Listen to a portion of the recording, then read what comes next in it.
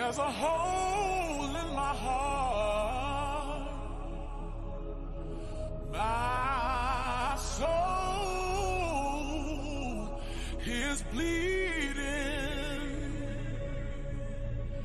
I need to free my mind and see what I'm feeling.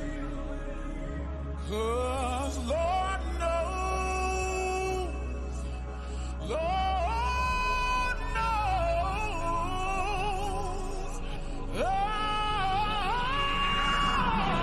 I'm tired of the way he treats me. Tired of the guilty feelings. Tired of the broken dreams. Tired of the public scenes. Tired of the baby mama. Tired of the ghetto drama. Tired of the back and forth. Tired of in and out the courtside. Tired of all the games and lies.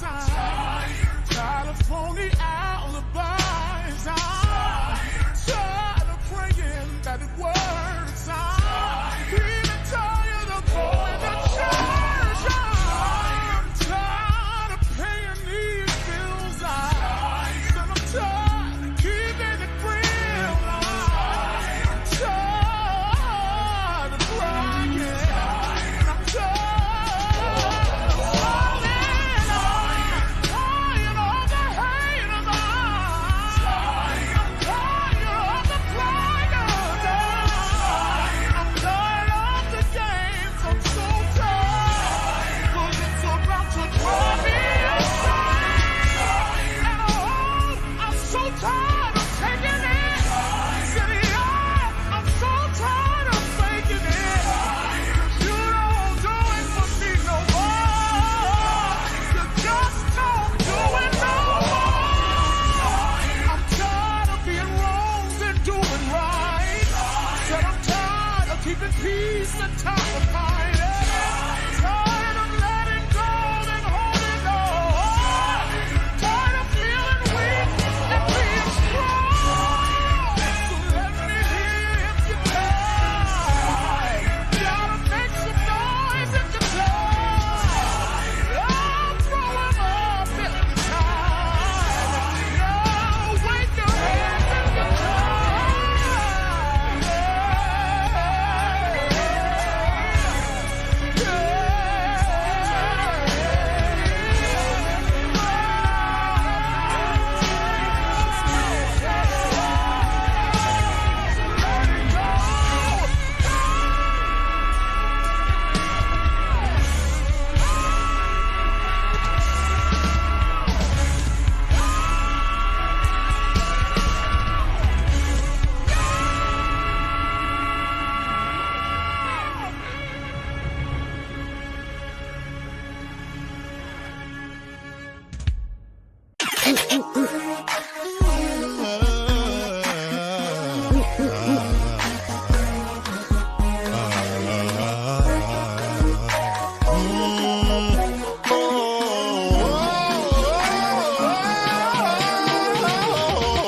I took a hit for the team.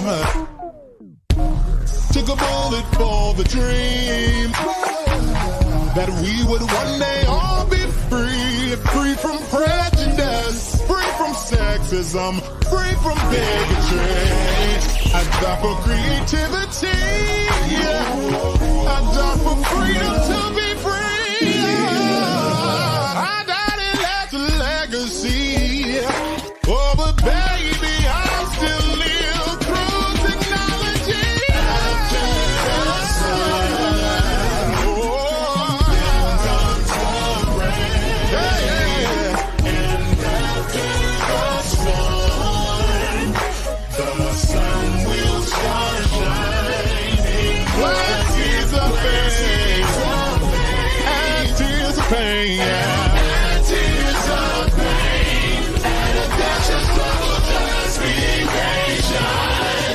Your destiny will manifest. Yes, Bubz in the city.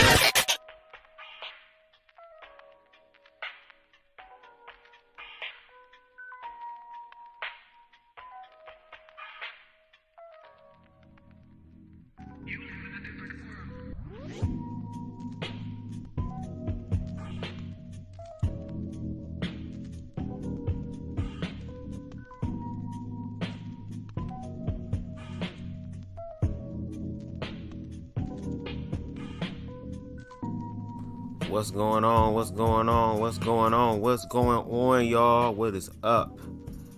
I hope that you all are having a pretty smooth Saturday evening. Saturday morning. Saturday evening. Hope everybody's doing well. Shout out to everybody in the chat. Okay, shout out to y'all. I am excited to bring y'all yet another amazing live. If you have not checked out the live that I recently did with the doc, please make sure you check that out. We went all over the place, almost 5 hours worth of amazing conversation, so many gems that have been dropped, a lot of vulnerability, a lot of transparency. Okay, and that's what we need more of, especially in these spaces, whether it's red pill space, pink pill, whatever the fuck pill it is, all these damn pills. We need to be having more conversations like this. So again, shout out to the doc for doing his due deals. This is going to be kind of like somewhat of a small panel discussion. The doc is going to, of course, join us tonight, and we're also going to have a few people who support me to be on the panel as well. This was kind of spur of the moment. I was a little nervous because I'm like, oh my God, what if it don't work tonight? So I kind of have a few things in the description box below just so that we can touch on. Of course, I want this to be a free-flowing conversation, but at the same time, you'll see what I'm talking about. You'll see what I'm talking about. But anyway, before we go any forward, before we move forward, okay, the edible didn't even kick in yet, and I'm talking like Andrew Caldwell. I would like for y'all to please, I was about to bring the doc up. He left. Oh, he getting headphones. Okay. Let me see who's in the building real quick. Let me see. Shout out to Queen Stevie. Shout out to Nary's in the building. Okay. Shout out to the doc in the building. Okay. Make sure y'all go ahead and check out that live we did. But without further ado, ladies and gentlemen, and everybody in between, let's give it up for the doc. Doc, how are you doing on this Saturday evening? BubzDaGawd, greetings to you and those listening in the panel or in the chat, and those who will be joining us on the panel. Great. Oh, let me turn my volume down just a second. No problem. All right. I'm doing well. Thank you for the opportunity to share in this space with you and to do my part to give back to the community. So it's an honor. Welcome. What's up with you? Yes. I am good. I'm waiting for my other panelists to show up. One of them is on the way home. I guess they had to run an errand or something. And we might be having 2 more people on the platform. So actually, one of them is in the comments. Queen Steve, I would love to have you up here as well because she has a few questions. And I'm sure the doc has some questions as well. He gonna check our blind spots, y'all. We need to check. We need to be checked in the blind spots. You know what I'm saying? But before we get into that, I ended up sending Doc the live that I did when I was speaking about the gay agenda versus the trap agenda, which was a response to a lot of the red pill community in reference to what they believe is destroying the black community. And he had the opportunity to take a look at that live. So with that being said, Doc, what did you think about the live? Like, what are the thoughts that run across your head when you remember or think back on the live that you watched? Yeah, thanks for asking. There were some mixed thoughts or reviews. I was, but I went into it with an open mind, and I usually read the titles, so it gives me an idea of what I'm getting into.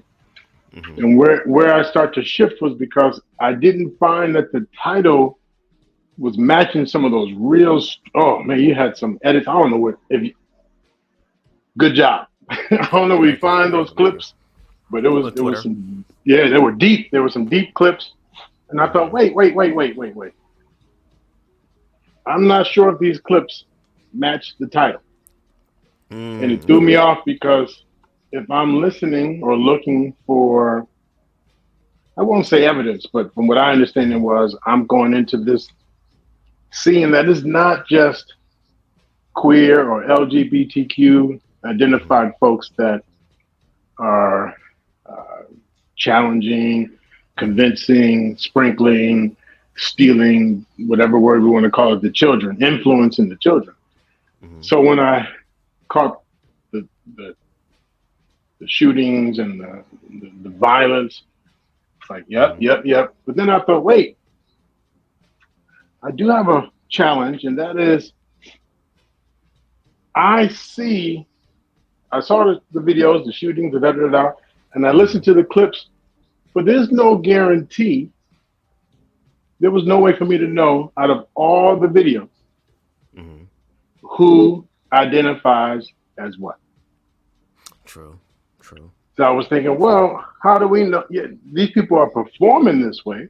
So we're talking about there are blacks who are out in the community, like yourself, trying to make better. People who are, leaders all across the board, from government officials all the way down to nonprofits, churches, you name it. And then there's another group of people who are clearly going against intentional, unintentional, against all the hard work that's been put in. So when I thought about it through that lens, I said, yeah, here we go. We have some folks who appear uneducated in one sense, but if you think about it as street knowledge or gangs or representation, then very knowledgeable in another sense. But when I was thinking down the middle of the road, who's going to impact the children the most? I just found them all to be guilty, like no matter who, what race, what their assignment was, gang assignment, whatever, not understanding that it should not be all about you, the individual. So if you bring children into the world, it's no longer about you, so to speak. Right. And if you don't have children, but you know that you play a role or can influence children, then it's like, and that old Charles Barkley debate and many others, just because I'm out there, does that guarantee that I'm a role model and that I'm responsible? So anyway, in landing my plane, to answer your question, it was very insightful, very powerful. There were some clips in there more towards the middle and the end. Oh, and I had actually watched it with a group. I don't know if I told you that. Okay, awesome. Yeah, I forgot to tell you that. So I run once a month a support group for men who are gay and in the business world. They have positions at the office where they cannot have these conversations. They just can't. Even though they may appear feminine, or people might be like, "Are you?" That's just off the board. You cannot. So we have some people who are in the closet, some people who identify as gay, but it's a support group for them just to have a space to talk about the stresses of the world. And I said, you know what? I would like you to hear what you got. I want your opinion on this. So then I let them listen to clip of what we did. Yeah. And then, but a couple of them were razzing me a bit. They said, dude, you talk a mile a minute and it's 4 hours. So what? I said, okay. Let's listen to this other one. And so we listened, and there were times you could just hear a pin drop. It was just silent in the room. It's like, wow. So anyway, that's my feedback. So great job on it. And I definitely hope more people get to it. And I had to catch it on Rumble. Yes. It's unfortunate that YT Streets, they're adding more sensitivities and different things like that to where that pure education is not allowed. Yep. I had to move it over to Rumble because at first YouTube said that, it was age restricted. And I kind of felt like that was going to be the case. But when it was age restricted, I said, okay, well, I really want this conversation to happen with the adults because no shade, we see where some of the younger minds unfortunately are. So I wanted to have that conversation with the adults. And then what happened was I took the first segment with all of the shootings and I made that its own video because I know that certain red pill spaces I'm not going to sit through, unfortunately, you know, an hour long, close to 2 hour live. So I made it easier for them, but it also made it easier for YouTube to be like, nope, can't do this, and removed it. And I ended up getting a warning strike, which I was kind of like, damn, just a few months ago, I had a community strike against me. So it's like another one came on. So that's when I was like, okay, let me go ahead and private the video and put it on Rumble. First of all, thank you so much for your feedback. I appreciate you taking the time out of your busy schedule to at least listen. And that's really all I've been asking for people to do. The reason why I titled it in the way that I did was because I was trying to get certain groups of people's attention. Because that's what I wanted. And that audience really was people who are queerphobic, to say, okay, well, we've been hearing for the longest time, oh, the gay community is destroying the black community. You know, they're grooming the children, all these things. And for the longest time, I've asked them, okay, well, where is the overwhelming amount of proof? Like, where are the parents of the children? Where are the parents of trans children who don't want their children to be trans, who are coming onto the platform to strengthen your perspective? Where are the videos of all this predatory stuff happening from queer people? Where is all this at? So when I did mine, I said, okay, well, first of all, let me show you how it's done in reference to the visceral proof of it. And there were some things that I couldn't even put on there that was like really shocking or jarring, that I know a lot of people would have been like, no, like very graphic. But I was putting that video or that live out there to say, okay, well, if queer people are destroying the community, y'all have to prove it, because we can prove how a lot of this stuff is destroying the community. Because in those clips, that compilation, not only do you see two different groups fighting with each other, but the fact of how innocent people's lives can be affected by that. Like, there was one video where there was a woman who was like, no, no, no. And the man shot her at least over 5 times. You can hear her like crying and trying to breathe at the same time because she's been shot. So it's like this type of behavior, since we're talking about behaviors, can not only just affect the person that is doing it, it affects the lives of the families of the other person that they're killing.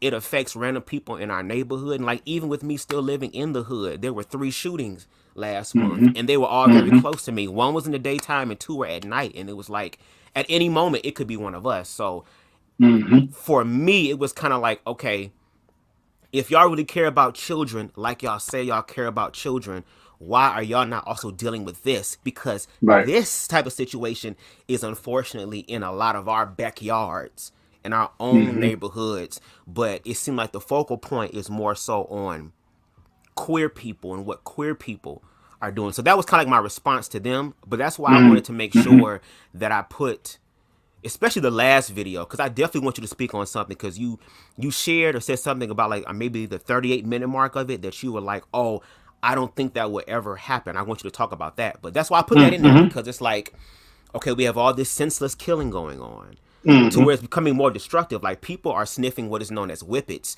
which is nitrous, I think, oxide, if I'm saying it correctly.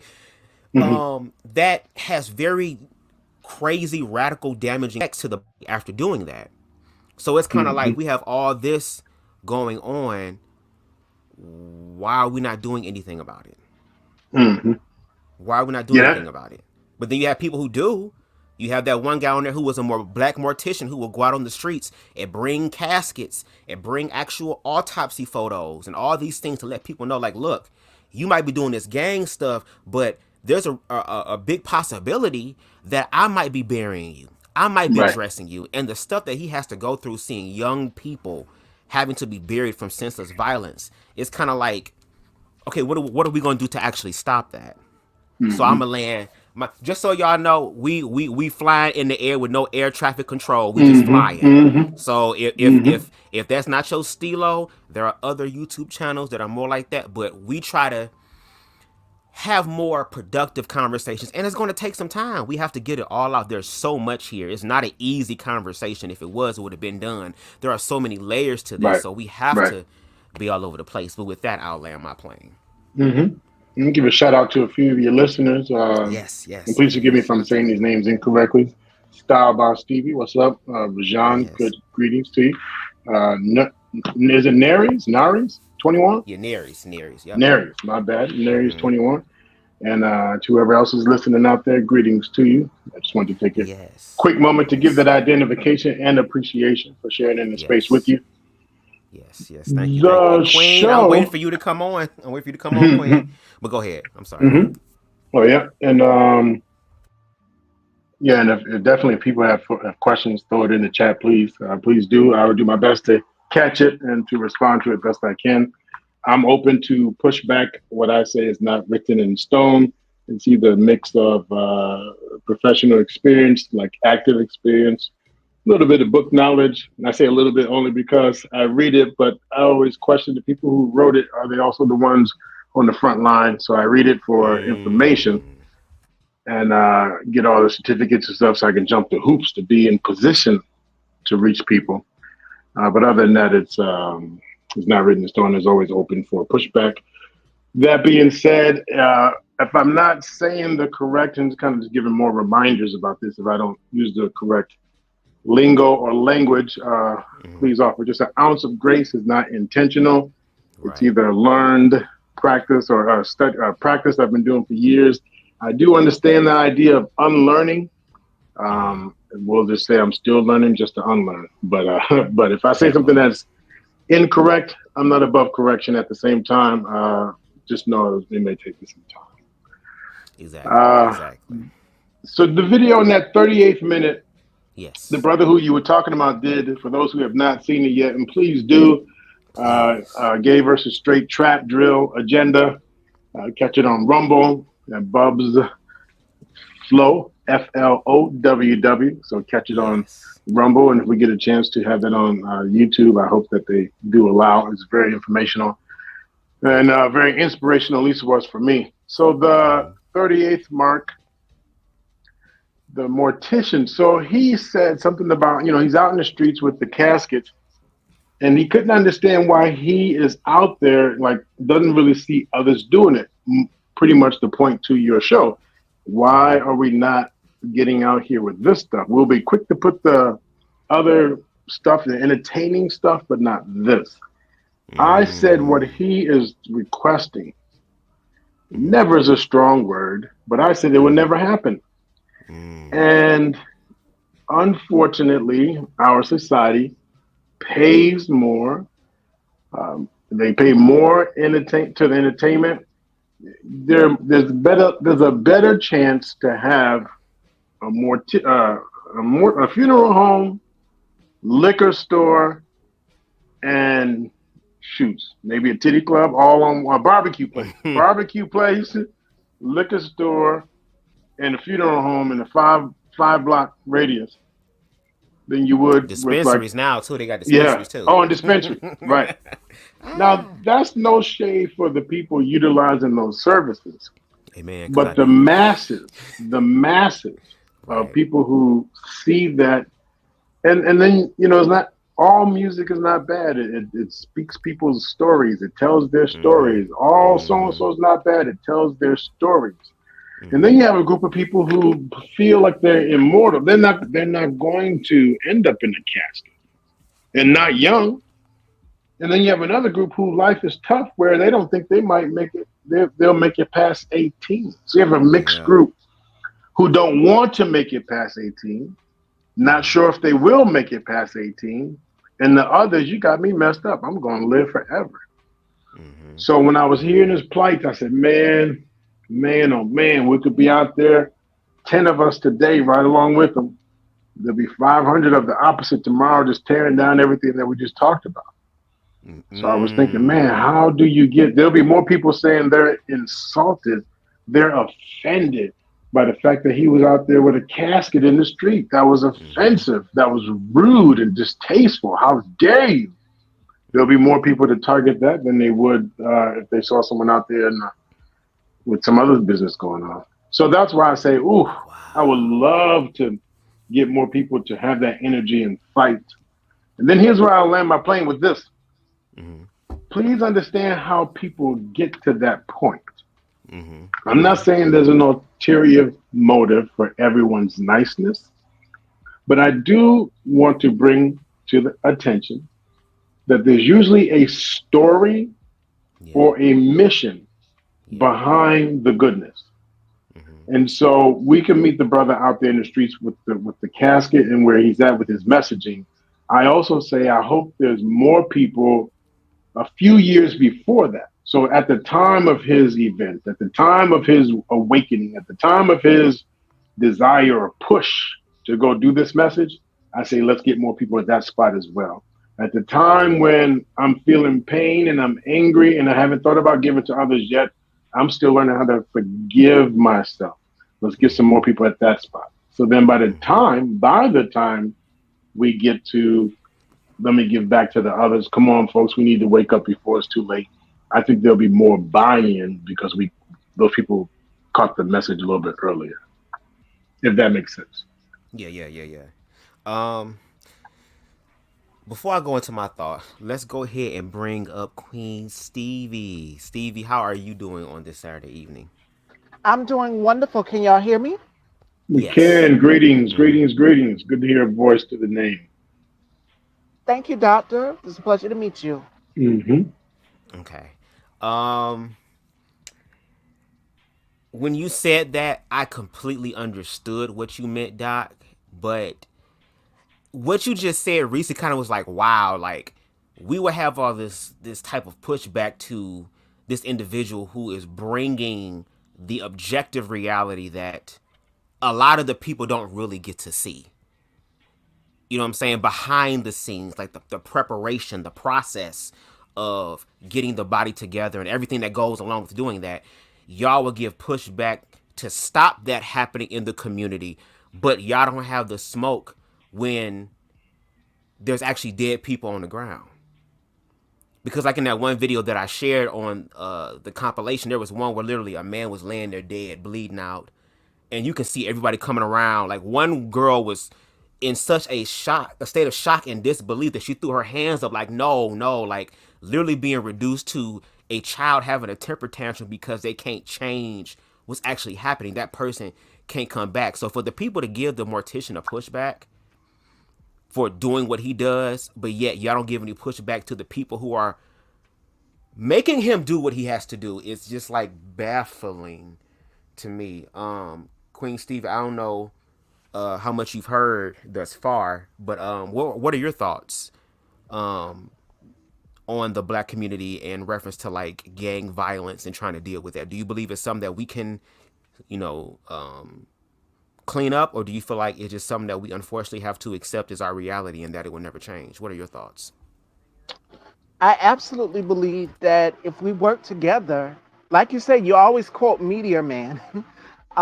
If we work together, we definitely can tackle the gang violence. We can tackle these senseless killings of our young black and brown boys and girls. Mm-hmm. Mm-hmm. And we just seen what happened in Georgia with the school shooting. Those were teenage Mm. kids. We're talking about that in this live too. Yep. Mm-hmm. So if we work together, we're stronger together as unity, whereas right now we're so divided. If we all Mm-hmm. unite together, we can fix this. That Mm-hmm. video that you posted, real and raw in real time, and I'm so upset that they took it down, but I understand.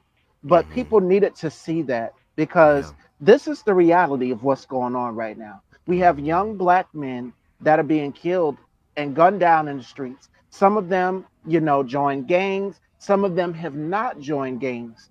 And it's all because of a failed leadership, which is supposed to be quote unquote Mm. the kings in the community, not all hetero black men that are standing up and saying, hey, you know, this is wrong. What can we do to fix this solution? Rather than Mm-hmm. blaming and putting the blame on another marginalized community when we're all marginalized, instead Mm-hmm. of doing that, why not come up with a solution where we all can work together? And I thought the That part. conversation that you and Dr. Nkumbe did was very helpful and impactful rather than Mm-hmm. divisive.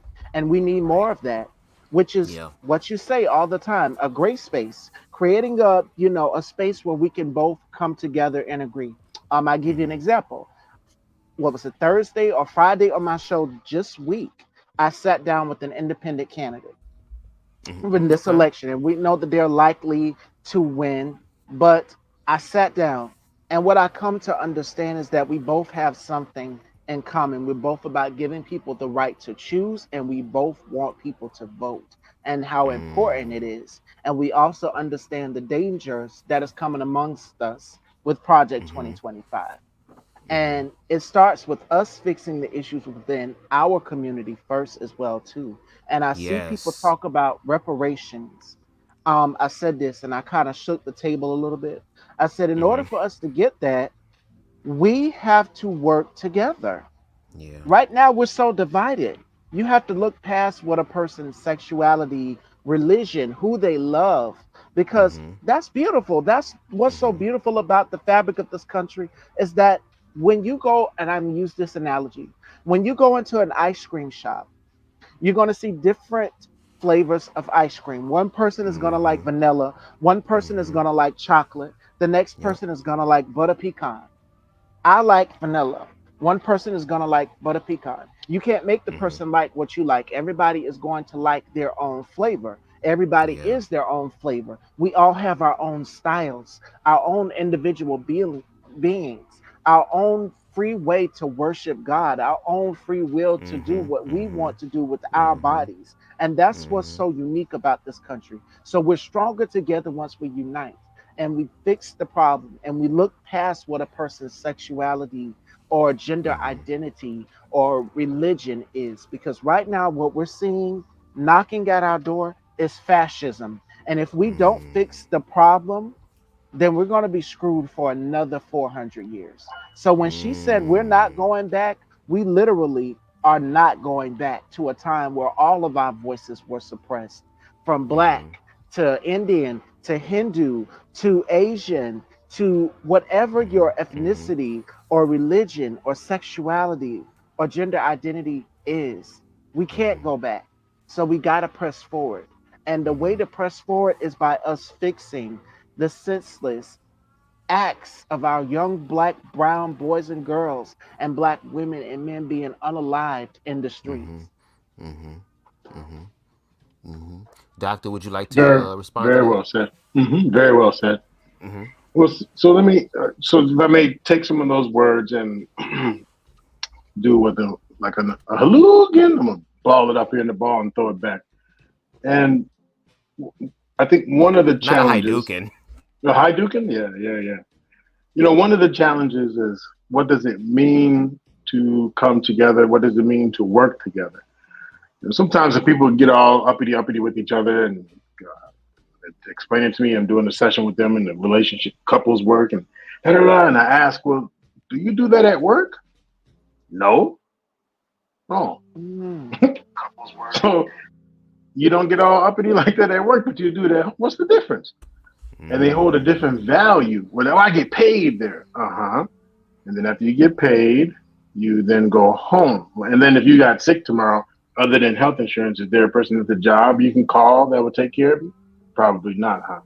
So then why do we attack our own loved ones, but we don't act that way at work?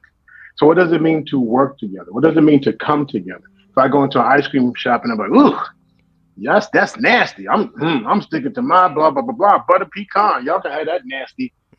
So we can agree to disagree.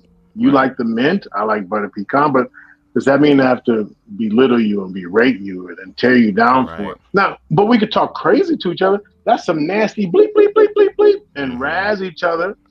But then does it mean I have to go hands on? And so at what point do we recognize I've gone too far? At what point do we recognize that what makes me the authority? What makes my flavor the authority? You know, if you like Right. Ford and I like Chevy, and my truck breaks down in the middle of wherever, and you pull up in a Ford, and I'm broken down, and I'm in the middle of nowhere, you think I give a damn if you got a Ford? If you offering a ride, thank you. But we're so caught up in the identity, Yeah. and we're so caught up in our own views and what we consider to be the right way, the only way. And then we get so locked in it thinking that it is the dominant way and others must do it. So I just say that it's an unfortunate message that's not being spoken about. That entitlement, privilege, uh, this empathy, compassion, and what you were just talking about, what both of you were just talking about, is why I do what I do. Yeah, Hey, yeah, yeah. we we can't afford, and it sucks because this message has been going on for the last 20, 30, 40, 50, 60. Mm-hmm. Every generation keeps Mm-hmm. saying we can't afford, and if we don't get it together, we don't get to the point where I'm like, why should I even say it? But at the same Mm. time, for the generations forward, that's why I say it. The Yeah. generations behind me said it for me. I'm gonna say it for the generations forward. Yes. There is a collective group. There's a mission. There's a institution. All of it put together that does not always take us into account. And I understand Yeah. the elections are coming up, and people are saying all of us, all of us, all of us. That Mm-hmm. may sound good, but I say at the end of the day, is it still really all of us? And Mm. and what does that mean, all of us? Does it mean anyone who wore a green suit, anyone who wore blue shoes? That's all of us? Or do you mean no matter what shoes or suit you wear, that is really all of us? And then I just want Mm-hmm. to give this now, put Mm-hmm. down the mic. Here's another example. I gave one last time we talked. Here's another live example. As I was Mm-hmm. just listening to um, Style by Stevie, I was thinking, I my business has quadrupled since the pandemic. Mm-hmm. And in the last 4 or 5 years, 3 years, my business has gone up with uh, people wanting me to sign off on transition issues or paperwork Mm-hmm. and approval and Mm-hmm. identity things. Mm-hmm. And I have now 9-year-old clients. I have 13-year-old clients. Then the big push about uh, the LGBTQ, the T Mm-hmm. identifiers, that whole thing. And so, because I'm professional and I'm doing my job, and I'm really looking at mental health as mental health. I don't care if you're uh, this type of person, that type of person, this type of, because it's Mm-hmm. going to have an impact on all of us. I call it a family disease, a family disorder. It impacts us all. And so when I'm thinking about some of the things that I'm seeing, some of the Mm-hmm. ways that people are either pushing their agenda or really getting caught up into it and stuff, I see all the ugly behind it. So when Mm-hmm. I hear Mm-hmm. someone say, well, it's time that we all, and it's okay that we're doing this. I have to question for the work that I do. There are professionals who are quitting the industry because they're getting sued, they're losing their Mm-hmm. job if they don't affirm. And Mm-hmm. then there are laws being made. So they're like, why would I agree with the law? Why would I go with someone who says, yes, you can be a cat? A human Mm-hmm. cannot be a cat, but the Mm-hmm. laws are being approved. The laws that says you can put milk bowls in schools. Why would I go along with that? Why would I go along with the delusions and the things that are set up that people who are allowed to have that? Mm-hmm. And then when I hear something like, well, if we don't, we're going to get taken out by the other group. Then I have to think about, well, either way, we're being taken out. Either Mm-hmm. way, we're going to move forward into these groups against groups, groups against groups. Mm-hmm. So right now, the white man is it. Tag, they're it. Okay, but there's still a group against a group. Mm-hmm. Mm-hmm. Wow, don't like men, don't like this, don't like that. As you Mm-hmm. were talking about on one of the other shows, we can watch two strong, independent women go at each other, and the people just licking their lips, watching them just go at each other. It's like, why Mm-hmm. would you? Why would? So either way, no matter what the politics are, I say we're still in position of group against group, person against Yeah. person, and that's Yeah. why I say collaborations like this. Mm-hmm. We're Mm-hmm. not going to get. We're not collaborating to get into bed together. Mm-hmm. Collaborations like this are to help save and to help rescue and to help protect and to help move forward. That's why I think it's ever so important, no matter what the politics or no matter what the identity. Right, right, right. And I ain't getting to bed with nobody because I'm a saved Christian man. So I got to put the Lord first, you know. But coming onto the platform, or inviting, shall I say, is Harold. Harold, what's going on? How are you feeling on this Saturday evening, if you are there? Harold? Harold might be Okay, he must be doing something else. That's cool. You're absolutely right, Doc. That's why it's like with these conversations, I like the conversation we had last time, I want to have more of those. But it's like, again, I have to also meet people where they are. And the only way to really meet them where they are is to know more about them, their background, their history, to figure out what's really going on. And when you talked about doing what you do to pay it forward, I wish we could do that more. Now, in some of these other spaces that I've been listening to, especially in reference to Project 2025, which is something that is reminiscent of the Reagan administration, and we saw how destructive that was for oppressive groups of people. You have other people, especially black people, that are telling them, oh, don't worry about it.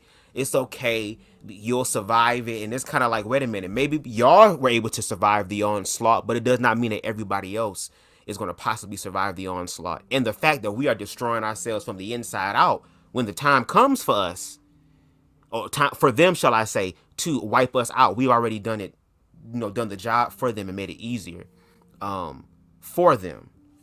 So I guess that's the $1 trillion question that I'd be trying to ask myself. Like, what is it that I can do?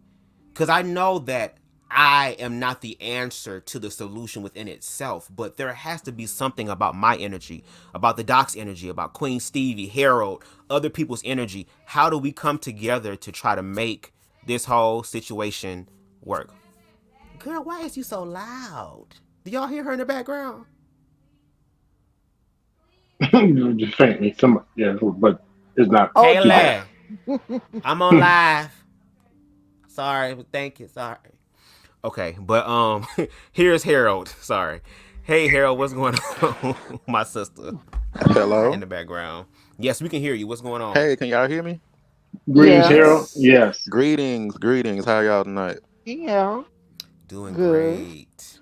Good. Do you have any? I don't know how much you've heard from this live, but do you have anything you would like to share? I haven't heard anything. I just hopped on when. Oh, okay. I got you. Okay, no problem. But I think what I want to do next is I kind of have a few things I want to show you. I'm glad I actually did this. No shade. But before we get into that, this is YouTube, so I have to be smart. Give me 1 second. Where my stuff at? Hold on. There is my little video loop thing, just to put that up. Hold on 1 second, y'all. Where is it at? Harold done dropped again. Damn, Harold. The hell going on? Where is it at? Okay, here we go. Boom. Copyright disclaimer under Section 107 of the Copyright Act of 1976. Allowance is made for fair use for purposes such as criticism, comment, news reporting, teaching, scholarship, education, and research. We got the doc on, y'all. Fair use is a use permitted by copyright statute that might otherwise be infringing. Nonprofit, educational, or personal use tips the balance in favor of fair use. All of the videos, songs, images, and graphics used in this live belong to their respective owners, and BubzDaGawd nor anyone else on the panel has any or claim any right over them. So the first thing that I kind of want to share with y'all really quickly is, I could have put up on this phone. I got so many damn phones around me. Hold on. Let's go ahead and we can start with recently what has happened with this shooting, unfortunately. You know what I'm saying? So again, we send our condolences and we send love, light, and positive energy to the victims and the families of the victims in that horrible school shooting. This is by way of Consciously, and we're going to play this, and then I would love to hear y'all thoughts on it as we go forward, because I feel like all of this is going to tie into the Black community and some of the conversations we've been having. Okay, so with that being said, let's go ahead and take a listen right now. School year is just started. Some people only been in school for like 2 weeks, and we are already experiencing these. 4 people in all, 2 teachers and 2 students left their houses for the last time this morning, and they loved ones seen them for the last time, and they ain't even know it. It was a 14-year-old gunman that did this. Here's a visual representation of all the time, effort, and energy that our legislators and policymakers spend when it comes to protecting the schools from drag queens and dirty books. But here's the actual impact that's happening to the kids and the teachers in their classroom. Here's a tweet right here from the governor of Georgia. I directed all available resources to respond to the incident at Appalachia High School and urge all Georgians to join my family in praying for the safety of those in classrooms, both Borough County and across the state. But here's a picture in 2022 of Governor Brian Kemp signing a Senate Bill 319, the law that allows for anyone to carry a concealed handgun in public without first obtaining a license. We've been in school in America for only literally like 2 weeks, maybe 3 weeks some places, and we already experiencing this American pastime. Pay attention to how these policymakers talk about this incident, and remember this when y'all go into the polls. They say they want to protect the children from the rainbow and protect the children from the books and protect the children from the ideology. That's not spilling their blood, man. Sure, the NRA already spinning in overtime right now, and they already dropping them checks. The students helped drag the teacher that was shot back into the classroom after the gunman opened fire inside the high school. The more we learn about this story, the worse and traumatic it gets. The student said that her and her classmates were in statistics class when they heard someone beating on a locker outside the classroom. She says her teacher went out to investigate, and that's when they heard a shot. Their teacher fell back into the doorway of their classroom. All I hear is boom, boom, boom. We all booked it down. Everyone was crying. Kerrigan said there was a scary moment. Kerrigan said that as a police were escorting her outside, she saw a student shot near the bathroom. Like my mutual said on Twitter, those brave babies in Georgia had to drag their teacher's body out of the hallway back into the classroom and barricade themselves inside while waiting to help and also trying to perform trauma care. The teacher died right in front of them while they were waiting for help. If that happened in statistics class, these kids would never view math or stats or numbers the same. And what's sad is that these folks view feminism and drag queens during story hour as the biggest threat to these children in the classroom. Meanwhile, this is what's happening. A 14-year-old did this. They more worried about whether the 14-year-old is getting drag queen books or freaky books whole time. They can access a firearm and wreak havoc on the entire school district while making the entire world watch of this American pastime that happens in school. But they say they care about the kids, though. They don't never have that same energy when it comes to this, though, huh? NRA money spend good, I guess. Okay, y'all, these updates are coming pretty quickly, so we're doing the best we can to make sure that you guys stay updated as soon as they come in, so sorry for so many videos. So regarding the school shooting incident at Appalachia High School in Winder, Georgia, CNN is now reporting that at least 4 people were killed and approximately 30 were injured in the school shooting, which is just mammoth numbers. I mean, 1 is too many, but that's a lot.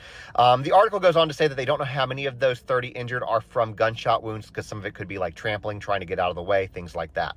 We also know that some of the critically injured were taken to the hospital via helicopter, and they do have additional helicopters on standby in case they needed. There's also still a massive police presence, Georgia State Patrol, GBI, FBI, local law enforcement, etc., as well as several ambulances. I did have one of the parents also tell me that they can't get up to the school, and some parents are having to walk in excess of a mile to be able to get up there to try to pick up their kids. Do remember the story is still developing. It's fluid. Things will change. Hit the follow button if you want to make sure that you stay updated with all the facts and things that are coming out on this. But this is an absolute tragedy, and it sucks that it ever happens, but especially right after, school just started. I truly hope that this is not an indication of what the school year is going to be like. Only in America is it normalized for us to start getting in school and start thinking about how our students are being threatened by bullets. Only in America do we have more energy and effort put in banning books and banning drag queens from being inside of schools than we do actual school shootings.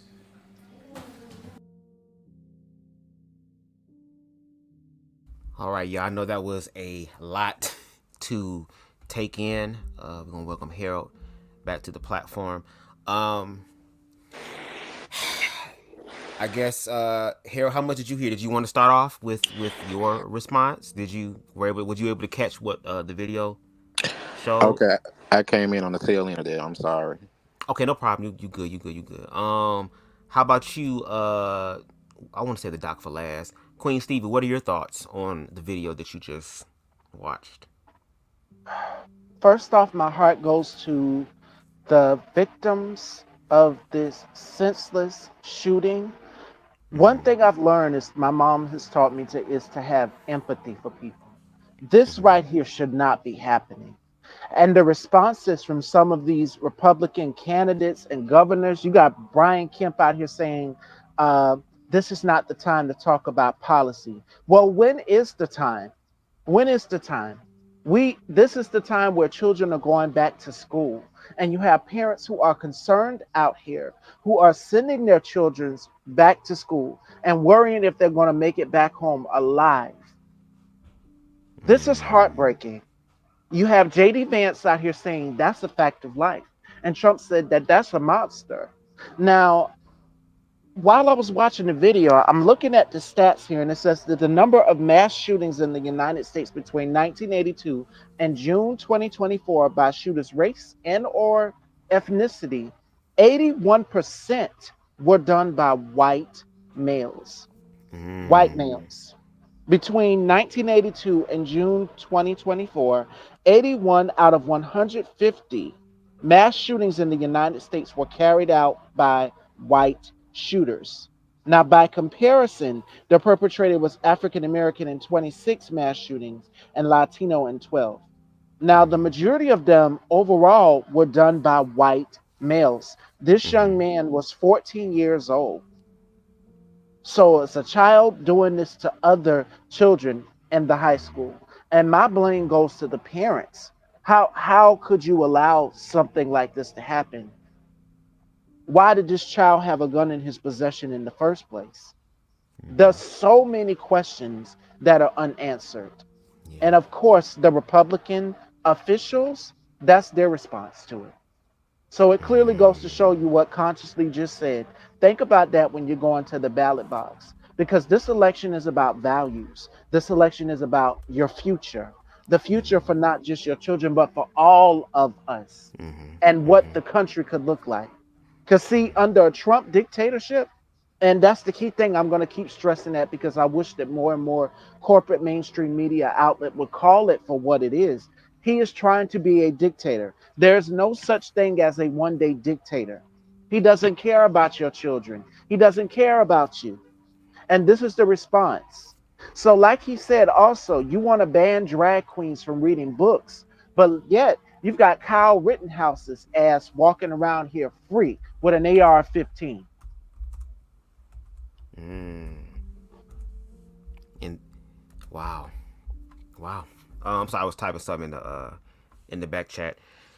Even though this live is stated is titled "The State of the Black Community," to Doc's point, there has to be a point where we have to transcend that, because it's really a humanity thing. Because as much as we just did I did another live showing all the gang shootings that happened within the black community. Here it is, that type of same mentality, or mentality of destruction is happening in white communities as well, through with these school shootings, as Queen Stevie just shared with us the statistics of it. So I guess, Doc, from a psychological standpoint, with you again, this being your profession, to have these type of conversations and really figure out what's going on, bringing what happened in the last live with the gang shootings and what just happened with this shooting, as well as the other previous school shootings, what do you think could be one of the reasons why these things continue to happen? I hope I stated that correctly. I hope I did. Well, one thought is this particular youth, in some form or fashion, didn't feel heard, didn't feel acknowledged, didn't feel cared for, didn't feel loved. I think you could bring 10 people in women's outfits, and it wouldn't impact if that one individual felt heard, if they didn't have the proper programming in the school to feel heard. I could teach 5 classrooms and read them books. It wouldn't matter who's reading the books if you don't have programs in place. If you're unable to recognize the people who are hurt, a smile on the face is a great mask for a lot of pain. So I think there are people who are going to be out there who mix the issues, like the guy in the video was saying. There's a lot of talk and complaints about the people going into the school. Okay, to me, that's a separate conversation than actually dealing with the people who are currently in pain. The people going into the school, we're going to say we're worried about them influencing the kids of tomorrow, today and tomorrow. But this person who did the shooting, they weren't a person of tomorrow. They're a person of today. They're a person Today, of right? yesterday and today. So there's a gap. There's a gap there that's not being attended to. Now I'm just going to say green and purple or whatever colors. We could just pick two colors, whatever. Because I don't want to identify a certain political stance or political group. When I say, well, in the last 4 years, whoever was running the states, because as I'm listening to stuff about let's not go backwards, but the people running the states in the last 4 years, that's who I look at to be putting in the policies. When you up the message about say you're mentally ill, be proud of mental illness, be proud of mental illness. There have been more talk health commercials and better health commercials, and I'm too mentally ill. That's great that the people are getting support, but remember, for a long time, that's not something you did. There was shame behind it. I'm glad we worked on the shame. There was stigma behind it. I'm glad we worked on the stigma. But now we have TikTok videos left and right where people get to, whether it's like a badge of honor to say, I'm ill, I have anxiety. People all over, content providers talking about delusion and narcissistic, naming things that they have no idea about, but because they have 2 videos that they watch, they're on there diagnosing folks, and then telling me I don't know anything. Even though I've been in it for 10 years and 20 years with 10 years in one industry and 20 years in another, but their education from 2 videos is just as significant as mine, and they're going to diagnose these people. It is dangerous, dangerous, dangerous that we're out there playing pretend and not really getting to the core issue. So you take whatever policy that's been changing these things and saying, be you, be you, be you, be anything you want, anything you want, and yay for mental health, yay for mental health. But then are there adequate services for the people? And then check this out. If you identify as you identify, and then someone says, oh, that's from mental illness. Ooh, now I say because you identify as that, I put you in the mental illness category. Well, so who wants to then come out and say I am what I am if I'm considered mentally ill, but your stuff is just okay? How does that work? So this particular shooting, you have a Caucasian kid goes into a school, and when we talk about parents, but I say the same last 4 years have been the policies that have ripped parents' rights away. It's scary to be a parent now. That wasn't 8 years ago. That was the last 4 years that these new laws that says if you say no or just say this to your kids, you go to jail.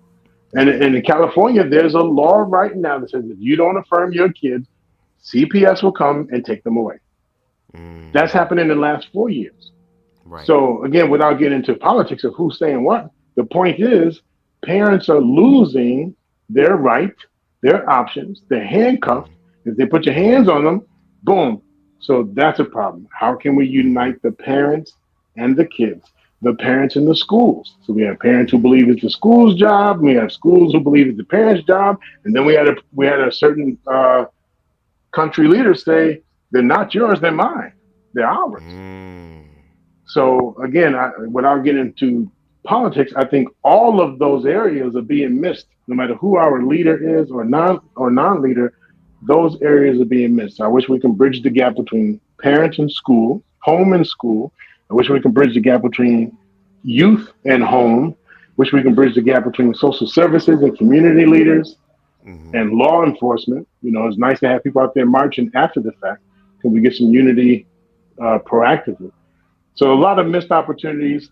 And then however this kid got the gun, and then the fact that they felt it was okay to go to the school and hurt the people who hurt them. Hurt people. Yeah. So a lot of, those are my ideas. Do we have enough anti-bullying policies? Remember that was the buzzword a few years ago, like bullying. Do we have enough parental involvement? Do we have enough mental health support? Do we have enough education and awareness? Do we have enough conflict resolution? So those are things that come to mind as you said earlier. There's so many layers to this. Yeah. So I'll land there. No, but I'm glad you said all of that, because the thing is that at the end of the day, with all of these conversations, or for the most part, a lot of debates that are going on, it is always, unfortunately, at the price of children. Because just like you stated, we can sit up here and try to be more objective, have more context and nuance when it comes to people's experiences, because back in the day, if people didn't understand it, it was automatically classified as mentally ill. But then you have professionals like yourself who are saying, wait a minute, let's go down this rubric first to even see if that is the case. But it's like you said, they don't even have the programs out there. So to kind of make it more, I guess, hold on one second, hold on, because these people is arguing. Hold on.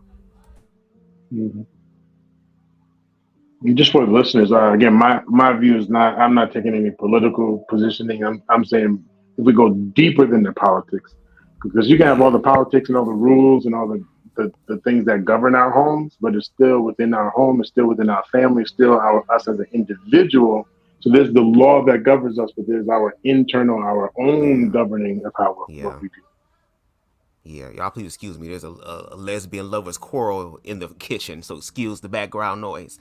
But bringing it back into my own personal experience, like, what do you then do? Because how can I say this? In reference to what you were talking about with the parents going through what they going through as far as the laws, I do agree with you on that. I don't think parents should automatically have their children taken away from them. Should there be some sort of investigation to see if that's the case? Most definitely, because we've seen, in past history, past few years, how a lot of the child protective services don't really even protect the children. Because even when these children are placed into foster care, all of a sudden, there's all these other issues going on behind the scenes. So it's kind of like, if the queer person is not being affirmed, which means that the Bible's being used against them. The parent is not saying, you know what, I'm afraid, I'm scared, but you know what, let's go to a professional. Let's call someone like the doc and say, hey, doc, I want to schedule a session with you and my child because I don't know what's going on. I don't want to be like the other parents who just push their children away. I want to do something different. Instead of doing that, they don't do that. It's, oh, the Bible says this. There are literally YouTube channels, especially Christian ones, that are teaching their children, hey, if your child is queer, this is how you should look at it. And it's more destructive. So what if there is a program, a gay straight alliance at their school where they can feel comfortable to be themselves, because at home I can't. We don't even try to explore that either. Again, it feels like it's just adults using these as talking points to judge other groups of people, as opposed to actually focusing on the children. Because even with the gang hits, a lot of them children are dying at young ages. The whole school shooting, children are dying at young ages. And to your point, it's a deeper issues, but the parents don't even know how to do that, because the parents haven't really healed themselves. Girl, I'm about to cuss these girls out downstairs because they know I'm on live. Anybody else want to respond? I'm gonna have to get them together downstairs. Harold, anything you want to say? Well, right now I'm just listening to the conversation, and I will interject. Okay, no problem. When I feel. No problem. Okay, I'm sorry. I'm just trying to make sure I include everybody, and hopefully they quiet down. Let me give a little buzzkill while you do. Let me give a little buzzkill to my. Not that I represent all the people, but to my heterosexual folks that got excited hearing about a lesbian fight. You're excited. We want to see that. We want to see that. But if they said it was two guys down there fighting, no, blah, blah, blah, blah, blah. So I just wanted to add a little buzzkill. People fighting are people fighting. So don't get all excited if it's two lesbians for your entertainment. But then when it's two guys, it's a problem. Anyway, I just want to put that out there because I know folks that get excited when it's one way. That law I was talking about, the bill AB 957 was passed in the state assembly back in May. And it allows the courts to decide custody cases. Yep. Most consider whether each parent was affirming in their child's gender. So laws like that, cool. So we have, I mean, not cool, but however you see it, either good or bad, but you have that law. But then I still say within the home, what have we talked about? Okay, there might be a law that says that the court will decide if I'm affirming or not. But then what does affirming look like in our home? What does it look like? So this kid in this case, did they find any comfort in being able to talk to their parents? And then you have a support thing in place. We have a law that says if my parents are not affirming enough, that there'll be additional support. So for this particular kid who identifies as gay, there's two systems in place. One is the family saying, let's talk about how can we support you. And if the law feels we're not supporting you enough, they'll take you out to home and put you in a place that will. So two systems that this youth individual, I don't know if they did or not. Well, they're not in California. So there are two systems in California where we would hopefully catch it way, way, way before he ever gets to a school. Right. Exactly. I want to make sure that I highlight some of Clever Girl reading because I remember her being on BMU's platform, and I want to make sure. And even if you're from another I ain't gonna say red pill, but if you're from another platform, please also share your thoughts. Okay. We have the doc here to help translate it. No shade for the heterosexual people, but Clever Girl Reading says the problem is lack of social economic wealth. Our males don't provide us with resources, protections, and security like men from other races. Wow. In a sense, I can kind of understand that because, again, it's just so many damn layers. I hear black men saying that it's hard to be a black man, and I do agree. It is hard to be a black man. Especially an intelligent black man. Especially a black man that... What's hard? I guess being able to manifest a lot easier than other races. Do you get what I'm saying? Mm-hmm. No, I get it. Together collectively. Because even in our own communities, and I think even Clever Girl even said it down here as far as... where's it at? Building our own, creating our own stuff, like in our own neighborhoods. No shade, shout out to everybody else, we love y'all, but the Muslim community is making money off of us in our own neighborhoods. The Asian community is making money off of us in our own neighborhoods. No shade. The black church is making money off of black people in the black community. The barbershops are doing that as well, but there aren't a lot of our own stuff, like our own business, our own schools, our own hospitals, our own shops, our own banks, all these things. So I think we have... No, man, I agree with you. I agree with you. But I'm hoping that more people stand up to talk about that there's going to be hardship regardless. Correct. Now, again, I know there's... I know there's prejudice, racism, and I say prejudice, there's a difference between prejudice and racism. And I know there's layers with it, all those layers, true. But at the same time, do we even have a set of standards, aka shout out to the Harris tribe? Do we even have a set of standards? I told you I just got my butt kicked within the last year and a half. It's me versus the system, me being what they call the version of canceled, having job problems, and even black women. I'm like, whoa. I could have just stopped everything. I go on these channels. I've been going on these streams for free. I don't ask for any money. In fact, some of the streams I go on and I give them cash apps. I'm giving them cash apps and that part. Right. And so I could have just sat down and said, I'm done. I'm done. But the risk to come to this channel and to have this conversation, what's the risk? Oh, you must be one of them. Oh, you must. First of all, you are not in my bedroom. You don't know anything I do. And is that your only argument? Hello. But that comes with the risk. And so I can turn around and be like, whoo, it's rough being a black man. But I'm willing to make these sacrifices. I know who I am. It's not what I could do to you, but I won't let it happen to me. So as long as I feel that I'm respected, and then we all have a different version of respect, I feel like I can handle my own. And if I take care of my mental health, then I should be okay. But now that I'm okay, do I stop there? What can we do as black men? And here again, would it matter if the person is LGBTQIA when it comes to helping to bridge us so we can survive? Just so we can survive. So if you're next to me and we're out there doing this and boom, boom, boom, and all of a sudden, hey, did you hear that thing? And did you know that he's, That's the least of our concern. Right now, our concern is about survival of our people. That part. And like you said, there has been those bridging of or trying to bridge those gaps have always happened, but then you have certain people who just demonize the whole thing within itself. But like you said, you're taking a risk. And I guess I would rephrase, instead of saying it's hard to be a black man, what I should say is that it is challenging to be a black man. But again, the challenges are there to help us become better once we master them, once we transcend them. Excuse me. Sorry, real quick. Go ahead. Not to minimize. Just real quick, because I don't want to minimize and say I am taking the risk. Equally, when you've gone to other networks, you have taken the risk. So I just want to identify it's not I as in risk. I was using my story. So that's it. Right. I got you. Basically, at the end of the day, black men, human beings, if you are human, You're going to have challenges in your life, and you can overcome them.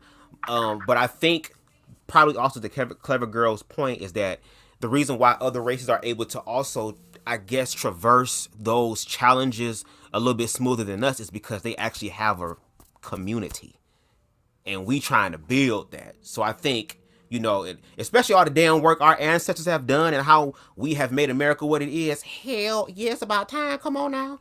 But I'm gonna read a few more of Clever Girl's comments, and then I want to get to the second thing that I would like to talk about.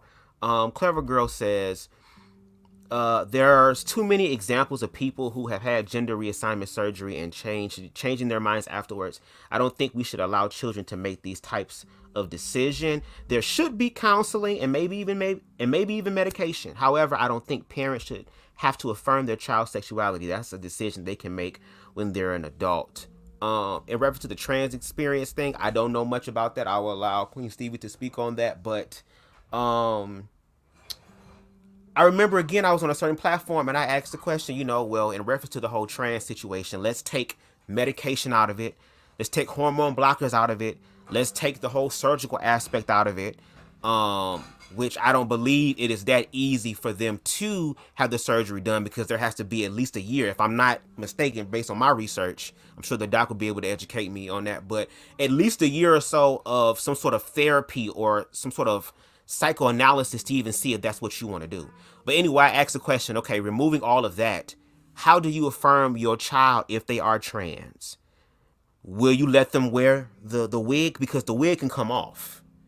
Would you let them wear the clothing, the dress, or anything that makes them feel comfortable in their identity? They can take that off, or the shoes, take that off.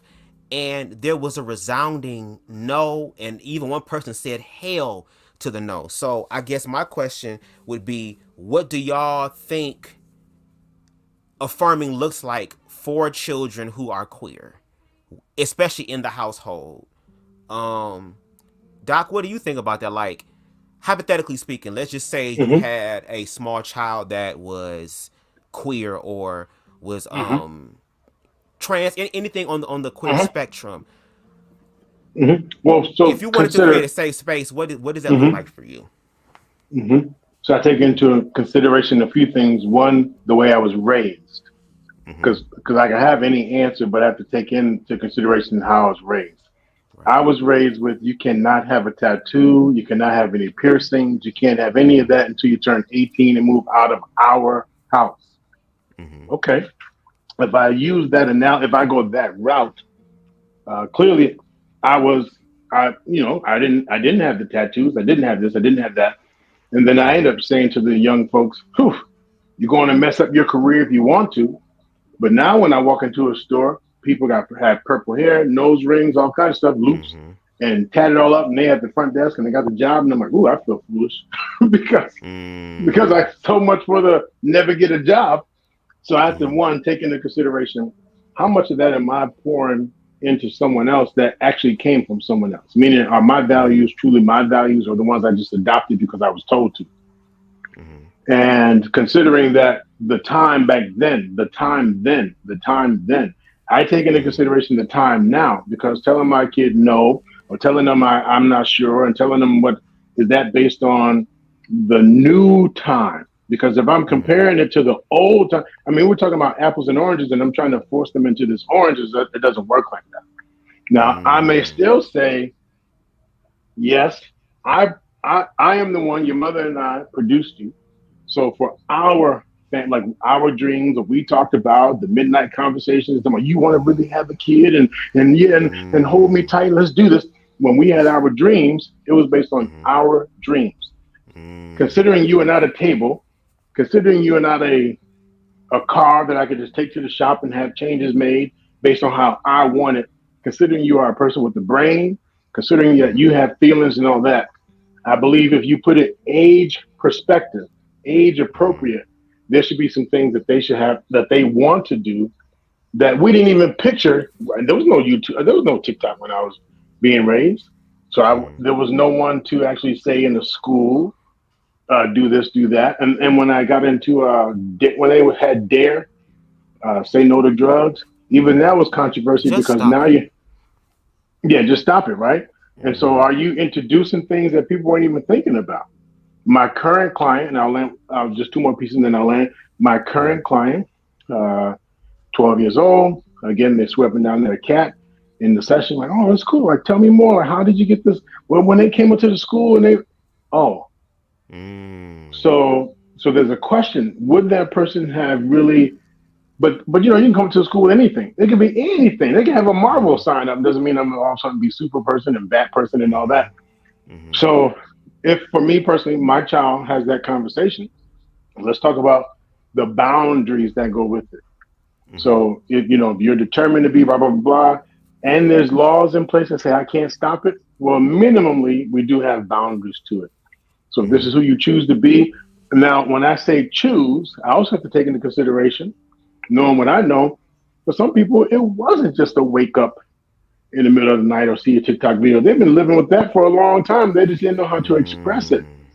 And then me denying it, helping to suppress that doesn't help. That doesn't help anybody.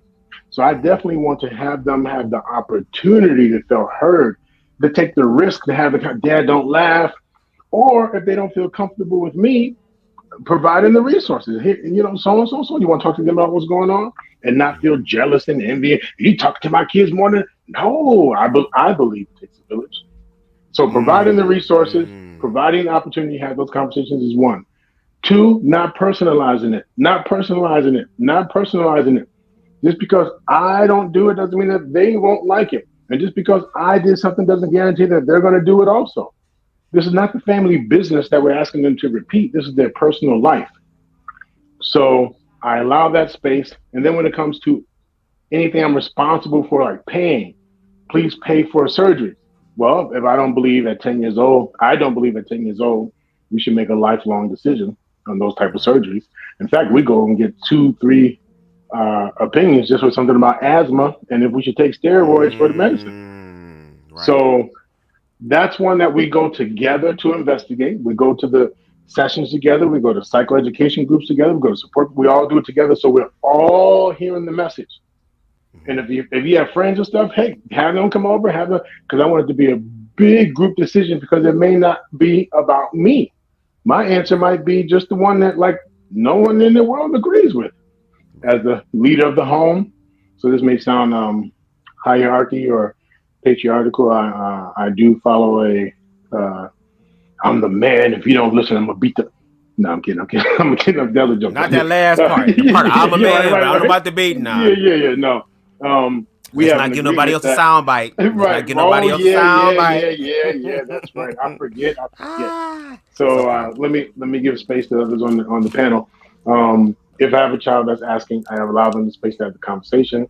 Pending what they're asking for, there are things that I would say cool, but it requires these resources, and I don't want to provide those at this time. I'll give them options, alternatives. We'll have the conversation. They would know I haven't forgotten about it. If I'm saying something like, well, you have to wait till you're 18, that sounds like a lifetime for someone who's 12. So then I don't just shut it down. They're not ever hear it again. No. I want them to know I haven't forgotten. I want them to know that, hey, you're closer to 18, you're closer to this, you're closer to that. You have other interests? So that's my answer. Professionally, I just say, please consider that the amount of damage and or health and wealth that it may bring to a child. So I have another client where I told their parents, please allow them to get into cosplay. And the parents are like, why? I said, well, there are so many benefits to cosplay. And, when you talk about imagination and being creative and storytelling and acting and uniforms and costumes and all that, then we just do it within reason. But please don't try to shut down your kid's imagination. Please don't. So I'll stop there. Thank you. Your child needs their imagination. Queen Steve, anything that you would like to add? Yes, I absolutely agree with the doctor and what Dr. Nkumbe just said, which is, and I wish that people would stop saying this, that, they, even with Bootsy, his comments that he made about Dwayne Wade, don't cut, listen, you have to sit down with someone who is skilled and licensed and professional before you make any decisions. How I discovered myself and how I wanted to walk into my womanhood was at the age of 13 years old. So what happened for me might not be for the next person. Sit down and talk with a professional first. And I agree with what Dr. Nkume just said, which is allow your child to have an imagination, allow them to explore and find out for themselves what they want to do. I'm not saying go out here and just, okay, go ahead and get the child to transition at 10 years old. No, absolutely not. What I'm Right. saying is be open and willing to have an open mind. So again, you got to be 18 and older to do it, like Dr. Nkume just said. But sit down and think. Let your child be open and have an imagination. Let them be free, and even working in fashion. I feel that fashion shouldn't even have a gender. So feel free to express yourself as much as you want to. Let them experiment. I give you an example. It's a show called What Would You Do? And there was a little boy. He was in the store, in the toy store, and people were saying, why don't you pick up this toy? He wanted to wear a tutu and pick up a Barbie doll, and people were just like, we don't see anything wrong with it. Let them experiment. Children are going to be children. They're going to play with whatever toy they want to play with. Let them experiment. So it all goes back to what Dr. Nkumbe just said, which is letting your child have an imagination, because imagination is amazing. Even as for us as adults here on this panel, we all imagine things. So it's imperative that we get out here and let them explore with fashion and finding their own identity. And if they want to get this done in the later years, maybe 18, not 10 and 13, 18 years old, you got to be an adult to, to do this. And because you want to make sure that this is something that you want to do. If you want to fully walk into your light, then I say at 18, by all means necessary, do it, but not at 10 and 13 years old. Right. Your psyche is still developing 100%. So let me throw a challenge, because I say 18. We might, with our social media and ability to hear about what other countries are doing, we know in the East, a 9-year-old can be given a rifle and told that they are a man and in the military. Another Wow. country, 11 years old, you can be married. And another country or another Yes. continent, we know if you Yes. have your first menstrual, you could be married off. We know another place Absolutely. where you have bones, tattoos. I can't think of those neck rings. Those neck rings you put on around your neck and it stretches your neck. Yes. China, the monks, they have a 5-year-old doing kung fu and all kinds of stuff, strenuous stuff. And so other places may not acknowledge the American law about 18. So I invite those conversations too. 18 is our law. 18 is our kind of magic number. But then there's Yes. 21 and then blah, blah, blah, blah. But there might be some other numbers as a family. We want you to not feel restricted because of what our values are. We're just restricted by what the law says. So I want them to Right. know that my care for you doesn't go by this magic number. My care for you is based on, what can we do? What should we do? What are the chances of changing? What are the chances of correction? What are the chances of taking off and you being the best person in the world? And we waited all the way until you were 90. So I just say invite that conversation too about why that magic number. I agree. I definitely agree. Same here. There was, how can I say this? There are conversations, and again, shout out to Clever Girl Reed. I'm so glad that you're here tonight. She said kids are identifying as fluid because it's socially acceptable to do so. There's too much emphasis placed on sexuality for children. We need to change the laws. Okay, let me see how I can navigate that or look at it in this way. Because we're in the information age, and I think one parent said on a platform with all women, literally said, we're in the era now to where we can't hide nothing from our kids. We have to talk to them about this. They're probably looking at things that you are unaware of. So if that is the case, if the children are coming into the light, if the children are learning more about objective realities as opposed to your subjective reality, or like Doc said when you was talking about hold me, please, please in our dreams, now your dreams are shattered because this other dream is now coming in. When it comes down to children, and I do hear a lot of people say, well, we're just gonna wait until you're 18 and figure that out. But then when the individuals do get to 18 and figure it out, now there's an issue with the adults because the adults are mentally ill. And now since the adults are mentally ill, they're going to poison our children, forgetting that these queer children who are quote unquote mentally ill were queer adults who are mentally ill were queer children. Again, Queen Stevie just shared her experience about being 13 and beginning to be aware of her walk. It was the same thing for me at a young age, beginning to experience what my walk is. But the reality is what all came with that walk. You know what I mean? All of the unnecessary, I feel, even though life probably put it that way, unnecessary bullshit. So it's like, I like how the doc said it as far as being a conscious parent, which means that I can acknowledge that this is something new. And even though we're talking about all these societal things, the fear is societal too, because now my child is one of those people. And it's not going to also just be about what they think about my child. Now my parents is going to come into question. Now my wife was too overbearing, or maybe I didn't play football enough with my son. Now it's all these things. To be able to acknowledge that fear and say, you know what, even though I am scared, let me admit to the child too, I'm scared too. If I'm religious, I'm afraid you're going to go to hell. I'm afraid of what society's going to say to you. And like even my parents said at the time, at the beginning when they were pretty ignorant, I don't want you to get AIDS, son. So it's kind of like having all these fear-based things and saying, you know what, let's work through the fear together. Is there a therapist we can talk to? And I ain't talking about a therapist that's aligned with your faith, because that's your own personal relationship. We're talking about something that is mended between you and your child. So are you willing to go to a therapist? Are you willing to, and I ask parents this all the time, when it's time to have the birds and the bees talk, how does that even go with queer children? What if the queer child says, I don't feel this way about girls, dad, the way you do, or I don't feel this way about boys like you do, mom? How does that happen? Are you going to buy the queer books and teach your children and have the LGBT version of it? Like, what does that actually look like? But the reality, unfortunately, is that parents just don't want to deal with that shit. Because I've asked these type of questions as well. If we remove all these fear-based things you're talking about, surgery, drugs, all these things that can do long-lasting damage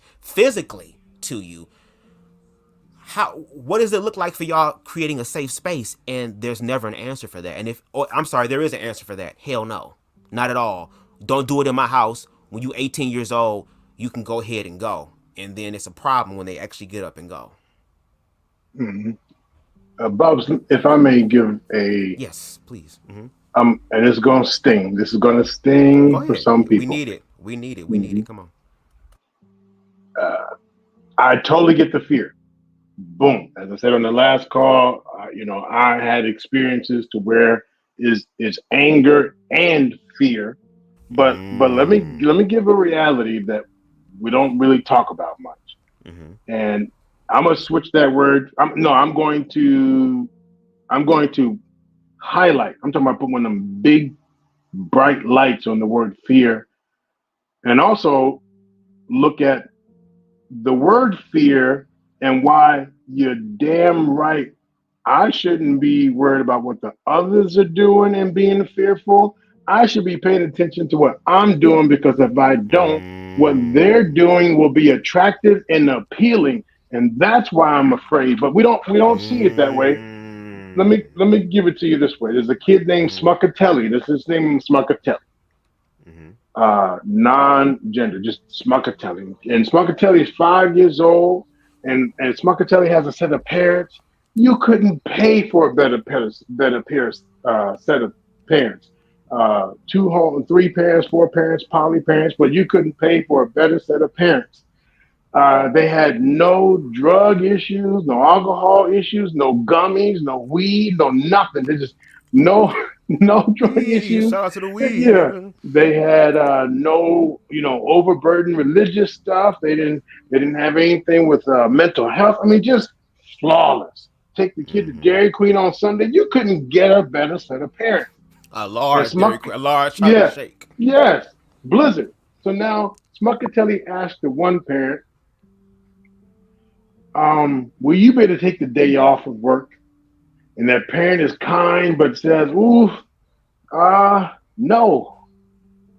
And that parent sees it as a positive thing and working hard for the family. So the parent is not doing anything wrong. The kid is not doing anything wrong. So that cancels out. Wrongness is canceled out.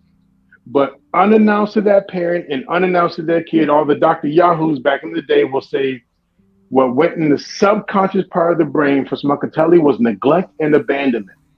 Neglect and abandonment. And it was just that magical moment. Because remember, we're talking about 2, 4, 5 perfect parents.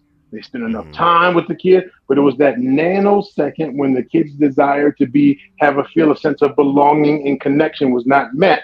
And now they have in their subconscious brain neglect and abandonment. They go to the second parent. Will you just, not a day. Would you just spend an hour with me? And when that parent's like, just an hour. And then when Smuckatelli asks, why are you so busy? Now, what's the main answer that parents say why they're so busy, why they work so much? What's the main reason? You asking? Oh yeah, that was a question. Sorry. My bad. What's the main answer people give parents give when they kid asks why do you work so much? I'm trying to provide for you. I gotta pay, put a roof over your head, put food on the table, clothes on your back. Yes. And what if I say the darndest? Right. What if I say the darndest thing? Because kids will. What if I said, I just won't eat for a week just so I can get 1 hour with you? Now, the kid at 5 years old, they don't know the word deletion. They don't really understand it, but they knew they made a sacrifice. So when they said, I won't eat for a week just to get 1 hour with you, and that parent ever so gently, they don't say, get the hell out of here. I'm talking about gentle parents that say, ooh, but when that parent dries off, in the subconscious mind will be another dose of neglect and abandonment. And then here's the big one, betrayal. My number one nurturer didn't choose me. Now, how that relates is because that's already in the kid's subconscious mind between the ages of 3 on the low end, 8, 9, and 10 on the high end. So I said Smuckatelli is 5. So if Smuckatelli goes to school next year, and there's some people in there with some books and some stories and some music and a good time saying, be one of us, that is more inviting. That is more of a sense of belonging and people having time for me, recognizing me, accepting me. That's where the fear should be talked about. Not because someone came up there dancing and shaking. It's because that kid believes that they won't be chosen by us. That kid believes that they've offered a sacrifice and I neglected them. And that's the pillar that kid will grow on. They will be 18 years old. You should join the so-and-so. Nah, they won't pick me. Subconsciously, my own mama didn't pick, or excuse me, my own parent didn't pick me. They could be 30 years old. How about the thing with so-and-so? You should get in a relationship. Nah, it probably won't last. You just never know when someone's going to turn on you. They'll be 60 years old. And so on and so on and so on, growing on that pillar that was neglected, never attended to because it's in his subconscious mind, and no one was the wiser. That's why the parents have that's one of the things we don't talk about. Part of the reason for the fear, unknowingly, why in the heck is my kid even attracted to that? Because there was a magic moment that we forgot when we had 3 jobs and we fed them, but we had 3 jobs and 3 jobs and 3 jobs because I'm not going to do like my parents did. They were divorced and my papa was never around. I'm going to make sure to keep my family together. That's why I work 3 jobs. Well, when do you have time for your kid? Well, I don't. Oh, so then it's the same. And then you just found another way of doing that. Yes. So I'll land with this. That's one of the things that we don't talk about out loud. And so a lot of parents have no clue.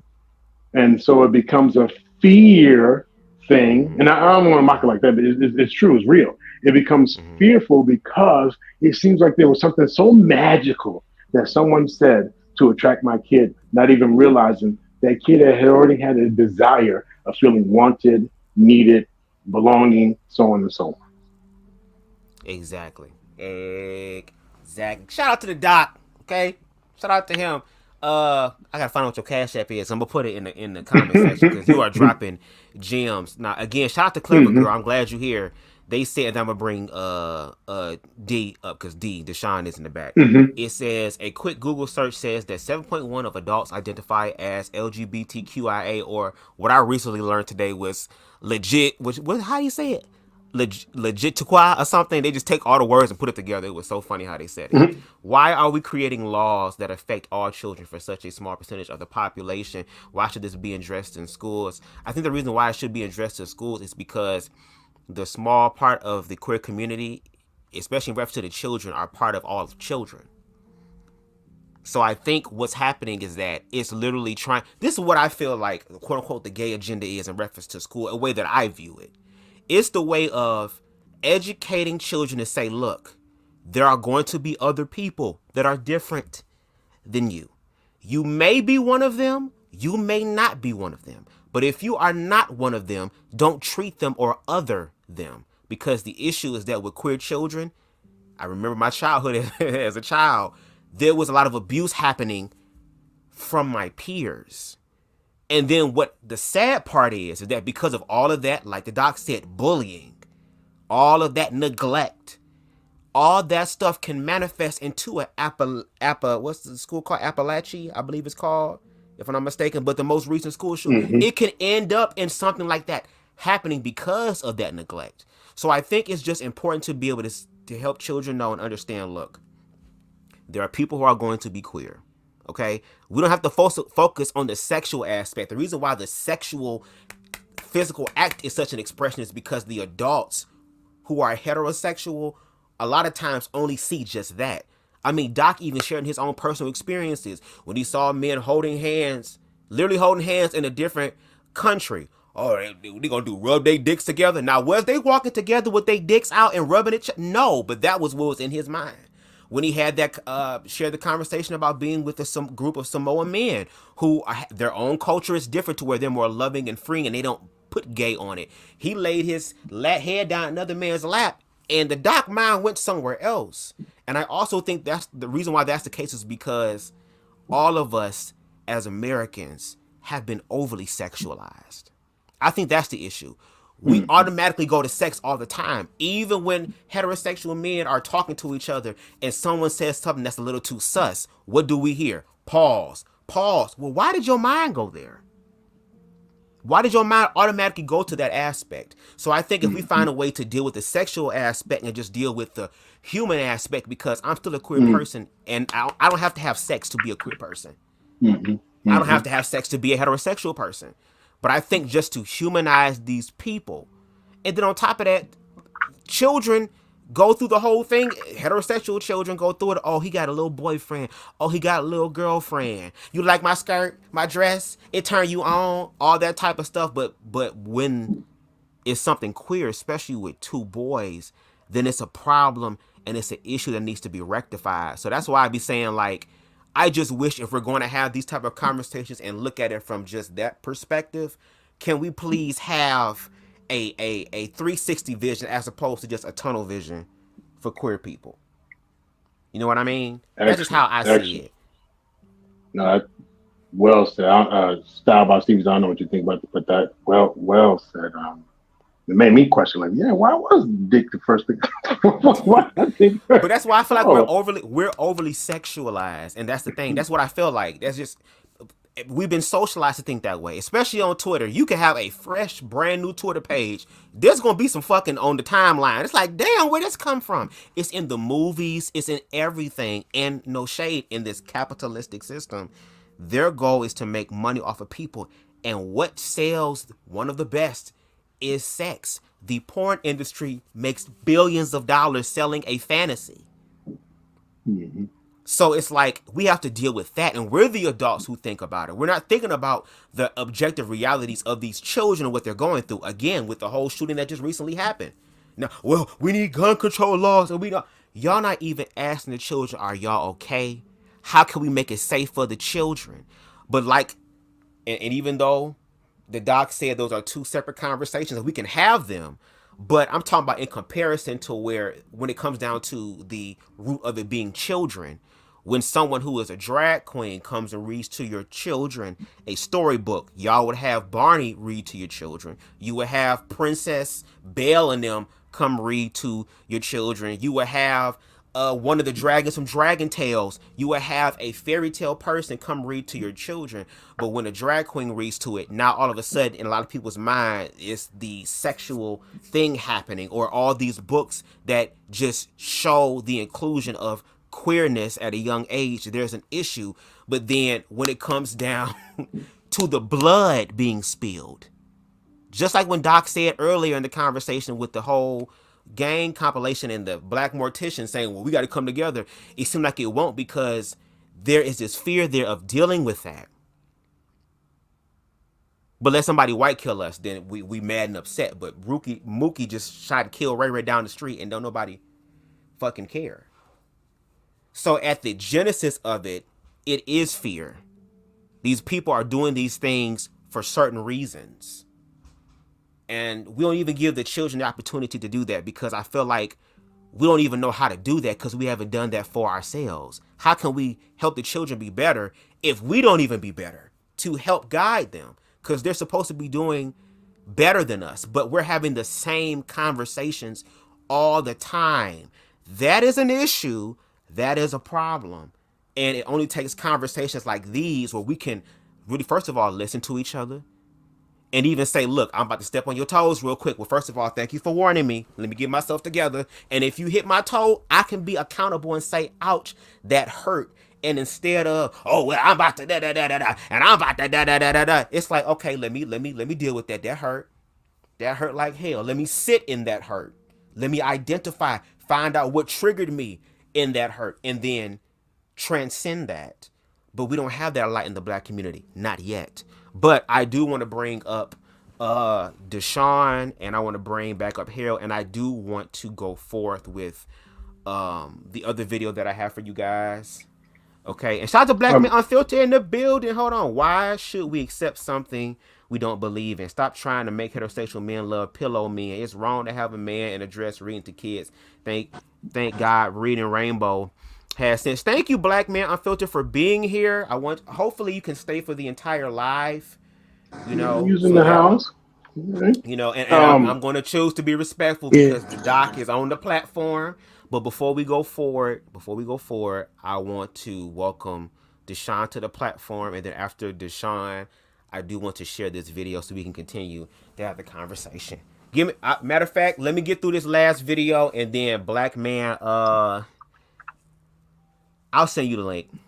I'll send you the link because the after you do that intro. After you do that intro, can I just offer a perspective about the school, the Clever Girls answer? And I'm not sure if Styles by Stevie had anything, so I didn't want to talk over them. Oh yeah, no problem. Go. Okay, so the one thing to consider about the schools, and so again, minusing whatever political who pushed the movement of saying they're our kids now. But if you take that idea and say, well, at what point did they mix education with social issues? Because if I'm teaching you skills, if you go to the Red Cross to learn CPR and first aid, it won't matter what color you are. It won't matter how short or tall. Positioning they'll teach you, but the actual do the skill to actually learn the lesson. When you get your CDLs, they're not talking social issues. They're talking about how to drive. When you go to get your martial arts skills, they're not talking about social issues. They're talking about how to drive or how to protect yourself, so on and so on and so on. So when you mix social issues with the education system, that's when you get this idea that we can talk about anything and everything. Do we have enough parents who are going to the PTA meetings or going to the school board meetings saying, no, we don't want to mix the issues? But if you have poor parenting going on at home, if you have neglectful parenting going on at home, and you allow the schools to say, yes, we want you to do both jobs, then you have now licensed or authorized this institution to bringing these subjects that are going on outside of education. If you think about the Catholic schools, they bring in religion and the education. So pending the school you go to, if you allow for the mixing, and then we live in a society that is about mixing. McDonald's started with a hamburger and French fries. They since then added nuggets and green shakes and this and that and that. The bundles, get one a bundle, $5 bundle. You get a wing of this and of that. Everything in our society is about bundling, mixing. Get this kind of pizza and throw the other one when they're half price, but get the special one with the mix and the mix. Bacon on top of everything in our society. I should say everything, but that's a strong word. But most things in our society are about bundling and mixing. And now you've authorized this school. You've neglected the attention to give to the school to say, no, that's not what I want. So then I think it's up to the parent to say, do I want my kid to be studying about ABCs and book stuff, or do I want them learning book stuff and these social issues from this school institution? And I'm saying if you don't want that school teaching about social things, that's when you should look at taking them to another school that does not mix the two together. Understandable. That definitely makes sense. I do agree with that. Like, if you don't want your child in a certain type of school, you don't have to have them there. And then even to Clever Girl Reading's point, we should have our own schools, which ain't nothing wrong with that. If you want to homeschool your child, that's perfectly fine. I do want to say something, but I'm gonna let Deshaun say something because he's been waiting in the back for a minute. Deshaun, how are you doing on this Saturday evening, if you are there? I'm doing good. How about you? I'm doing pretty smooth. Okay, I ain't gonna hold you. This edible now kicking in. Shout out to the edible. So I'm ready. I'm really open for the conversations. No shade, but I don't know how much you've heard thus far, but like, what are some of your thoughts that you would like to share before we go forward? Well, I would like to say rest in peace for the children that was in the school and stuff like that. Right, right. You know what I mean? Because it's unfortunate that you have to have to witness like if you was in the school you have to witness. It's really scary just trying to be in school nowadays. You might as well have homeschooling now because you never know who's going through something and they one day they get a gun or something like that, or their father give them a gun and then they go out there and just shoot the school, because I heard that the father got arrested because he gave his son the gun and everything else. And what I don't understand is what is with these fathers giving their sons at 14 years old a fucking gun?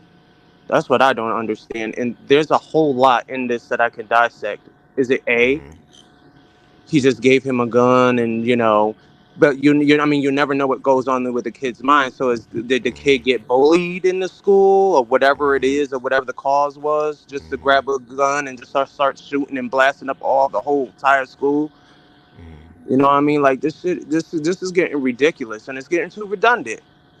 Yeah. I mean, there's too many school shootings and everything else. It's because of whatever that is, the influence of children that's going on. I think it's because of the parents that's making them become so narcissistic and so like sociopaths or something like that, because that's the mainstream now.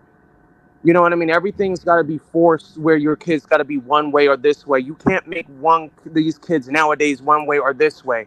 These are not the kids like the kids back in the 90s or the 80s or the 50s and shit. This is a whole different type of generation. And they're not going to allow you to be trying to control their lives. That's not going to happen. Everyone has an individual freaking mindset. Everyone, you can't, and no, everybody is not a monolith. No one can act the same. No one can think the same. Even if they try, they can't. So I don't know why these people keep talking about, their masculinity is fragile. I mean, we're losing masculinity, we're losing femininity and all that other stuff. Those people is who they are. That's exactly who it is. And guess what? All those women that, women are actually getting killed from their husbands because the women be finding out the secrets of the husband. Basically. Too clever girls. Way too many high. It's getting way too high. They're getting diseases and stuff like that. So what the heck are you going to do? Now you want to get mad at that because these men are sleeping on the low and shit like that, and you wonder why, and y'all complain about that. But then you say be yourself, like you said, be yourself, and when they be themselves, then y'all complain about it. This is freaking ridiculous. It's just so freaking ridiculous nowadays. No one can be who they are. It's like they're robots. They can't be who they are. They don't know what to do. They don't know. Because of the media. That's exactly what it is. And people look at it and try to force other people to be what they're not. Trying to dominate them. That's the saddest part about it. In control. Yep. Yep. A lot of this And let me tell you is. something else. You Mhm. can actually create, and the thing is, I don't understand why they're so focused on people's sexuality. If your son is gay, then have another kid. Simple. It is not hard.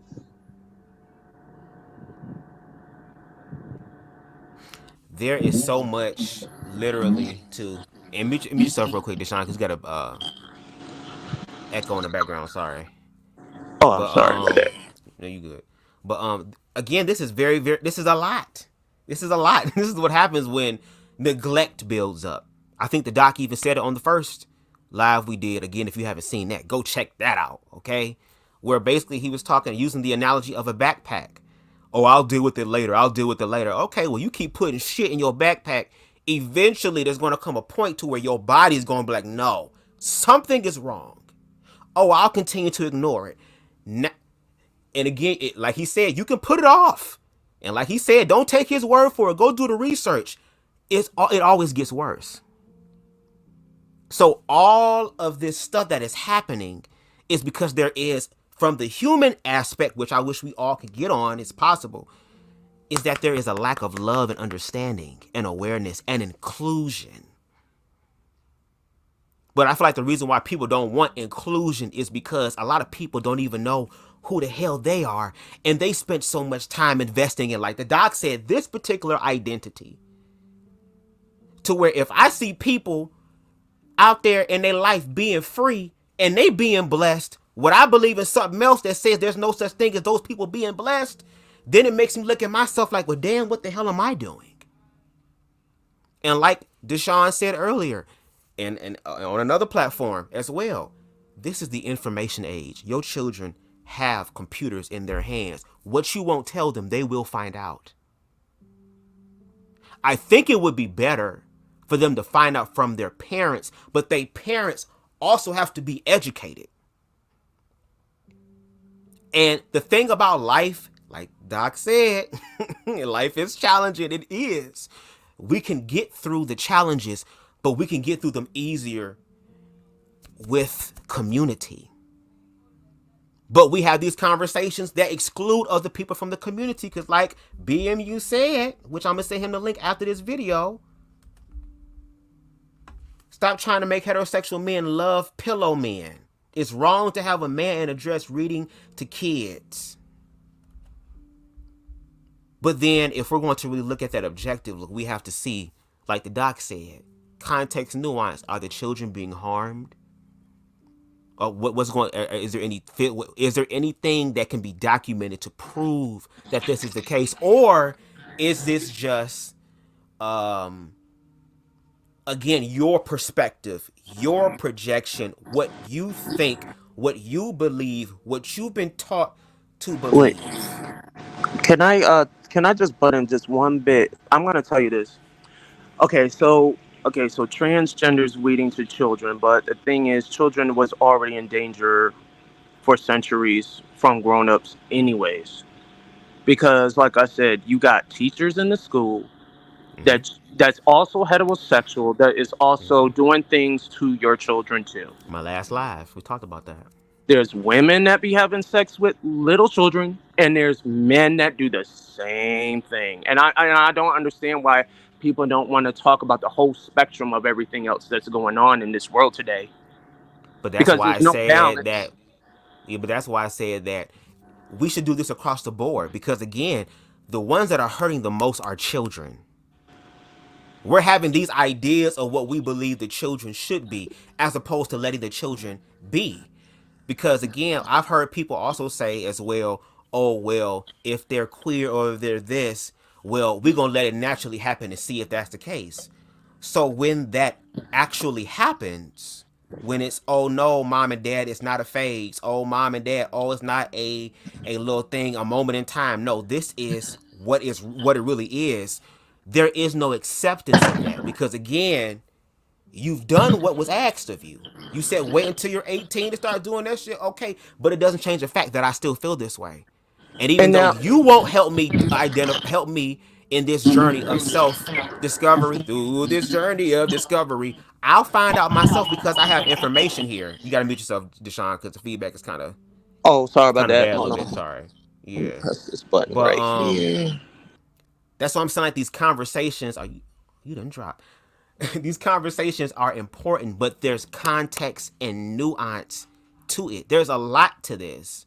And we can't just have no fast food, lawn street job ass type of perspective about it because again, the children are hurting. We're talking about black, and we could talk about black children here who have to still deal with some of the shit that older people have dealt with, our elders before dealt with, the generations before dealt with. What are we actually going to get over the hump? And to hear a lot of people from every generation say, well, it's going to always be this way. It's going to always be this way. Well, then you wonder why people just say, oh, well, fuck it. Why? I might as well join them then, which probably can speak to some of the dysfunction because the community ain't trying to do nothing. The community ain't even really trying to have the conversations. And if they are, they having them safe ass conversations. That's why I say when it comes down to these things, you need more than just strength. You need strategy. You need some sort of morale boosting. You're going to need all of that. And Clever Girl Reading gets it again, the queer community is a very small part of the population. Exactly. We are a very small part of the population, but we are part of the population nonetheless. And we have made great contributions to the black community. Just look at the churches today. Look at what has happened during the civil rights movement. But then if we were to use that same logic, I mean, black people make up a small percentage of American population, but look at all that we've done for America. So it's like, I appreciate those perspectives and I'm learning to more so even more now. Because again, I don't know everything. That's why I welcome people that's objective like Doc on the platform. That's why I'm grateful to have Clever Girl Reading here as well. I appreciate you. But that's why community is important because the queer community, this small percentage of this community might have something that y'all need. So again, we have to start getting to know these people. But anyway, I kind of want to go forward with the live a little bit. For those of you who don't know, Pride Weekend in Atlanta is kind of different. They had a Pride Weekend kind of later on in the year. And recently there was a rapper by the name of Choppa who did his first ever Pride event. Okay, and he was met with mixed reviews. People were praising him. Grateful to see black men who are comfortable in their sexuality to where they can go inside a room and know that if you got what I got, you can't do nothing for me. But I still fuck with y'all because I'm about humanity. Some people may say he's trying to gay bait. I don't know. But the fact that he's doing this is, like the doc said, taking a risk to his career. So he recently was on, at a Pride event. And what we're going to take a listen to now, again, under fair use, the link for these videos are in the description box below, where he was asked about doing a Pride event. And this was, I want to say, like maybe a month and some change before he actually did it. But anyway, let's get into that video real quick. You also said recently you want to perform at Pride events. Yeah, man. You get that opportunity yet? No, not yet. I want to though, man. I miss Pride Month, so I think I got one coming up on the 5th in Atlanta. I think I'm performing that one. Are you an ally? I think that's what they said I was. But I mean, I was just showing love. But if that's what that means, yeah, I'm gonna have that down. Oh. You know, I feel like you're supposed to approach everything in life with love. You know, no matter if you live the same way or you don't. You know what I'm saying? That's just how I look at it. I'm a free thinker, man. Like, you do what you do, it's cool, man. I support you with whatever you do. You feel me? Because I know how I feel to not be supported when you just doing what you feel is best for you. You feel me? So, yeah, man, I'm an ally to anybody that goes through an acceptance thing, an acceptance barrier. I hate that. It's just like racism to me. Your support means a lot. Yeah, man. As a gay man, thank you. You gay? Yeah, I'm gay. For real? Yeah. I didn't know that. Nah.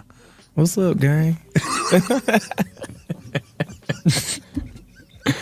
No, that's cool. That's what's up, bro. I did not know I was talking to you specifically. No, Yeah, you know, just here living. Yeah, I mean the LGBT. Oh, no, fuck, you're gonna butcher this shit. LGBTQ plus community. Hold up, I ain't gonna lie. You missed IA. Hey, again. listen, bro. Me personally, if I was a part of that community and he messed it up, I'd smack shit out of him. That's just me personally. So should I beat the shit out of him? Yes, bro. Like, Honestly. come on, he disrespected, bro. You know what? No, This has been a long time coming. I think I'm gonna have to beat the shit out of you. I got my letters jumbled, but I'm just saying the community loves Slut Me Out too. Yeah, they do, man. And they've really embraced it. Yeah, man, they do. And I think a big portion of the streams come from them, you know, and it comes from a lot of beautiful women. It comes from the beautiful aspect of the LGBTQ community. It comes from a lot of black men too, where I'm from. Like, I'm seeing even the hood, like the hood feeling is giving hood men more confidence, which is like, I don't even think I understand how hard that is. So just to see that boost, man, it's touching a lot of different demographics, man, and it's moving and it's doing its thing, man, for real. Confidence is universally desired by all people. Yeah, bro. Now, before we go forward, I kind of want to read this article real quick. It's going to be very, very short, no shade. It reads, NLE Choppa explains decision to perform at Black Pride event in Atlanta. The Memphis rapper continues to show his support for the queer community. Okay, NLE Choppa shared his reasons for performing at the Black Pride event in Atlanta this past weekend. On Sunday, September 1st, the Slut Me Out hitmaker took to the stage at the Bank in Atlanta, a key venue during the city's Black Pride weekend, which ran from Tuesday, August 27th, to Monday, September 2nd. During his performance, he addressed the crowd, explaining his motivation for participating in the queer celebration. In a video circulating the internet, NLE is heard defending his decision to participate, emphasizing his belief in equality despite differences. Quote, a lot of motherfuckers will ask me, man, you a rapper, what you doing at a club like this? Well, I say fuck them niggas. You want to know why? He told the audience. I'm not gonna lie, man. Every day we wake up and we fight acceptance every day, whether it's our skin color, whether it's our weight, no shade, whether it's what our sexuality is. He continued, and listen, at the end of the day, I believe in one thing, he continued. I feel like everyone is equal, no matter how they drink their water, how they eat their food, how they piss, shit, or motherfucking sleep. You feel me? NLE also reassured the crowd of his genuine intentions for being there. Quote, I just want to let y'all know I'm not here for no gimmick, he added. I'm not here for no extra numbers. I'm not here for no extra views, because I already got it if we keeping it 100. I'm really here to make a difference and show y'all it's love, bro. We black no matter what. In April, the Memphis rapper took to X, formerly known as Twitter, to express his gratitude to the queer community for their support of Slut Me Out too. He wrote, quote, I'm noticing the queer community showing so much love to Slut Me Out too, and I simply want to say thank you. I don't care what's normalized as a rapper. I was raised to fuck with who fuck with you. So thank y'all for appreciating my craft, my music for all. We do not discriminate. After an ex-user accused NLE Choppa of being gay, because that's what some niggas do, he responded sharply in a subsequent tweet, I'm gay for showing love. He responded to the ex-user. Quote, y'all men lost that when we killing each other every day because y'all can't show love. And whole time, y'all be the ones that get down like that, but be hiding it. Me saying thank you got nothing to do with my sexuality, Buster. End quote. So does anyone like to respond to the video and the article? Woo! Wow, he said a lot right there. Mm-hmm. And he even said that there's dudes that be getting down like that. And like I said, they can be the street hood dudes and they be getting down like that. Get on down. They be getting down like that. And the thing is, I just don't understand. And here's the thing. It's like they try to buy off of homosexuality, but they don't agree with it. That's the weirdest thing. Like, oh, I don't get down with that shit, man. But behind closed doors, you're acting it, or you find everything that's like pause or anything like that, which is a question. Because the thing is, not everything is pause. You can't, unless it's very, very suspect of what a person says. Okay, but if it's like overly, like every little thing that I say of a sentence is pause, there's something wrong with you. There's definitely something wrong with you. And then on top of that, there's more to it. It's like there's people that does these pranks. Like I said, they're doing all these gay pranks. Oh, I'm pretending to be gay so that Sus with the prank homies. my boy and stuff like that to see his reaction. All I see is nothing but reaction of these gay pranks. But the thing is, y'all don't fuck with gays. You don't fuck with them. I don't know why y'all doing all this stuff. Y'all try to wear the wigs and everything else. Y'all try to act. They even have actor. And the thing is, what I don't understand, since these straight people saying that there's an agenda, why do you have straight actors playing gay roles? Because they're not. I'm just gonna be Candace Owens with that one. Oh Lord. I'm sorry. Go ahead. Let's talk about it. Like, why are they playing gay roles? Why are they doing all this? Why can't gay people play the role and let straight people do their thing? I mean, that could possibly be one of the cases, but at the end of the day, if you're an actor, if you're a true actor, you're willing to put down who you are and encompass this character. When you're an actor, you're willing to be someone that you're really not. That's why when they say cut, you leave whoever that is there for the screen and you become who you really are. Do you get what I'm saying? But to your point, like if that is the case, then why don't you have queer people playing queer parts? I mean, that's their lived experience, and it might even elevate the character even more because they have some sort of connection to it, as opposed to a heterosexual person having to challenge themselves more to get into that mold. But Dr. Nakumbe, I would love to hear your thoughts. First of all, I guess the question I have, well, matter of fact, you go ahead with your interpretation of what you've heard of this, and then I have my question because I would like to hear your organic thoughts before I ask you anything. And shout out to you. But I see King Breezy up there, so I don't know. If you can call him that. That's cool. All right, cool. Shout out to you. So, well, considering the work that I do, they say separate, your work from your personal, but I'm cursed in the fact that I had that hat on at all times. You both. So I study human behavior. I observe, assess human behavior. And if you ever, there's a video out there, and it happens all the time, where a person could be walking, all of a sudden you run into a spider web. And so there's a video out there, this lady is pushing her child in a stroller while another child's walking next to her with a backpack. And she hits that spider web and freaks out and lets go of the stroller while she's like, with her face. The stroller is starting to go down the driveway into the street. A bunch of people are ripping into the thing. Well, how dare you? How dare you? You're supposed to have control. I don't hear nothing about no phobia or PTSD. How dare you supposed to have control? But that's not how it works. So how that relates to the video, I watched the person's response when they mentioned, oh, I didn't see what they call a traumatic response. So to me, I couldn't guarantee, I don't know the person, but if I were just to go off of what I observed, I didn't see a response that would lead that person to automatically go into their defenses, automatically feeling betrayed or tricked or violated. So to me, they've either had experiences where they weren't involved in that, and so they have the capabilities of being more welcoming. So from my view, that person had not been part of circles where it's about bash these people, kill these people, hurt these people, do this to these people. You can't even stand next to one. So that's my opinion on why that person had to respond the way they did. Okay. So let me ask you this, like how, when he spoke, and I even shared the article, even especially at the end with him being labeled as gay, simply just being in association with them.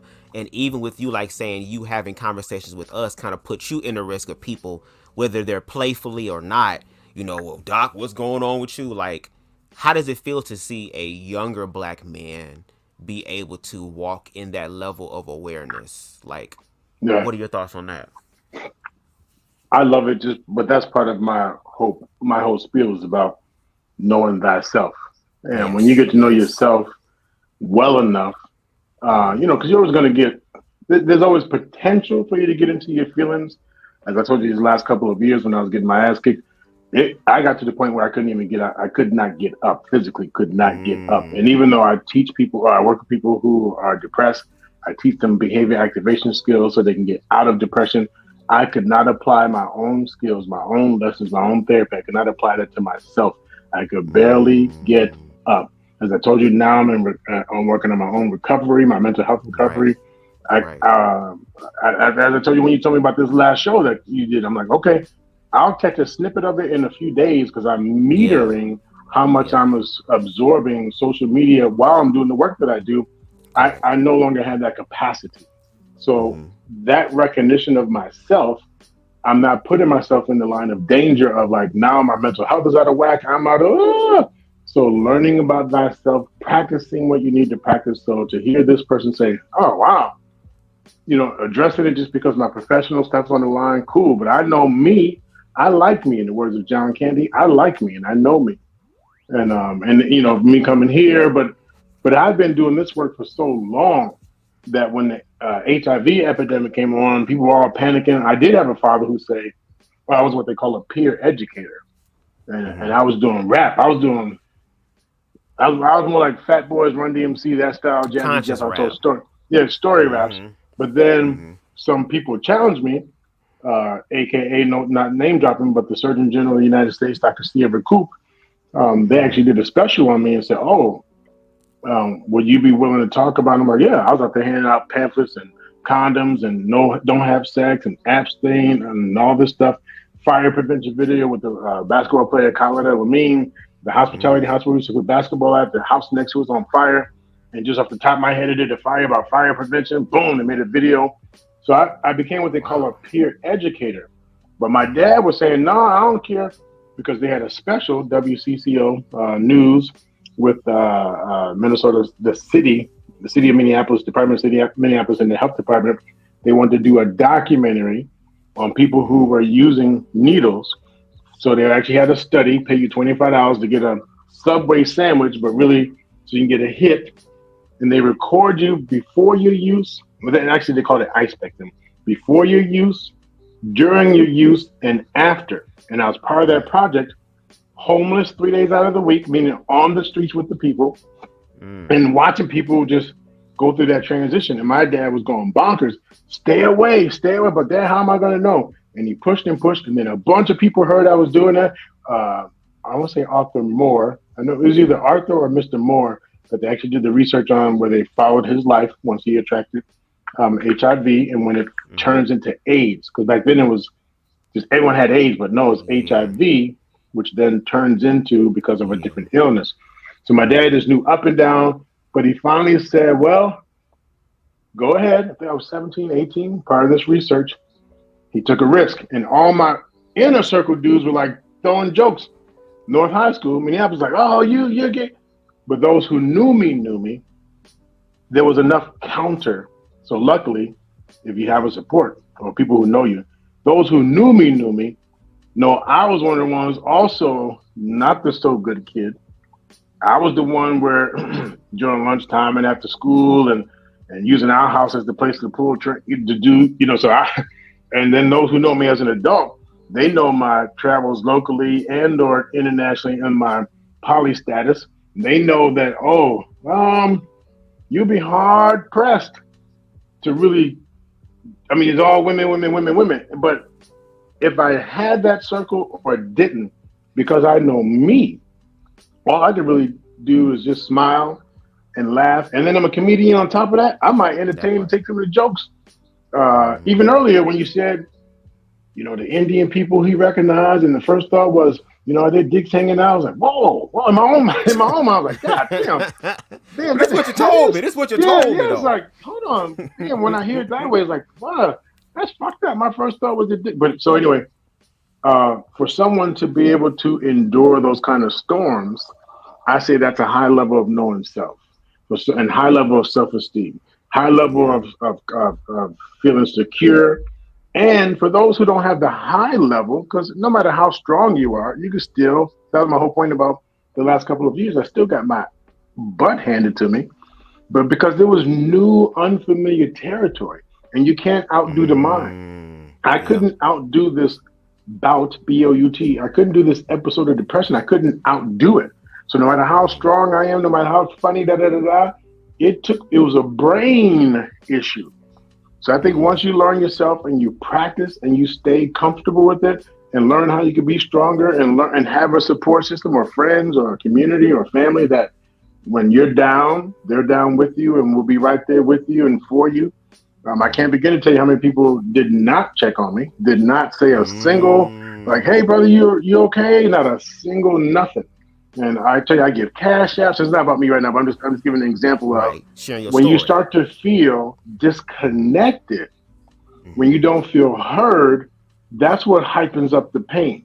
Yeah. Oh, I heard you were gay, and no. But you can ask silence, but you can crickets, crickets, and then boom, it just feels worse. And then if I have my own thoughts or tendencies or secrets, it feels worse because my reality is, and I think that's what King Breezy was just saying, there's some people out there just behind alleys and doing stuff, knowing on the down low, and they want to fight it and hide it. So it just turns ugly. Anyway, I'll land there to say, I'm glad to see that there was someone even of a younger generation to be like, not going to fall into that. And I myself feel strong enough and confident enough. And we're on the internet, so this could go worldwide. But when it circles back, well, who are the dudes and and then it's like, oh no, y'all must not really know the doc. Right. And that's so why long-winded, my bad. No. This is BubzDaGawd. Come on. Well, you got to get used to over here because this is how we talk. This is how we talk. But no, that's why, again, I always do my best to call out men who are walking in their truth and know who they are. For example, you, Mr. Bennett, Tyrul, Mandrell, Uncle Jeff. Like, I appreciate you individuals who know who y'all are, because we need more of that awareness. We need more of that type of mentality there. Like, it's just very interesting to me. And then being labeled gay. Why? What is that? Again, where is that fear? Like, can we talk about that? Like, what makes you think that I'm gay because I'm connecting with them? Like, what are you talking about? Well, part fear and part anger. Remember, if this is new to me, I haven't heard about this about you, I haven't seen this about you, I can feel betrayed. Yeah. I feel betrayed, and you bleepity how, and then we go to the demonize the person. Boom, blah blah blah, and we pick the biggest and loudest and hurtful words out of anger, pain, disappointment, rather than communication, support. Because again, you can be that. It doesn't mean that you're going to convert me. It doesn't mean that I'm going to be anything. And just because you are that doesn't mean you're still not a human, that you still won't need support for someone shooting at you, trying to beat you up, trying to hurt you. You can't get a job. You can't get housing. You look a certain way. Someone might, boom, you still need support for that. Yep. And that's why, again, like, the fact that y'all are doing the work that y'all doing. And I think the reason why y'all work be so impactful and be so potent is because, again, y'all, first of all, didn't forget where you came from. And secondly, even though you're doing all this stuff, you're still human, which means that, like you said, I can teach y'all how to get out of depression. But if I'm going to continue to keep doing this and even get better at it, that means that when I have my moments of it, I have to apply it to myself. I can't sit up here and tell you how to do it, and I can't do it. But you are an individual who goes through the motions. You're able to regulate your emotions, even to the point to where you're like, look, I can only do so much YouTube shit a day. That takes a certain level of awareness to be able to say, I feel like I'm getting to a point where things are harming me. Let me slow down a little bit, or let me go ahead and regulate this for me as I continue to grow. Even again, when you were out on the streets, again, the AIDS epidemic, we hear that all the time, and it's 2024.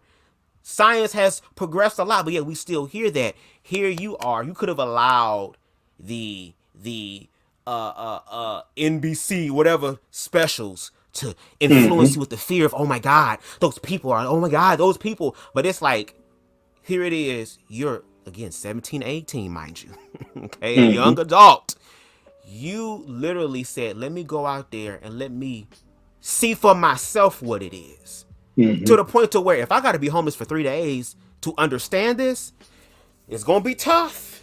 But damn it, I'm going to do it. And that's why we need people like that. Right. We don't have people that are willing to do that, or they feel like they either don't know or they're afraid to do that. But go ahead. Right.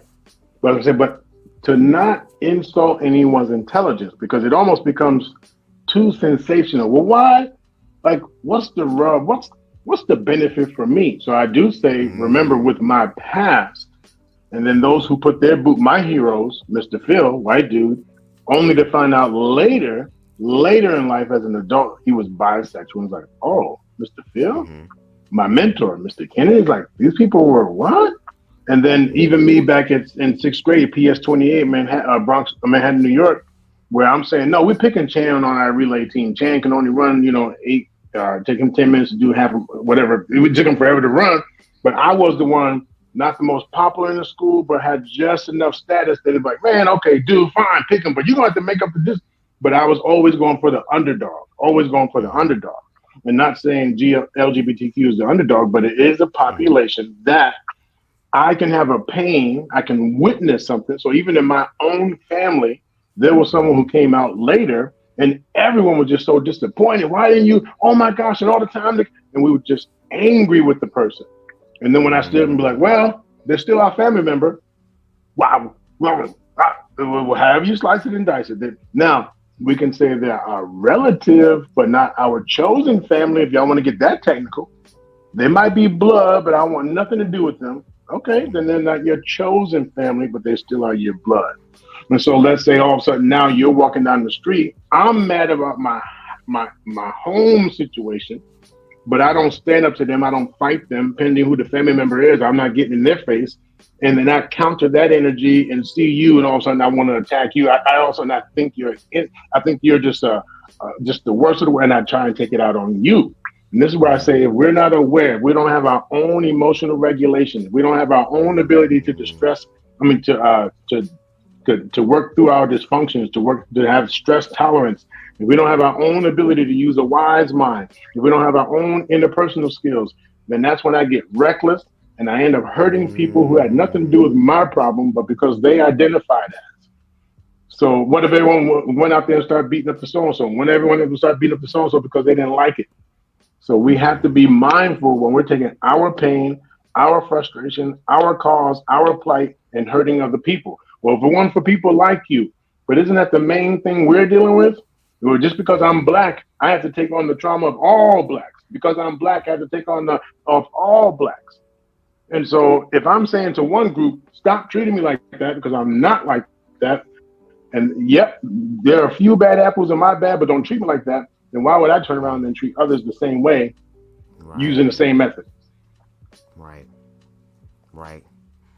Exactly. Again, shout out to the doc, y'all. Shout out to the doc, dropping those nuggets of wisdom. And I actually do want to do like future lives, because I would love for you to kind of delve deeper into, as if you want to, because again, you get paid for this, but to kind of maybe just give us a little bit of a synopsis on what can be done to strengthen emotional awareness and intelligence, all of the other things that you spoke about. Like, how can we as black people strengthen that within ourselves? Because I feel like until we actually do it for ourselves, it's going to seem impossible to do it outside of ourselves. You get what I'm saying? But I do have one more article to read, and then afterwards I'm going to send a link to BMU so that he can come up. But this is from Blavity.com. Okay, it's going to be a very quick read. I'm going to read as fast as I can. And it reads, University of Alabama's Black Student Union and Queer Student Center shut down following anti-DEI legislation. The University of Alabama in Tuscaloosa closed the Black Student Union as well as Queer Resource Center Safe Zone in late August. The decision comes after the state passed legislation prohibiting public universities from giving resources to diversity, equity, and inclusion programs in March. Quote, "It feels terrible, like there is no place to go," Sierra Gilliam, a student who was interested in becoming involved with BSU, told Associated Press. Associated Press, quote, "They ripped all the signage and things down, and there is nothing left." The Black Student Union offered students resources for trips to the airport and black hair salons, which provided a sense of community at a predominantly white institution. Quote, "You don't realize how assuring a space like that is until it's gone," student Rowan Aldrich said about the importance of Safe Zone for the queer community on the campus. "And it doesn't make me feel optimistic about the direction this school is going in if they're willing to make decisions like this." Safe Zone has staff positions, which were held by several students. The center provided counseling and served as a liaison for students and the administration. Quote, "I'm a senior student who is trying to get my degree and pay my rent and make my money," Queer Student Association President Bryce, I'm not going to say their last name, shout out to them, told the AP. "I care very much about QSA, but I just don't have the time or ability to focus every single thing in my day on QSA." The university will continue to provide resources and support to every member of our campus community, Alex House, the University of Alabama's Associate Director of Communications, told the AP in a statement. We get to the end, y'all. Similar decisions over DEI regulations are happening across the U.S. As Blavity reported, a black student group at the University of Missouri was forced to rename its annual Welcome Black barbecue event in late August because the school wanted it to, quote, "reflect that our campus is open and welcoming to all," according to a spokesperson for the university. The Tuscaloosa chapter of the NAACP noted the enduring importance of organizations like the Black Student Union on university campuses. In Tuscaloosa and across Alabama, organizations like BSU play a critical role in continuing the legacy of the civil rights movement. Tuscaloosa NAACP chapter president Lisa Young told the AP. We got two more, y'all. Hold on. "Even though we did lose our space, we want to say it does not define us. It just means that we're going to have to work harder as a community." It's a shame we got to say this shit all the time. Black Student Union President Jordan Stokes said, "Lastly, I don't think a lot of people really understand or know how much the BSU office meant to so many students and how many relationships formed and how many people went through the university and went on to graduate," she added. "I don't think the lawmakers really understand that." So I kind of want to throw that in there as well, as far as, again, to Queen Stevie's point when we were talking earlier about the political aspect. And I know that, the doc wants to stay out of that in respect to the doc, but, just Project 2025 and how that is going to affect us if implemented. And we're talking about DEI in a predominantly white institution for black students to feel heard. They already feel left the fuck out anyway, being in a predominantly white school. They're not welcoming them the way that they should welcome them. So even when they try to have funding or something to, again, create that safe space for them, then it's a problem and it's an issue because, again, they're a small percentage of the population. So why should we give them things? Why should we, quote unquote, waste resources onto them? So does anybody want to go ahead and respond to the article? I'm about to go ahead and send BMU the link. Deshaun, go ahead.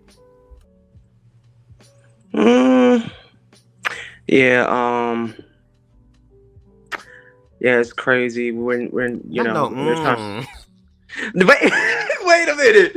Wait. Okay, so the Project 2025 is gonna be bad. It's gonna be scary. It's definitely gonna be scary and stuff like that. So I listen. In the near future, it's going to be. I just hope Kamala wins. But then a lot of people don't really trust Kamala for some strange reason. I don't know why. They be saying, "Oh, I just don't trust her because, you know, well, she's just not a perfect candidate." You know what I mean? Look at her. Her father was raising slaves and stuff like that, and all that other stuff. I'm like, wait a minute, what are you talking about?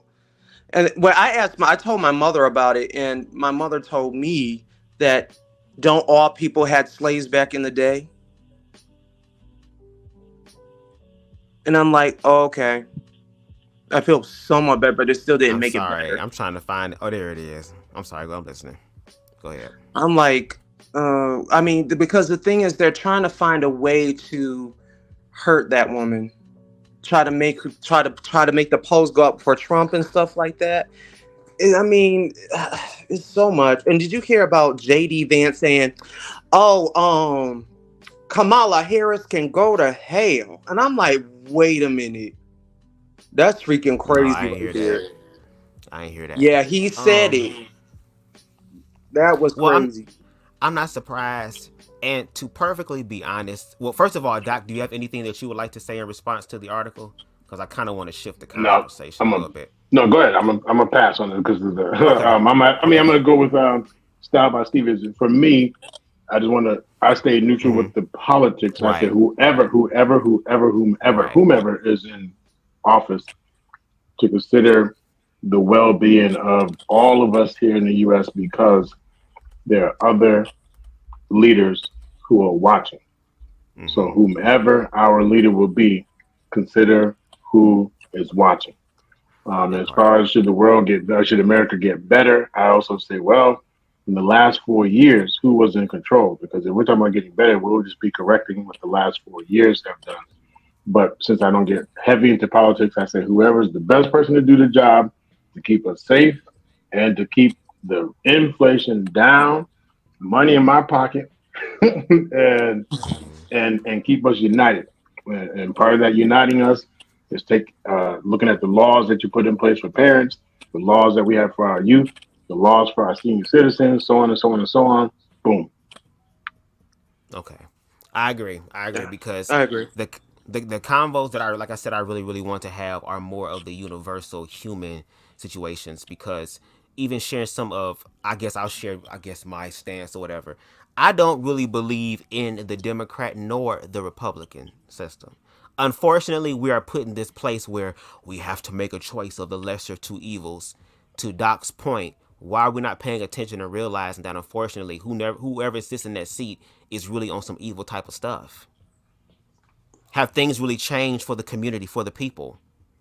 Which is why I feel like the American people, I'm at a place in my life to where it's like, where are the people who are willing to transcend racism, transcend queerphobia, xenophobia, whatever phobia or fucking fear that there is in the world? Who are the people who are willing to say, I'm willing to grow from that? I'm willing to become better from this situation. Like the doc said, we all gonna have hardships in our life.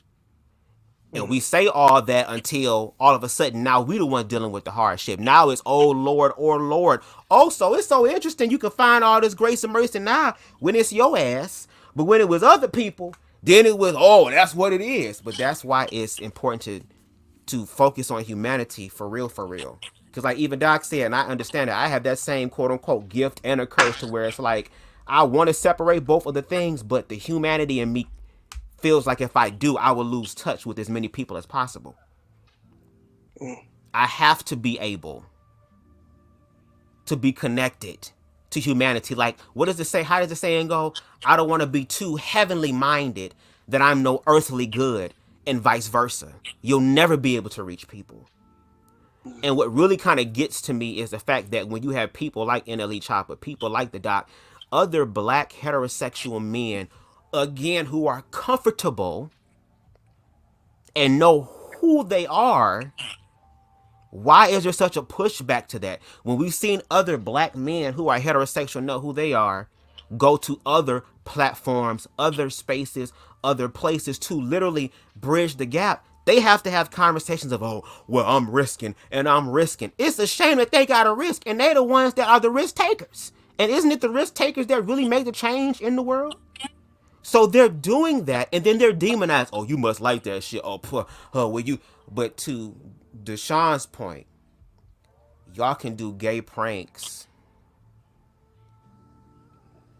where y'all pretending to be gay to get your home, and then when it gets a little too hot, wait a minute, hold on, bro, I was playing. Like, me and Deshaun even spoke about our own experiences growing up in middle school and high school, where there used to be boys on the basketball team, football team, that would literally, anywhere in the school, lunchroom, everything, walk up to each other and grab each other's dicks. Or slap each other's ass, or grab their ass.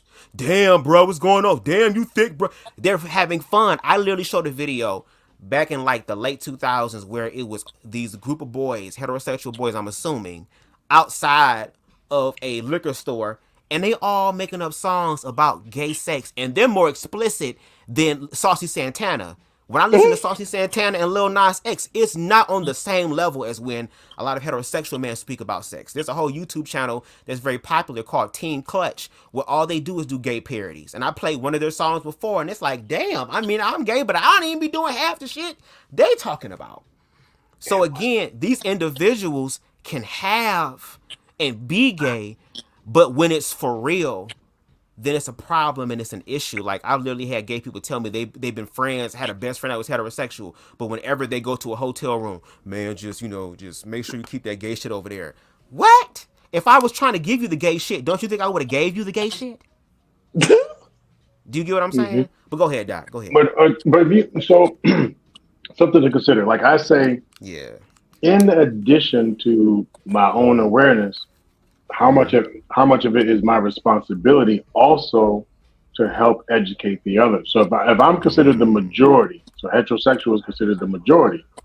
So if I'm part of that majority, much like if I brought if you have a store or something, and I bring my snake in, and you're like, well, I ain't making sex. And what do? I work to say the snake is your dog bite, your dog bite, your dog bite, right? It's not venomous. It's not this. It's not dangerous. It has a muzzle. So I teach you and help you become more comfortable with what you don't know or appears to be the dangerous one. I told you last time, if I worked real hard to make sure the system and the man is not oppressing me and doing anything to hurt me. But if I go to a place and turn the light on and some roaches around, I do everything I can to smash them, bash them, kill them. A spider could be in that corner to make sure they don't get on you. Right. So now I'm not considering LGBTQ as spiders, but I'm saying if you're considered the lesser of the two, the smaller of the two, the weird ones, the odd one, then our natural instinct is to either squash you, hurt you, demonize you, and keep you separate. Then every blue moon you get someone to say, don't do that to the spiders, catch it and let it out into nature. And you get the ones who say, fuck that, you catch it. And, right? And then you get the ones who would try, like, well, so, but the person who says, here, let me show you how to handle a tarantula. Let me show you how to pet and then even that, when it comes to black people, now that sounds like some white shit to me. What do you mean you just handle, right? Hey, buddy, how to put your hand all up in the gorilla? All right, fuck around. So there's so many, so many other pieces to it that I could also see where heterosexual people are like, nah, fuck that. Hey, y'all are different, y'all are weird, stay the hell away. So I think if we're talking about this bridging, it takes more than one to say, hey, you don't need to take my word from me. I don't know shit from anything, but listen, gay people aren't the only one to wear dresses and skirts. Because if you go over where's it, Scotland, where's the people that wear their little red Celts and stuff? Yeah, and them some of the toughest son of the bitches in the world. I mean, you talking about getting in the army and fight with them? Ain't no gay shit over there when it comes to like they were gay and wearing the gay. But does that mean a gay person is weaker? Does that mean a gay person is less than? See how we can compare the two? Oh, they wear the skirts, but they're tough. Okay, so how come? So it'll be part of those conversations to say, hey, skirt, no skirt. What's the real problem? Right. Because the ones in the tilts, As long as they don't push their agenda, they're still in a dress or a skirt. So what's the real problem? Exactly. I don't want, and I don't want. So then it becomes not a global problem; it's an individual problem. I don't want. But then how much danger? Cool. That is your prerogative. That is your perspective. That is your point. You are protecting your family. You are protecting your community. Awesome. How are you doing that? Are you destroying others in the name of? And then if we took a fine tooth comb, like if we're combing for fleas, if we took a fine tooth comb and combed through our families, you mean to tell me there's no one in everyone's family that identifies as something? So then we might end up being a little bit hypocritical. Yeah, that's absolutely true. That's what I mean in reference to like when we talk about race. And another interesting aspect is that whenever queer people, especially black queer people, try to introduce race in reference to discrimination, because I want black people to understand, and this is probably gonna sting, so I'm gonna take a note out the doc book. It's gonna sting a little bit. If it's you, say ouch. It's okay. Black people, we don't own the patent on discrimination. We don't own that. Let me meet you real quick, Deshaun. Just a little bit, sorry. Because it sounds like you eating chips over there or something. I'm like, damn, not you smashing in our ear. But we don't own discrimination. Have we been one of the most heavily discriminated against? Yes, but we don't own that. So as a black person who is also queer, it's funny that there is all this resistance to black queer people, but then when we want white people to understand us, we feel some type of way when they say, oh, you're moving too fast. Oh, change can't happen that fast. Oh, you got to keep doing this. Oh, it's always one more. Didn't Martin Luther King say along the lines of why there always seems like there has to be some more? It's never enough. I give this. Okay, we have to give us that. Okay, so I give you that. And the fact that we always have to work hard. I thought one of the things about working hard is to reap your rewards. When is the reaping of the rewards going to happen? And I feel like the only way we're going to be able to get to that is we have to start focusing all of our energy actually into blackness. We have to start focusing it into blackness. But we don't have the privilege to disregard other black people, especially at this point in time because of all the damage that we have done to ourselves internally, to the point to where I'm sorry to tell y'all, but hey, y'all gonna need the fags. Y'all gonna need them. But when we try to, again, have the conversation and show that we're not this, we're not other, we share our life experiences, we try to bridge the gap emotionally, we try to tap into empathy and having sympathy, we try to do all these things and to continuously be told, no, no, no, no. But then looking at it from a bigger perspective, the reason why you're probably telling them no, no, no, no is because someone else told you no, no, no, no. So again, with the hypocrisy, how could you want these other group of people who fucked us up to do right by us, but y'all can't even do right by other groups of people? Well, let me ask, when do we feel comfortable with the other group? We feel comfortable with the white people when we find something that we identify with. Right. So if I tell you I don't like them F people, man, don't bring it over here. Don't no matter what you say to me, you're not gonna convert me. No matter what you say to me, no matter how. Now, if you open the door and push this beautiful, just awesome caramel looking woman in the room and then blindfold me and then unblindfold me, did you like it? What the? I might be mad because it felt so good, but then I have to admit that I like the feeling from this dude. So my fear is not to even try no shit like that because I might like it. So I don't want to try it. So then I need to announce, listen, one part of it is what I can and can't control. What, you afraid you might be one of us? Yes. Well, why? Because my identity is tied into what a heterosexual looks like. We didn't even try. I don't need to try. My identity.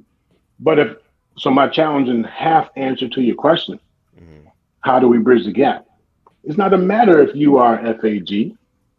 And when you say what we're going to need you, what do we need from you? That's my challenge. What? Because if it's only the FAG part, no, I'm good. There's plenty of coochie out there. I don't need that. Right. So I mean, that would be my argument. So what if we changed it and I said, you're gonna need the numbers because we're talking about this person who's running right now. That person is actually saying we are all together. We are all together. Man, woman, non-gender, color, tall, blah, blah. They are mixing groups like crazy. We are all together. And what's that gonna get them? Numbers. Numbers. So if you said, well, you're gonna need us, we're gonna need to stand united one day for Black numbers. We're going to need to stand united someday for strengthening our community. Either a man for this home or a man for that home, non-gender person for this home, non-gender person for that home. Our sisters, no matter what side they land on with their orientation or sexual identity, we are going to need to stand together at some point. Oh, now that shifts because I didn't hear I need to stand with the FAG. I heard I need to stand next to an individual. But how can they see us as an individual if they're just focused on the FAG? Because if you only present the FAG, then that's all I hear. Are you able to articulate your values? I mean, not you proving you. I'm talking about all of us. All of us. Even you siding with me. This is not you need to prove everything. Even you siding with me. When every time I hear you say shout out to the doc is because you hear either an offering, a skill or something. And when I say, oh yeah, BubzDaGawd, I have no problem going to the channel and having the conversation because I know he brings intelligence. I know he brings da da da da. But I'm not saying I'm going over to the gay network. Right. Right. So that's the difference. I think if we did more articulating about what we offer and how we can bridge that's what we're bridging. We're not bridging our sex. We're bridging what skills and values that we have. I think the reason why I say that is because, again, having done the latter part you said as far as bringing the intellect and all that type of stuff, I brought all that and all that was disregarded because I was seen as the fag. And I'm just saying it now for certain people that's listening that, hey, I'm just going to just acknowledge myself as what you already see me as, because when I brought the lived experience, it wasn't taken. When I brought the intellect, wasn't taken. When I brought the stats and the lived experience and shared the lived experiences of other people, it wasn't met. Even when I took that video of the compilation of the gang hits and showed it visceral, raw in your face, ain't no editing things out. You seeing it for what it is. You hearing it for what it is. It was disregarded. So when I say it in that fact, it's the fact of, oh, y'all gonna need the facts because that's what we're labeled as. That's what we're seen as. And it's a shame that that is a thing. You know, we want to be more than that. We want our humanity to be acknowledged, and we've for the longest time tried to share aspects of our humanity. But what's the focal point is it's just two dicks though. Even with the trans thing, it's just cutting off of the member. It's like we haven't even gotten to that in the conversation. But again, when you think of the trans, it's either they're cutting something off or they're drag queens. There's a conflating of drag and trans people, so it's like it's difficult to try to have those conversations when it's just it's a two-way street. Like you got the people coming into the situation knowing what it is, but then it's like the other group has to be willing to at least meet in the middle, and a lot of people don't want to meet in the middle. Is it appropriate at that time to have it in the middle? Do you show up that way at work? The job you have, do you bust in the upper room talking about, hey, King Dingling, FAG is here? Do you go to work like that? No. Okay then. So if you go to anywhere, any other stream, any other this, any community meeting, let's bridge. But no, I'm not mocking the sound. But if we come in, hey, and like, whoa. No, some people have that voice. That's that. There are some heterosexuals and some straight men who have just as loud a voice, blah, blah, blah. So it's not the voice, but the presentation. And even me, heterosexual, when I go to work, I can see all the booty I want, but I have to act like I don't see it. No matter what the females wear, because if I give a single compliment, wow, that's a nice blue, next thing I know, I'm in the HR office because it was the eye of the beholder. So I can't go to work talking about ass, just like I wouldn't go somewhere else. So if I'm only presenting in a certain way, then I say, whoa. Is it appropriate to have that here? Now, I'm not talking about stopping being yourself and switching codes, switching all. I'm not talking about that. You know, I told you before, I said, man, there are a few times I wanted to chime in on the show, and the universe must have known, because just when I was about to say hi, Johnny like, oh, the show is great, and all of a sudden I hear, because I'm a top and I got a big dick, and I was like, oh, I'm all still a right, man well, at the end of the yeah, day. I yeah, want to I'm have like, that oh. conversation. I know, I'm like, Heterosexuals, gay, we all men. Come on. I was just about to, hey, good show, and I'll bend his ass. I was like, oh.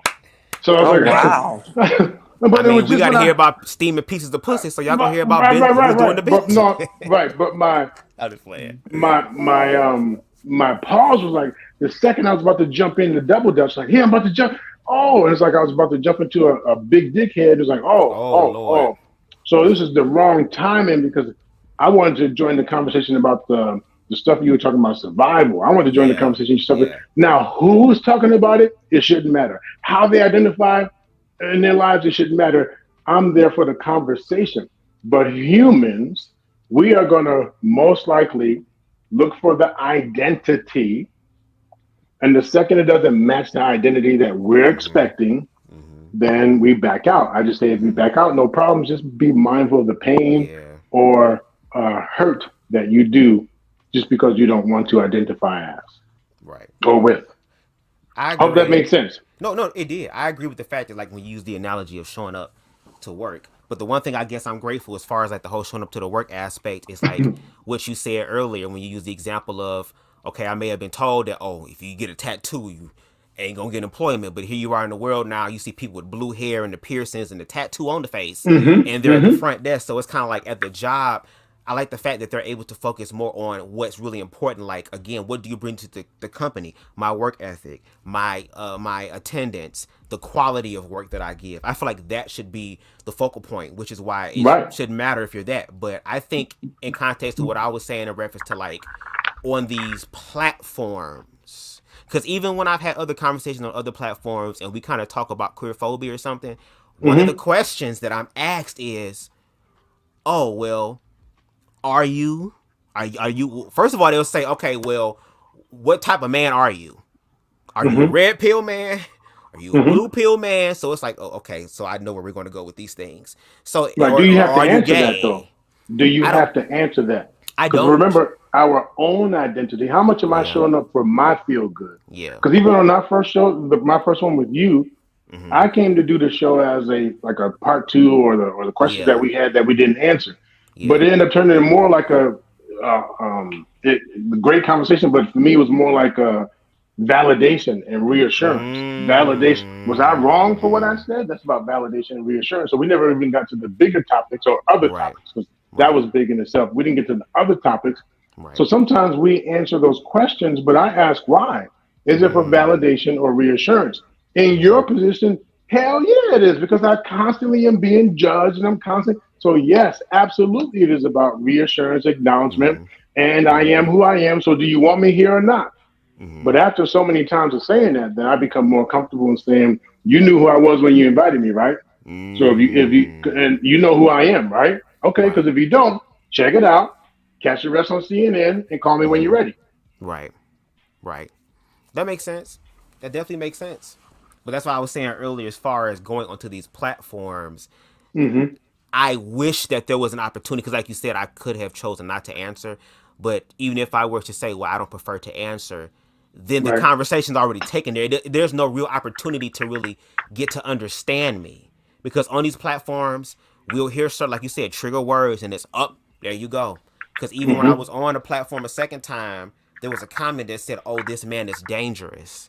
And all I did was just share my opening statement. But because I was educated and there was those words there, then it was like, oh, like, even when we try to have those conversations, again, there is that natural fear there. And we talked about what the fear is, but it's like, I would like to have conversations, and even myself, to learn how to transcend those fears so that we can get to the bigger conversations. Like, I really want to have the bigger conversations, but it's like, in order to help have those people to have those bigger conversations, there has to be a chiseling away of, you know, this certain type of level that everybody is choosing to be on. And you can make that choice, but look at the destruction that happens that still affects us. So it's like, even if you don't want to make the change, you are still somewhat affected in the whole as well. So when I have those Absolutely. conversations, which is why, again, like when I go to those spaces, I know I'm not going to be able to change everybody's mind, and that's not really the goal. Like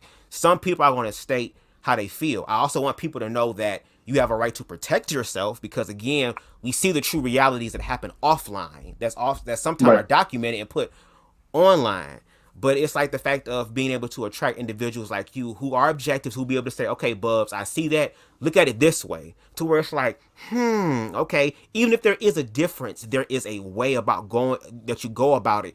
As far as, like you said, being affirmed. We all want to be affirmed. And I think if we did more of that, more inclusion, more love, then I feel like we would have less of these conversations, especially if we put in the work to do it, Yeah, because I mean all we that. really do is talk. And I'm trying to get to a point to where Right. I don't want to just be talking. I want to start doing the work as well and growing that. Right. That sounds sensational, and out of respect for King Breezy, and you said BMU wants to jump in, I will land my plane. I'll step aside with this. Hmm. To the person, when we talk about going to work, how you show up. Yeah. If you show up that way, who should I be getting? Whose case should I be getting? When I show up and all of a sudden I see a person acting or being or stating or sounding, and I launch off on them, I failed to launch off on the hiring director. I launched off on the person. When you go to the certain places and you feel like compelled to have to defend, I say, well, whoa, how did you get here? So it wouldn't be just you. I look at who got you here. So we fail in that part. We won't ever talk to that hiring person about it. We might be in the back whispering, oh, why did I hire that goddamn? We do that, but we attack the individual. So even when I'm over on BMU network, I said, man, I'm learning that the stimuli, like I can't handle the stimuli, but that was about me and my mental health. But I didn't know that at first. But that's like a person going to McDonald's saying, "Oh, I had a heart attack because you ate." No. You came and got the Big Mac every day. No. I'm over there in those conversations. No, I'm. So some of that is on us. And then is there the numbers of the love and the kindness and all that? Are the numbers there? I am who I am, but there's way more people who are not at that level yet. And I can't get to the level of love and kindness because I feel so disrespected, like it won't stop. So I'll land with this. Dr. Gottman, John and Judith Gottman, they said it takes 5 good episodes for you to overcome 1 negative episode. Oh, wow. So if you have a partner and you have an argument, to prevent your brain from going into shock, you'll get a dose of a chemical that it would take about. So I'm just gonna say is oily substance. For the oil to actually work itself away, it's gonna take 5 good, not words. It's gonna take another 5 good episodes so you can get enough serotonin to overcome the other chemical. So if I'm saying every day I'm opening the news and every day I'm hearing about why I have to accept and why I have to accept and why I have to accept, I'm always in the negative. I am drowning. I haven't had 5 good episodes of hearing just about normal human life. It's accept this, accept that. And I get to be, so if I live in a community, if I live in an environment where it feels, appears that I'm constantly hearing about gay and trans and this and that, and now in the school and now in the store and the Target and everywhere I turn, I never get those 5. And I'm not talking about just feel good. I'm talking about a chemical in the brain, biological thing here. That until I get 5 of those, I'm always in the negative. So even if I had a great week and you come talk to me about, well, what do you think about? Oh man, here we go with this shit again. Whoa! What are you talking about? But we don't even realize that we haven't had a reset yet. So there are people who may come at you, or vice versa. People in the LGBT community feel like we never get we stay under 5, or we stay under 5 because we never get a chance to be ourselves because you're always talking shit and we always feel threatened. So both sides haven't had time to really reset their brain to even be willing to accept anything else. All right, so I'll land there. No, I agree. I definitely agree. And like even with what I do with my activism, and Deshaun, if you want to chime in at any time you can, just let us know because you got that background noise. No shade, but that's why I want to grow in my awareness, because again, I know that there are ways to improve and to grow in reference to really bridging the gap. Because again, like for me personally, I've done this type of work really a big part of my life, not really understanding it until I became an adult, what I was doing. But then it's like coming across individuals like you who have put in the work, who have studied to show thyself approved, that really inspires me to where it's like, just like how on the other side they have questions that they would love to ask, I'm grateful that I have an individual here that I can ask these questions to that may seem, like, okay, Bubz, you asking me all this gay stuff, you know what I'm saying? But it's kind of like, I'm also inquisitive to know as well, because even the way that I show up, like, I consider my appearance and my energy to be more on the masculine side, but I do say the word girl, and I do speak some of the lingo of the queer community, even in the way that I show up. Like, it's not always just, yes, girl, hey, bitch, you know what I'm saying? But it's like, again, to even Deshaun's point earlier, it'd be some of the most masculine, hoodest niggas that you would know was gay. But I think we have to also have conversations about sex. And one conversation that I really want to have with heterosexual men as well is to just talk about how us as men, we are overly sexualized.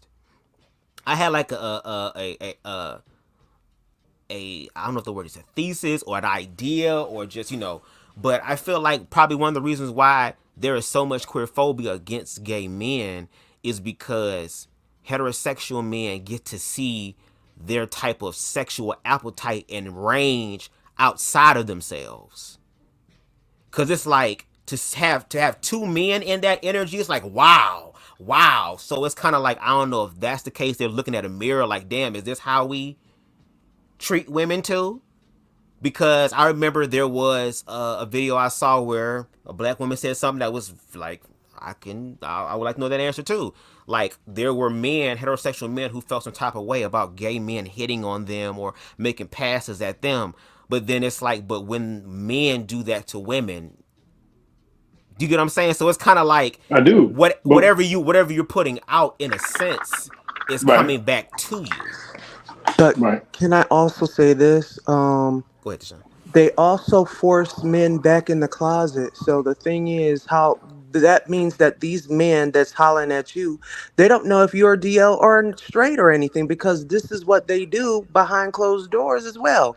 You said you want them back in the closet. You don't want to know their business. You don't know anything. You don't want anything about them until when these men that you don't know if they're gay or straight try to holler at you and say, "Oh my God," then you want to go crazy. But it's like, it's either damned if you do or damned if you don't when it comes to the other side. That part let me challenge that though. Let me challenge that for a second. Why are we damned? Why? Say that again. Why are we damned? And I'm not saying, I'm not asking like an insult. I'm asking you to articulate. Like, why are we damned? Why is anyone damned? Because it's all about control and everything else, and it's all about like trying to erase of people of who they are, knowing that if you just accept who these people are, but the thing is, you don't have anything to do with it. That's fine. But the thing is, it's like a force where you're trying to force the other side, because you don't want to see two men together. The thing is, if you don't want to see two men together, that at the same time though, they're hollering at you, and then y'all going crazy. That don't make sense to me. Okay. That never made any sense to me. All right. Let's roll with that. The reason I would end up having pushback or anger, and this is just like a small lens, it's not everyone, because the second and here's why I say unite, because watch this. I'm about to use a universal problem that we all have, but I'm going to throw it back in your face. So when I hear you say, well, we're trying, and I'm not quoting you, we're ignoring or deleting. We're ignoring what was and not accepting what is. Well, when you say all of a sudden I have to say they, and you say, well, that's your problem that back in the day you didn't say it. You should unlearn. So see, the very thing a certain group of people telling me that I need to unlearn, I'm hearing you say, hey, accept me for who I am, and whatever your prejudice is and whatever your fucked up problems you have, excuse the language, whatever problems you have, don't take it out on me. You gotta let that go and treat me for who I am. So if I hear you correctly, I'm like, yep, you are correct. But then this heterosexual person says, well, shit. Well, how come I have to be the one to? And then we get into this pissing match, and we're fighting each other Right. over the same thing. So this is why I say, ooh, the very thing you're saying, I totally honor and respect. I'm like, yep. But then are we getting into a pissing match because I have my feelings about how it's happening to me and you have your feelings about how it's happening to you, but we're both stuck with the same thing, not That feeling part. validated, acknowledged, remembered for who we are, for our past, for our history, and for our future. I agree with that. Does that make sense, King? Yeah, that makes sense. And it's not to say you're wrong. I just want to add that. I want to Yeah. add that. Yeah. Yeah, that's an add on that. Yeah, but I there's a lot that goes on it with Mm-hmm. layers here, Mm-hmm. especially when yeah. it Mm-hmm. comes to a lot of effects that go on between people's belief in sexuality and people who they are and stuff like that. It's like, Mm-hmm. And it's And so also the my fact. question of why, I'm sorry. No, go ahead, Doc. Go ahead, As Doc. I'm saying, my question of why, even though it can come off as insensitive, it can come off as all kind of words. My intent is not to be insensitive, but my intent is to say, okay, as we get stronger as individuals, if you think about control, there's a lot of things I don't have control over. And so after a while, I learned there are things that I can control, things that I can't. There are people who are ignorant and there are people who are not. I want to align more and more with the ones who are not. And those who are, as long as they don't hurt me, as long as they don't put their hands on me, as long as they don't impact my money, boom. So the more we learn to not get caught up in that, and the more we learn to be mindful and not give it naming. Right now, if I said, whoa, hold on now, you motherfuckers. Now, am I arguing or am I, that comment, what was I doing? First of all, my camera is closed. You can't even see me. So if people start telling me what I'm doing, they start labeling, naming, giving meaning to it, and they don't know what the hell is going on. So I'm gonna disengage and not worry about what they're saying because they don't know. Right. But we get caught up in naming, blaming, shaming, identifying, making stuff up, creating things. Well, because I know. How do you know so much? So for any of us listening now or on the replay, as a collective group, all of us, Yeah. anyone and everyone, Yeah. but Yeah. our group in particular, please work on reducing the amount of stress and pull that anyone is doing against us when it comes to labeling and blaming and shaming and attacking. And I do want to acknowledge the study I just did with the 10 people from a couple of years ago when I was talking to Bubz. The study that I did, there are increased numbers of people being physically injured and deleted because of the other one's ignorance and fear. So it's not as easy as, oh, doc, thank you. I would just be more mindful and not name and blame. Protect yourself still. Protect yourself still. I'll end it. No, you're right. You're absolutely right. That's why I appreciate the objectivity, because again, it's working through these things. Like again, there's like Deshaun said, and even you said, and I said, there are so many layers to it. But look at what we could accomplish. Like, no shade. I did want the panel, like you said, to go a certain a certain way, like it did the last time, because again, we could have those conversations. But I mean, I think the fact that we're listening to some of the people as well, whether it's on this platform or other platforms, from a human perspective, a lot of people come up on the platform and share their thoughts because, like you said, they want to feel heard and feel affirmed, which is why we have all these different spaces. I'm just trying to get to a point to where we can attract the individuals who really care about humanity. And I mean, it is sad that those numbers are very, for right now, for what I'm seeing, again, I hope this changes, kind of few. There's only a few. And then even the ones that do it, there is a demonizing process on both ends. Because even to your point, there are queer people who have been hurt and broken and have gotten in positions of power and did exactly what you stated. Hurt people. It's the fact that they're in these positions of power to hurt. But why not take the opportunity with the next generation and the generations to come to like have them really learn from our mistakes as adults, what we've dealt with, like to make the thing better for them. But it's going to take work. And one thing that I wish the black community could do at large, including myself, because I'm still learning too, is to find a way to manifest that from just talking into actual work. Like I said, when you showed them pictures the first time, again, proving, because again, I feel like in this thing, if we're going to have people who are leaders and who really care, I don't really feel like it's proven because this is really just my reality. I'm just sharing it with y'all. If y'all see it as proof, that's cool, but I'm sharing my reality. The fact that you were able to do all these things and you're still doing it, that makes big change. Those are the things that I wish we could focus on, and we did in history. We were strategic. We had strategists. Bayard Rustin was one, a queer man.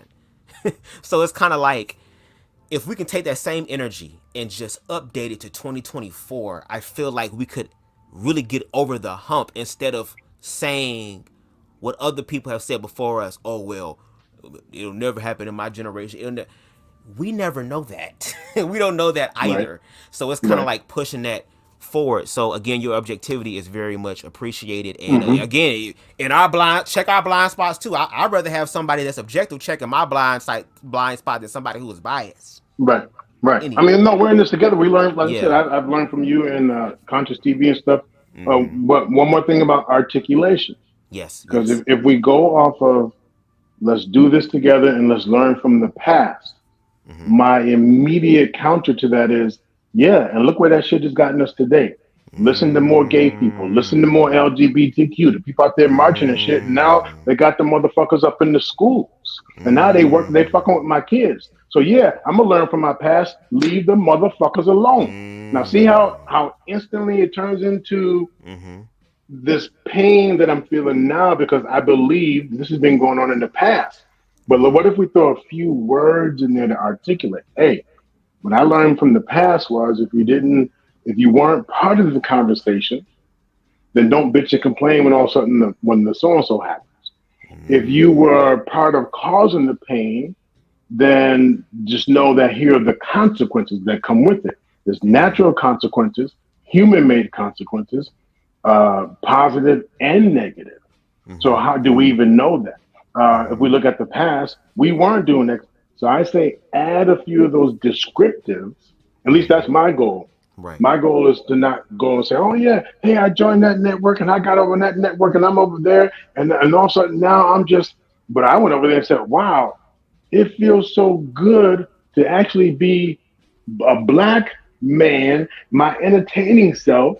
I told you before, I got on the barbershop and said some things where I felt. I see you in the back, BMU. I got you. Go ahead. And I went on the barbershop and one of them talking about, who do you think eats booty out of the whole panel? And at first I was kind of in this kind of protective group.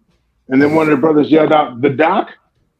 And I had such the greatest laugh and join the conversation. And I left there even thinking like, man, it felt good just to be me. Because all day long I'm working with my people, but then the masses of my clients that pay the money are not my people, but they're people.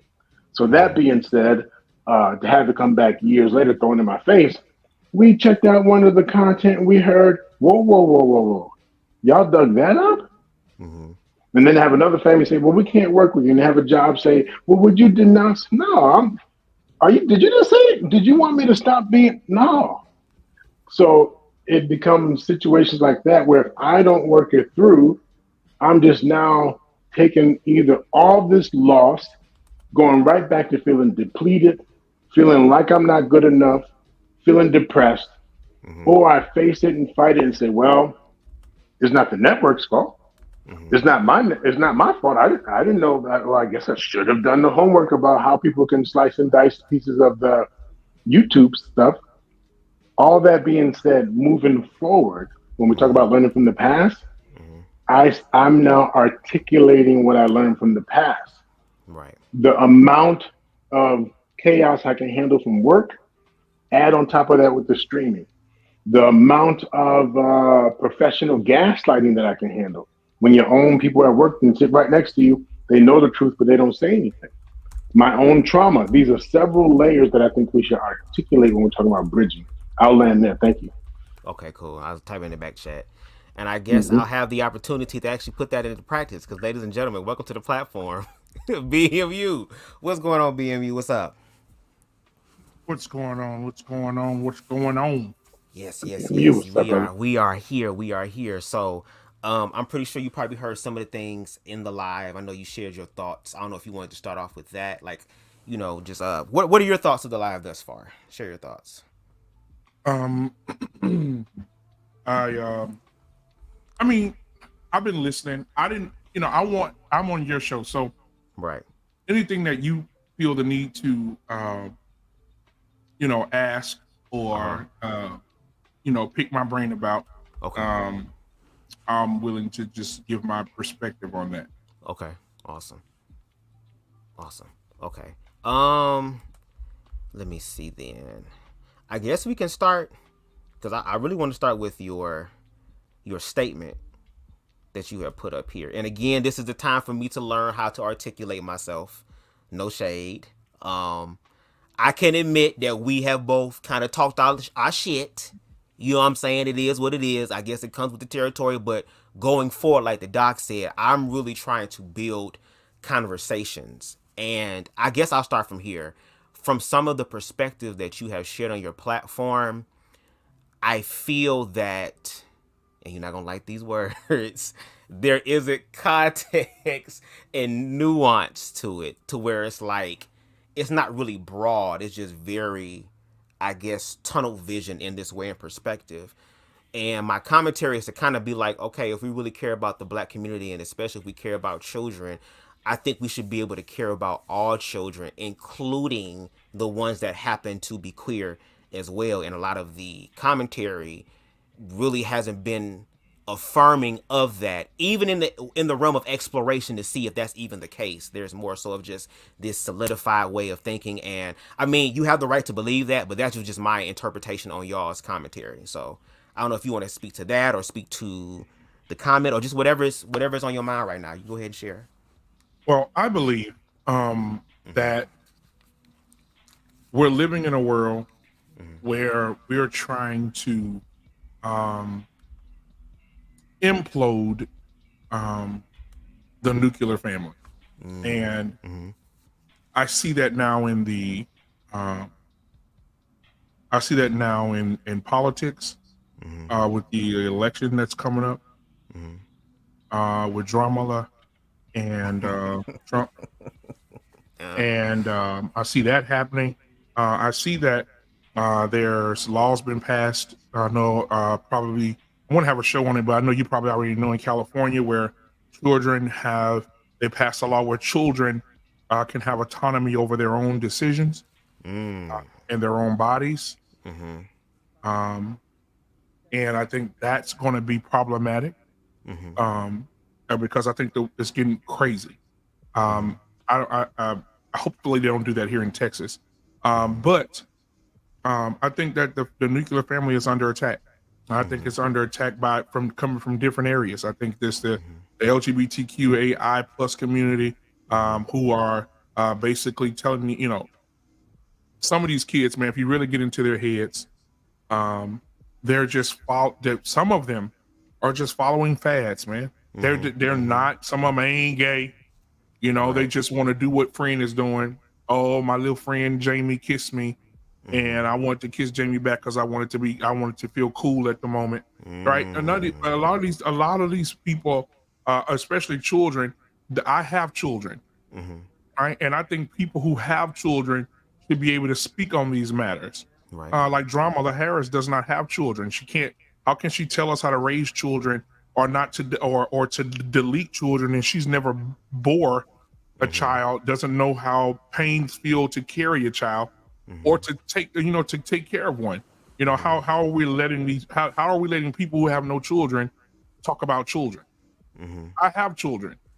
There's no way Texas could pass a law to tell me that my children who are 12 years old, 10 years old, have autonomy over their own bodies and make their own decisions, and I'm paying the bills in my house. Shoes, clothes. So basically, are you guys going to hire them, give them jobs? Are you going to pass a law where they can leave their parents' home and set up housing somewhere else? Because the only person going to make decisions in my house is me. So I just feel like the nuclear family is being imploded. I think there's a lot going on. I think men are just some of the men who are heterosexual males who have taken on feminine mindsets, who are also are problematic. Okay. They don't stand for anything, and I'm saying this to the men, straight, gay, whatever. They don't stand for nothing. They don't stand strong for anything. They don't stand on business about nothing. Your kids are under attack. Your family's under attack. You're sitting back, allowing everything to happen around you. You're not doing anything. You're not, and you're just sorry as shit. I think these men are worse than deadbeat dads. Wow.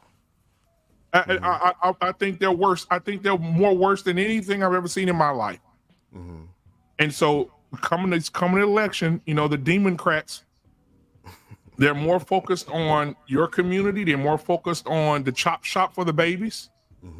I haven't heard not one thing that she's going to do other than those two things, right? Back up the deletion ban to the DNC, right? They had that there, right? For people that don't know, you know, let's get Michelle Obama. I used to love Michelle because Michelle was so damn fine. She's so fine. Listen, I just love Michelle, but Michelle got on there talking about, we cannot allow our children, we got to let them be who they want to be. And if they want to be this, they can be that. They want to love this person, let them love. My kids don't even know what kind of cereal they want to eat in the morning. How can they tell me if they don't want their penis or not? How can they tell me they want to? Let's stop the cow. And I'll land my plane there because I'm just go ahead. No, and BMU, I want you to be yourself. You cool, like it is what it is. I mean, share your thoughts. I understand all that you're saying. To your point, yes, even with me, with my commentary on children, I do not have children. I want to have children, hopefully in the future, but at this point in time, I do not have children. You're absolutely right. As a parent, you have that certain level of experience to be able to be like, I know what I'm talking about. But also, I guess to add on to that is the fact that even though I may not have children, I still remember what it's like to be a child. I still remember, I have good memory and recollection of my childhood. I also took care of my nieces and nephews when they were children. So even though I didn't bear them, I still understood the importance of protecting children and giving children a safe space. When you spoke about the whole fad thing, to your point, there is some of that is a fad. Whatever is the latest thing now that's out there, everybody want to be it, everybody want to do it. To your point, that is the case. Oh, I kissed Jimmy. But then I think what is being missed is the fact that there are actual queer people who this was not a phase for them, who know what's going on, just like how you had the experience of being a parent, and we know the experience of what it's like to be queer, that create books, that create information to be able to help individuals who don't know what's going on, to give them a basic foundation of understanding and then to build upon. Because when I was on your platform and I asked the question about the whole trans thing, and like I said, removing the drugs, removing the surgery, how would you allow your child to identify as trans? And there was not even an answer that would create a safe space for that aspect. So it's like, I can understand the feeling about the children, but then it's like, what happens when the children become adults? And they're the queer adults like myself, that when we speak about our experiences, a lot of the time our experiences are automatically written off as mentally ill, even though nobody has gone to see a therapist or to go see a doctor to even see if that's the case, that we are all these other things. And all these other things are being believed except for the objective reality of queer people. So that's one of the things as well there. And let me ask you this, BMU.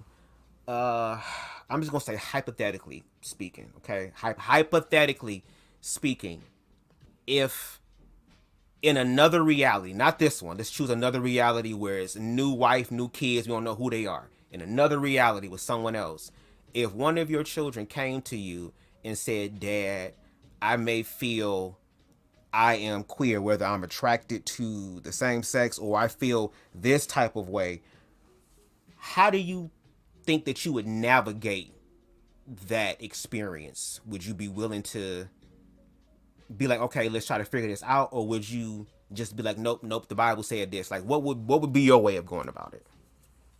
Well, I think you were right the second time. I think that I knew it. I knew it. I think that when it comes to what I believe from a spiritual sense, nobody's perfect, but the word is the word. And I don't try to Right. change it or remix it. I'm not Jermaine Right. Dupri what the word is. Right. But that's what it says. And that's the first thing. So we have to reflect on what it is that we believe. Second thing is, I'm gonna take over to Dr. Nkumbe for mental health issues. We got to talk it out. I'm gonna sit her down or him down or whatever who it is, and we got to have a conversation about how we got here. Right? If somebody touched you, they did. If somebody didn't touch you, and you got these things going through your mind, then we need to discuss that with a professional. Yeah, that's my answer. Okay. Well, I'm glad that you were able to still take it to the professional aspect. So let's go a little bit deeper. And doctor, if you want to hop in at any time, matter of fact, go ahead. I do. Let me just jump in real quick with the I just want to identify the word fad. Fad, yeah, F-A-D. Yeah, because there's laying down water and dirt, and there's laying down cement. And one of the dangers when we talk about the fear of going into the schools or having a lot of presence or influence is that we take water and dirt, which would have been a fad or a phase in life that the pre-adolescent is going through. And with adding extra, it starts to cement things. And then if we're talking about procedures that would have been once they reach the age where, hey, this is what you understand what comes with it. But if you're at stages where we're still trying to decide if this is a fad or not, but you get a permanent procedure or you get a procedure that has a different set of consequences, then we start changing things. So I this is where I tap into that word fear. But if we break it down into what those fears are, we're looking at duration and consistency. I'm looking at the interest level that's been increased with a kid where it's been like, ooh, and now it's sensationalized. Or the emotional response at a point where we are super, super, super sensitive going through puberty. I have clients in jail right now because their pre-adolescent daughter was going through their hormonal stuff, thought it was okay to sit on his lap and play around. He ended up getting an erection, not understanding why. Now he's in jail. Should he have stopped it? Yes. Should he have taken more control? Yes. But then now no one addressed the preteen who's still in her hormonal stage. And now on top of that, she's been told your own family did so-and-so to you. Now that's another whole category. But my point is that type of mixture of this actual sexual activity with this phase she's going through. And now, boom, there are permanent consequences. So influence, communication, and professional guidance would be, when you're talking about that professional guidance, any therapist, any counselor, any minister, any pastor, anyone where you can get help from, or anyone who can hear the conversation and let you talk and get support. So I just wanted to add that about the fad part of being mindful.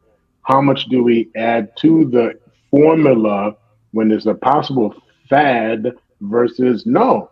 This person's been this way since 1, 2, 3, 6 years old. We notice. Got it. So this is not a fad we're talking about. No, we're talking about a person's true inner identity, but they didn't choose that until when?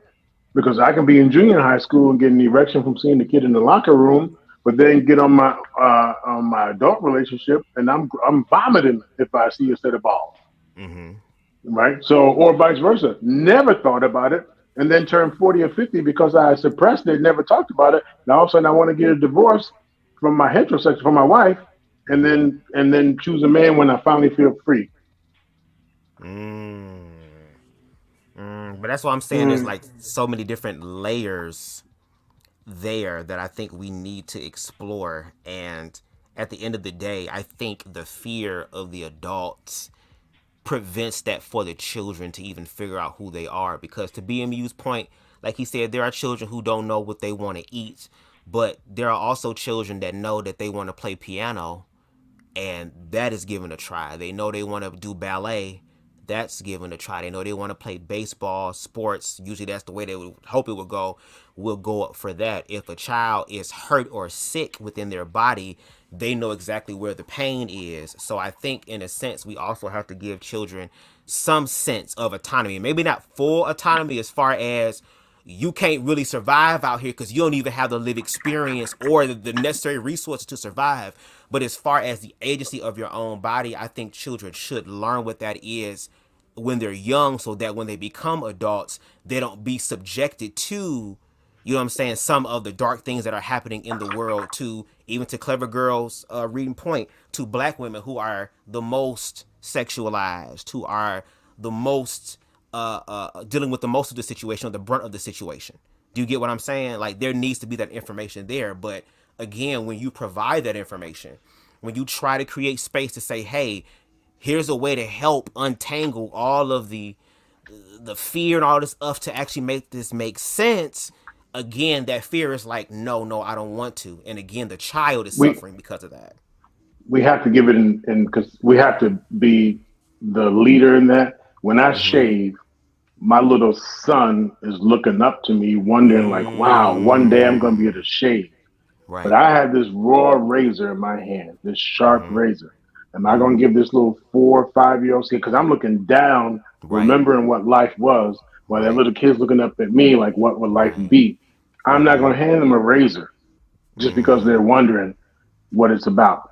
Right. I have to do that. I have to do that wisely. I could tell them about it, and I could show them. I could do whatever. Yeah. Then one day, maybe I can play and use some fake clippers or whatever, or some, and be like, yeah, you're gonna go. But then it's at the point when they learn to be safe with the razor, and now learn how to shave. And it may be a point that I really don't use a razor. I just use some electronic clippers until they are safe. So either way, there are age groups that I think cannot handle the full. They may see it. They may be excited about a trombone. If your 10-year-old wants to play a trombone, did you get them a $9,000? You get them a $5,000 trombone? You don't even know if they're gonna stick with it. So I hear what you're saying, but I just wanted to add, yeah, freedom of expression. Let them have the idea. Let them have the fantasy. But that's part of why they call it fantasy. Yeah, some things just.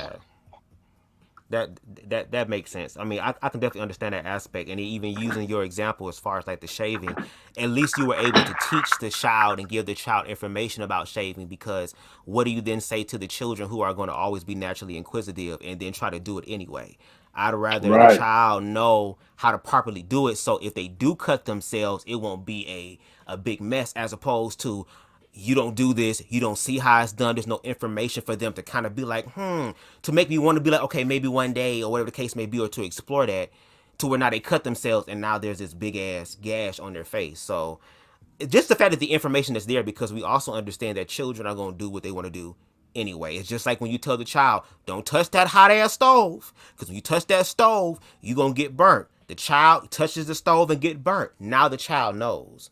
So it's like, I'll say this one piece and then I'll back up. Remember when we talked about sexualizing? Yeah. So there's a piece that's called early activation.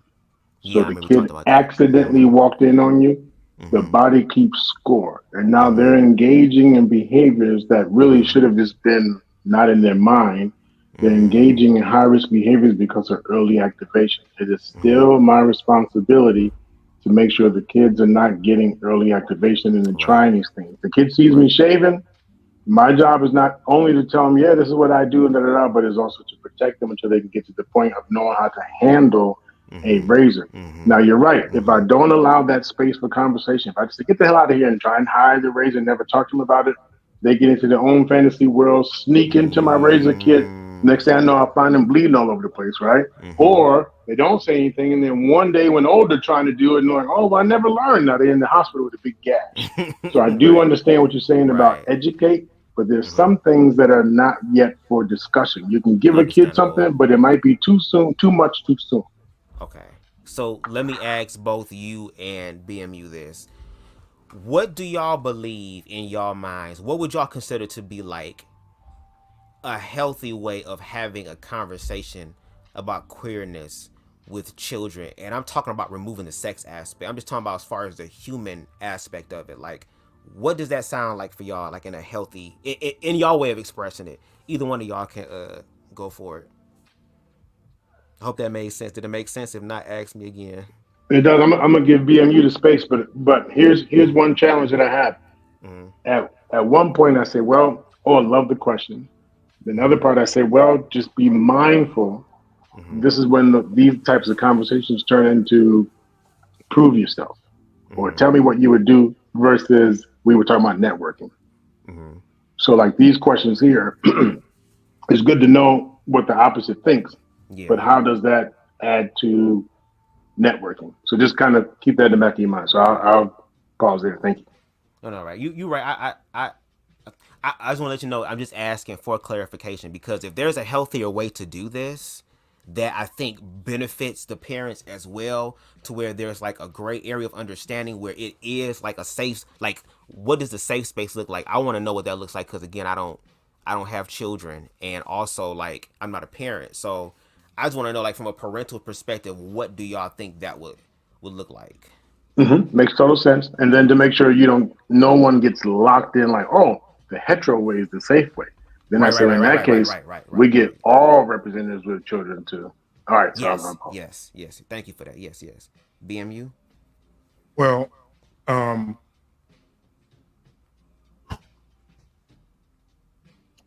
think that the word safe, Jesus, I think that I was born in '83. That makes me 40.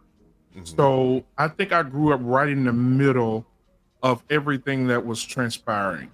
The beginning of the social media, the beginning of the Wi-Fi, the music changes. Like I was a part of all of that, and I think that back in the day, with our parents, my aunts and uncles, and so on and so forth, from an anecdotal experience, they were able to tell us stuff very blunt and direct. Just like when we were in school, we had black teachers who didn't take shit off nobody, and they would tell you to your face, get your work done or get your ass beat. And so I think that we've lost that art. I think that now that we want to make everything safe, we want to coddle everybody, we want to hug everybody, right? Let me give you an example. I put my son in. My son wants to go to the military, right? I'm against it, but it's his choice. Once he becomes a man, he's a year away from graduating, so it'll be his choice. However, they have now in the military. I put him in a military school for 4 months. He went to the military school. At the military school, if there's a disagreement and two boys fight, they kick them out of the program. They can't show any type of masculinity. In the military now, there's stress cards. If a soldier seems like he's getting a little too stressed and he's going through and he can't handle it, he can hold up a card and they treat him like a bitch. Come, let us hug you. Let's coddle you. These are the type of people you want protecting in the United States. Motherfuckers who can't handle a man yelling in their face. I coach Little League football on all levels. Little kids up to 13-year-olds. And over the last 2 years, the last 2 seasons, these boys are straight up bitches. They cry over every goddamn thing. You yell at them. You tell them to get down. You tell them to go hit harder. You tell them to do an exercise. They literally have tears in their eyes acting like goddamn girls. The world, I'm thinking safe has fucked us. Being safe has fucked us royally. We need to get back to the times where listen, back in the day, if your ass was fat, they told you, get your fat ass up and go walk. If your ass was gay, they say, hey, man, we won't do that gay shit over here. You better take your gay ass on down the street somewhere before you get your ass beat. Right. Back in the day, everything was so blunt and straightforward. Now it's, oh, my God, come here, little Billy. You don't have to play. And all these mamas, I'm coaching football, all these mamas, oh, don't worry about it. Take them pads off. You don't have to play no more. It hurts, son. Yeah, mama, it hit me in my leg. Oh, take your pads off, baby. Let's go home. This is the men we're dealing with today. Rappers who call themselves Young Thug, but on the front cover of his album with a prom dress on. Somebody help me. So I think I think this should be, I'm passionate about this shit. This should be pissing me off. And I think that safe is not. I think safe is got us where we are today. Okay. No, but Bubz, if I may add to that. So when you and I talked earlier about how one issue could be totally about something else, but I could apply it to, next thing you know, I want to fight anyone and everyone that looks like that other issue. So when I think about, even if I removed the sexual orient preference, even if I removed that, this word called kind, be kind to me, be kind. I've had heterosexual and all kind of other relationships or people coming to see me, and they've been married. I was just talking to them, to the Harris tribe. I have a couple that's been married for 10 years, Muslim, and they got married in Kenya. And now she's come over to America. And the last year or so, they came to see me because all of a sudden her thing is, you're not kind to me. And I want to be able to go out and have a drink every once in a while. What? So TikTok said, Instagram said, she's sending him these videos. See. So in addition to what BMU just said, I say the whole universal movement here in the US about this kind acceptance and kind and be soft and gentle and kind. So not just the sexual orientation, but this movement about kind and acceptance, and then being forced to. If you don't acknowledge someone a certain way, you're being forced to. Not just pronouns, but you will be forced to. The government's changing the laws and the laws and the laws. That's impacting us in a way. Remember when I talked about that 1 through 5, Dr. Gottman's 1 through 5? So if I'm dealing with that at work, I'm dealing with that at school, I'm dealing with that with the so-and-so, and then all of a sudden now I'm coming across the conversation about a person who doesn't identify with the same sexual orientation, you got me fucked up. Not another thing that another one have to be kind to, another one that have to be accepting to. So people get caught up in that fairly, unfairly, because we're in this push about kind and soft and accept. Right. Okay. And that's just not sex. I mean, that's for anything. I'm just saying that's for everything. Right. I see all of that. I see everything that y'all saying, and I'm internalizing what y'all saying because, again, the doc has challenged me. So that's what I'm trying to look at it from a different perspective to where it's still universal. To the point where BMU made in reference to, like, the boys crying and them being at practice and all that type of stuff. And again, I just see something that could be more beneficial. I forgot the name of the individual, but I'm pretty sure BMU may know who he is. There is this black dude who's older gentleman. He's part of the bald head community. Bald head, gray beard. Yeah. He's a get on your daddy's back, do a push up. Yeah, he's a martial artist. Yeah, and when those boys have those moments where they are crying and they're tearing up, what he does is he also, to what I see, is the emotional awareness, intelligence to be able to, like, okay, what's going on, man? What's going on? How are you feeling? To give them the safe space, because they'll make up excuses. It was one I had put on my video where it was a boy who was last and running, and he was upset. He was hurt. His pride, his ego was fucked up because I'm not good enough. So he sat down and told the boy while he was crying, "Why are you crying, man?" "Oh, well, my leg hurt." He said, "You can still run, can't you?" "Well, yeah, I can." "Well, why are you lying to me, man? What's going on?" He felt like he wasn't good enough. Then at that moment, he said, "Okay, let's deal with that." He was able to break it down, still in a masculine way that is still assertive, but still gentle enough, because this is a child, to be able to tell him in a way how to handle his emotions. And because of that, after that situation, he was able to do better. I think if we were able to do that, I'm not saying for me, let me personally say this as BubzDaGawd, you need a balance. I think us as human beings, we need a balance of masculine and feminine energy. I think the issue that kind of has us, I guess, confuddled or whatever, is the fact that of all of these expectations that are being put on these people to act this certain type of way, and not everybody is going to fit that mold. So I think you can still apply masculinity in a way that it is still gentle, but in the times where it needs to be strong, it needs to be firm, it needs to be stoic, it could be done in that way. To your point, as far as the military is concerned, yes, the military should be able to know what's going on, but then, should be able to protect themselves. But when we look at the documentaries of what they're going through, it's a lot. I remember I had watched one a few days ago, because I watch all that shit. When it comes out of self-defense, I studied to show that self-approved. Okay, but there was one where they were doing this test. I think it was for the Navy SEALs, where they had water inside of their I forgot what it's called, their scuba lens or whatever, while they're also pouring water on their face, and they have to keep their legs moving as if though they're doing like reverse crunches. Everybody passing out, do not remove the water, yelling at them. The same thing when you throw them inside the gas chamber. Everybody talking shit until they can't breathe. Then everybody's dying. I think in that sense, when those people are weak, I feel like if there was a way to speak to them that speaks to their morale, because at the end of the day, you're going through this training and you're weak, but what happens when you're actually in the field? And everybody's tough until they're in the field and the bullets are whizzing past. Even the individuals who are seasoned in this, who love doing this, they also had their first day where they were considered green.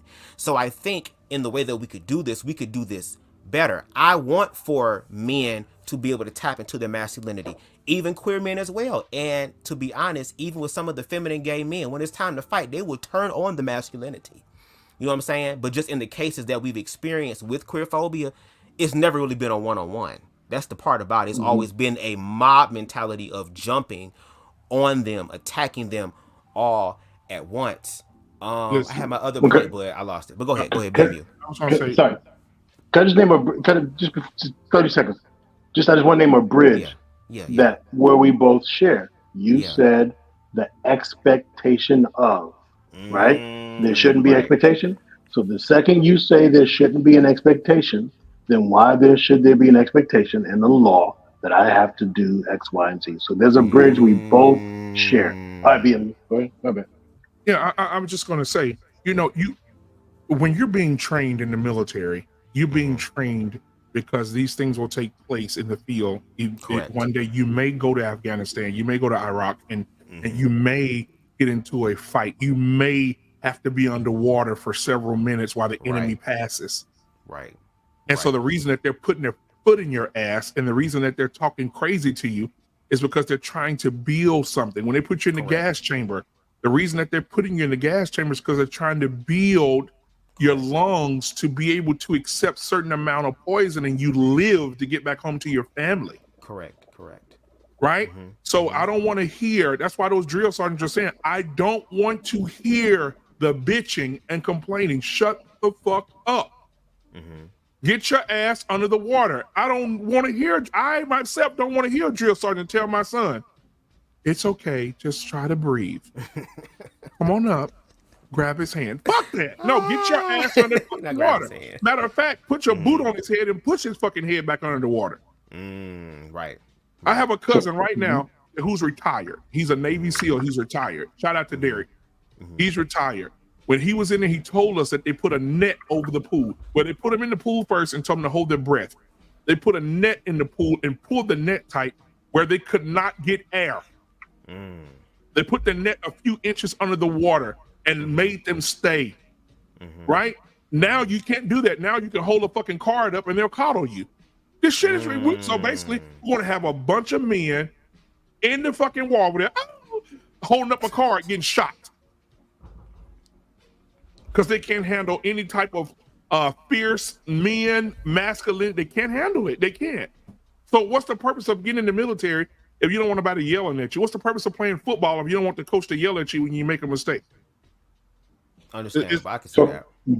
So Bubz, here's where I throw out there to say this issue right here is one of the talking points about, can a person be masculine and is that the same as being gay? Because you know how many gay people play in sports but they don't say anything. You know, Dwight,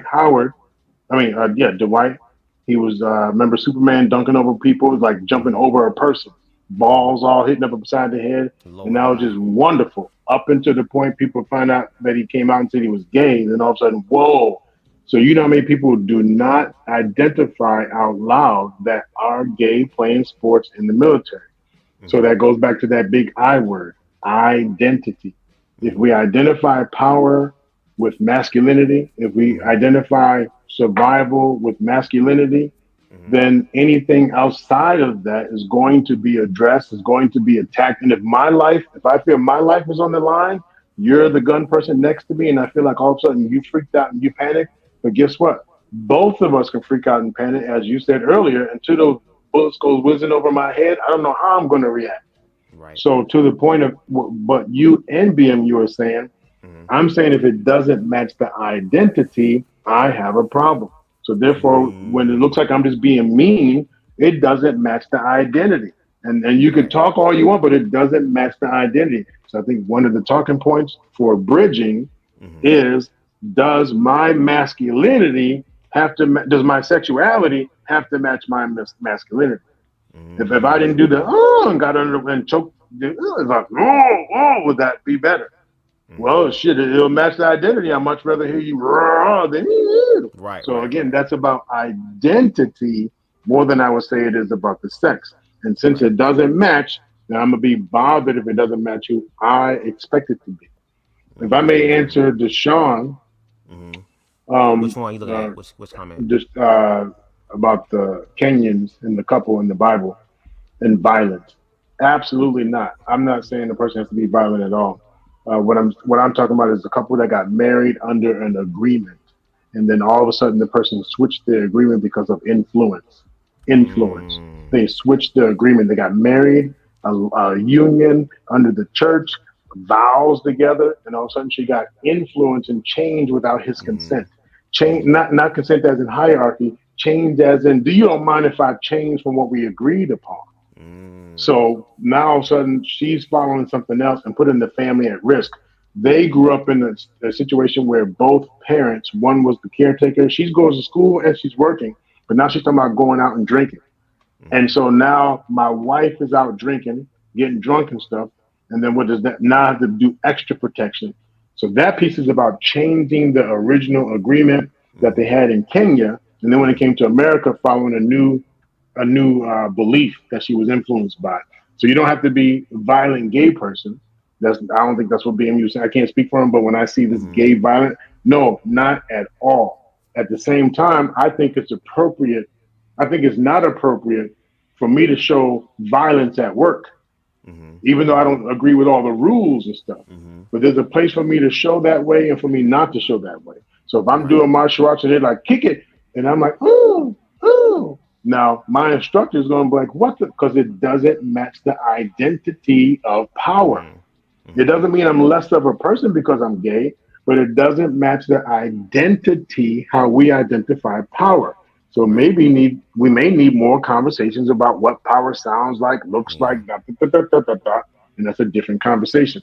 Then, well, your best bet is to fight. There was one more that...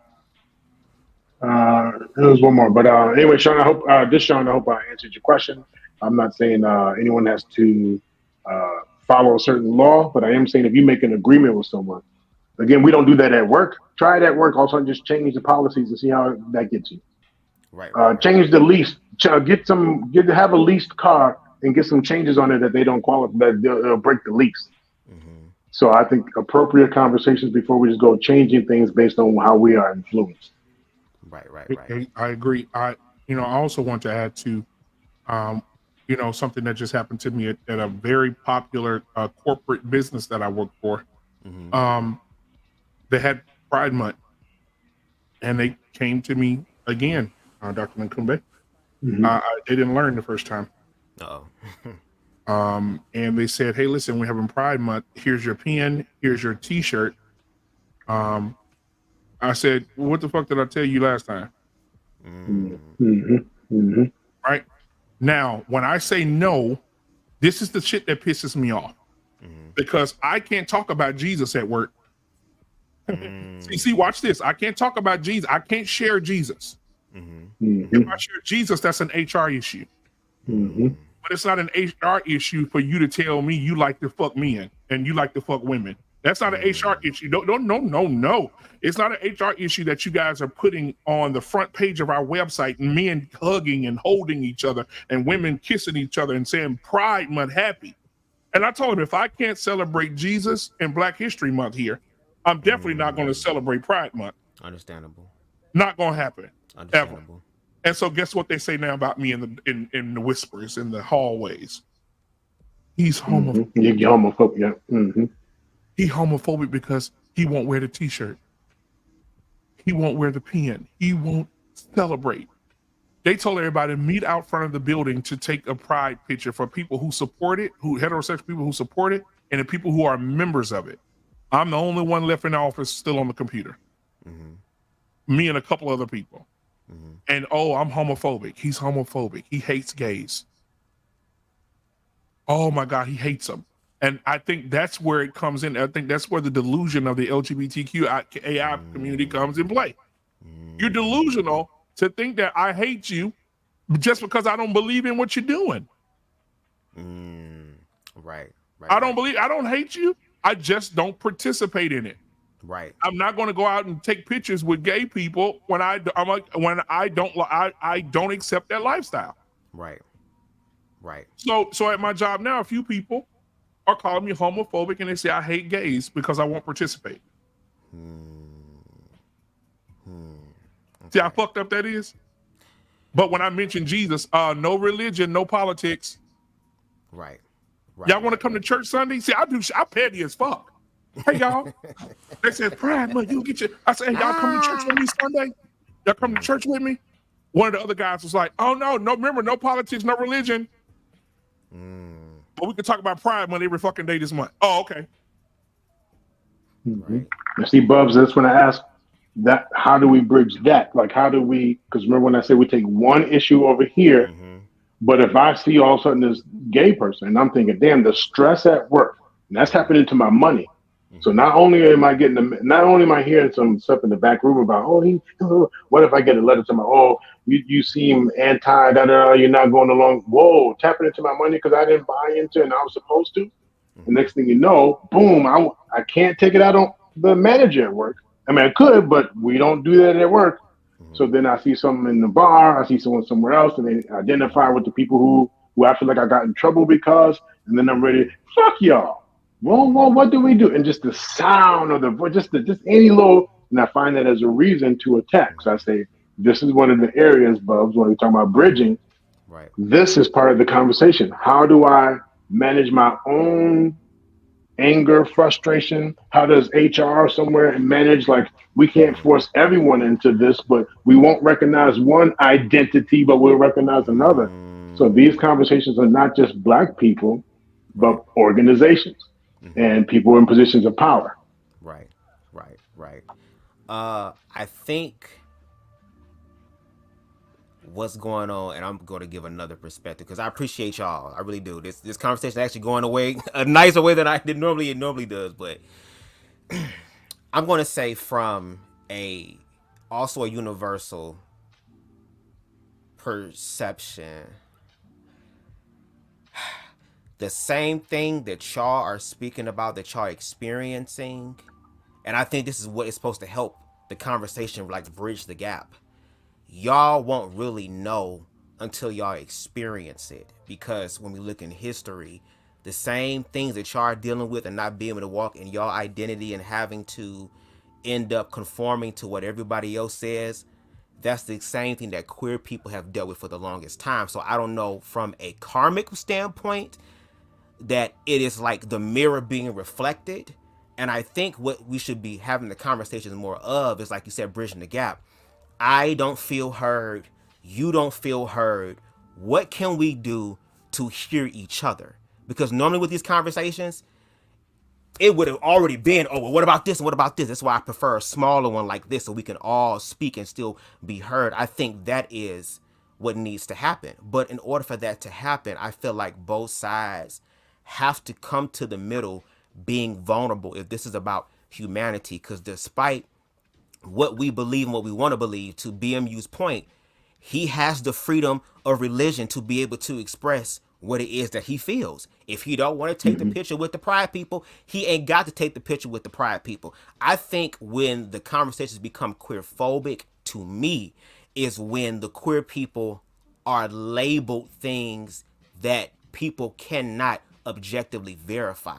It's one thing to say, you know what, I just don't fuck with them. Like I don't hate y'all, I ain't got nothing against y'all, but I just don't fuck with y'all. Cause like even for me, I don't fuck with organized religion. I don't. I still have a love for gospel music. I grew up in it, but I saw the destructive nature of it. So I don't fuck with organized religion. It does not mean that I don't fuck with people who are Christian, because there are some people who are Christian who can like find the middle ground, or what I would consider the Christ energy. He tapped into the human aspect of it. So I think if we were to do that, it would be very, very beneficial, because the question that I'm asking, it's not that easy, Bubz. yeah, Not yeah. that easy. I'm going to cut you Oh, off. yeah. No, you're right. I mean, It's definitely not that easy. But for me, the way I look at it is that it's not impossible, because I correct. think we have to go through our own experiences and learn and transcend in order for us to see it for other people. That's why I say, like, for me, I believe it's beneficial to be not too heavily minded that you're no earthly good, that there's still a balance. Like, for example, BMU is a Christian man, but he said motherfucking all that type of shit. And that's the type of, that's my type of talking. That's Right. my type of talking. He can do runs and shit. I love motherfuckers that can do runs and really hit all the notes. I don't give a damn.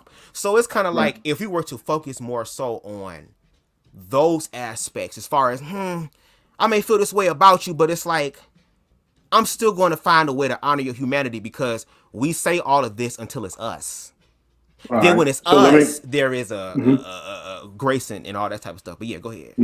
When we had this conversation, this is why I wish we were live, because these are just like quick jump ins from when I hear something. Yeah. So let's add the human element. BM, you can say fuck on Thursday and go to church on Sunday. If I stand in the picture, my fear, which is tied into my belief system, that some of the people in the picture are very expressive, bright blues, bright red lipsticks and blue glasses, and some just look just as whatever, because I won't say normal, like I'm normal and you're not. So other people look just as heterosexual as anyone else.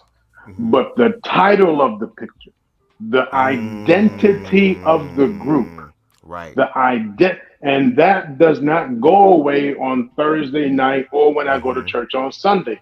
That lasting image of that, whoa, is someone going to think I'm part and I identify with that? So we say, talk about fears. Yes, my fear is that someone's going to take our bridging. Someone's going to take my understanding and all of a sudden take that to, ooh, we are all one. Please don't put your hands on me. Oh, I thought you were. No, I am here to collaborate so we can survive.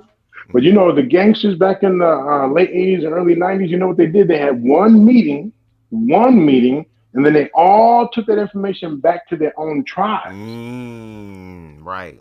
Okay? Because the Blood said, well, I'll be next to the Crips, and the Crips will be next to the whatever, and I don't know them all. But they had those meetings and then said, thank you, we survived this meeting, and now we'll take it back to our own community. But is someone going to think because I had one meeting, I'm going to show up at the next meeting? Because now suddenly I'm wearing a t-shirt, that means I'm going to, my fear / concern is that now all of a sudden I'm identified as. It's the same way I would say, come over to this group over here. We're taking pictures with guns and weapons and talking about our hoes and bitches. Right.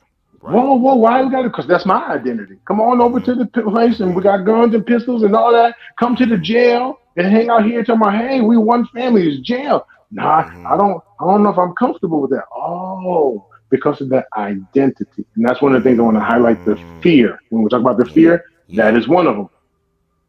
It may not be true, but if that's what I if that's what I believe or I experience, when I talk about even just being here on this stream, I say, well, it comes with the risk because I know who I am. But we start talking about taking pictures and doing different things like, ooh, I don't know. So is it possible, this is a rhetorical question for those listening here or on the replay, is it possible to bridge these areas and not feel like all of a sudden you've converted me? Is it possible to bridge these areas and then take it back into our own dens, so to speak? I believe that it's possible. That's really what my biggest goal has been, because it's not just BMU's platform that I've given my responses to. I've given my responses to other platforms, going into their spaces to try to have these type of conversations, like you said, about identity. And that's why I appreciate you being here, because I feel like you're able for me to break it down so that I can see the other side. I want to see the other side. I really want to see the other side and bridge the gap with the other side. But what I'm also realizing is that the other side has got to want to bridge that gap as well. So like when you speak about the fears, like, yes, the fears are real. They're definitely real, but where the conversation to transcend the fears, because if the fears are just there and they're not dealt with, when we talk about influence, that fear can influence other people, i.e., like y'all say, the children. The children can be influenced as well. And this is how I personally feel. I would be okay with the children, or I would agree to the whole thing if it was up to me. To, okay, let's remove the gay literature. Let's remove anything that is the gay awareness from children and allow children to grow up and to find out who they are inorganically. If we do the same thing with Christianity, allow the children to find their own faith, allow the children to be able to connect with whatever wants to connect with them. That's why I'm saying, like, No, with some of these things, it won't work. some of these, but what I'm saying is some of these things, I feel like if these are identities, and we're talking about the identity of children, and if this particular identity cannot be expressed or has this negative fear-based ideology around it, despite the information there, what I'm saying is that, okay, I'm okay with doing that. Let's remove that from the kids. We ain't talking about no queer shit with the kids. We gonna have to find a way collectively to allow, just like Chuck E. Cheese says, for a kid to be a kid. So if we're going to do that, I think in a fair world, in an objective world, if we're going to do that, I think it's fair. It's the same thing with Christianity. Allow the children to be able to.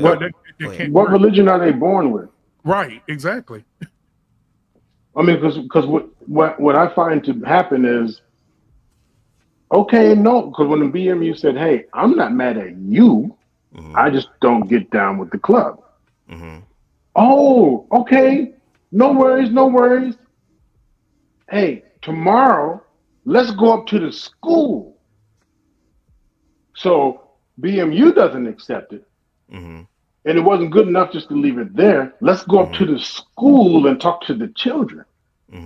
It's like, and here's why you're talking about, why they call us pedophiles? Why they call, because that same modality is what happens when I have a predator that says, ooh, I have what they call the child emotional, I can't think of the word, but what it means is I connect closer to a kid.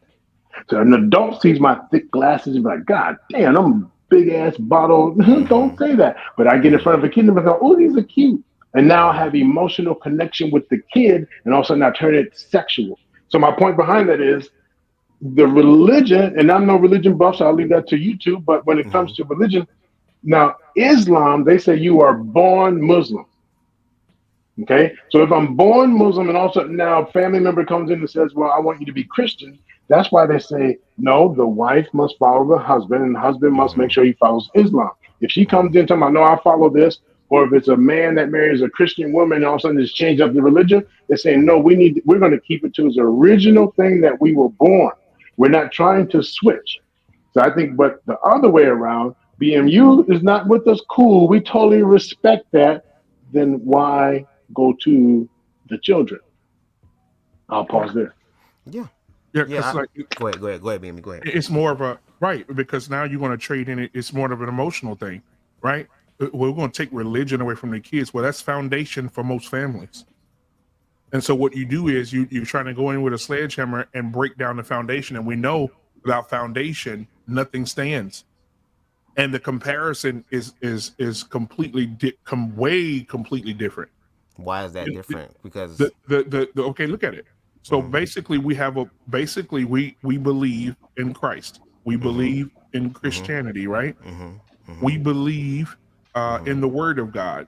Now, if we saying take that out, all those morals and values of loving your neighbor, loving the person that loving your sister, loving your neighbor, obeying your mother and your father, all these things are listed there. That's a foundation, right? But when it comes to homosexuality, I don't think that, like you said earlier, if you could let Barney read to your kids, then what's wrong with a trans person reading to your kids? There's a lot wrong with a man. If I'm teaching my son at home that a man is the leader and the head of his household, which is also biblical, leader and head of his household, he provides and protects his family. He is a masculine man. He goes out and works every day. He loves his wife. Right? Let's go to Song of Solomon, where he talks about how to make love to a woman and her body is like streams of rivers. Right? So I'm teaching my son that, and then he goes to school and sees a man with a full beard, mustache, masculine man with a wig on, full-blown makeup, high heels, and a dress reading to him.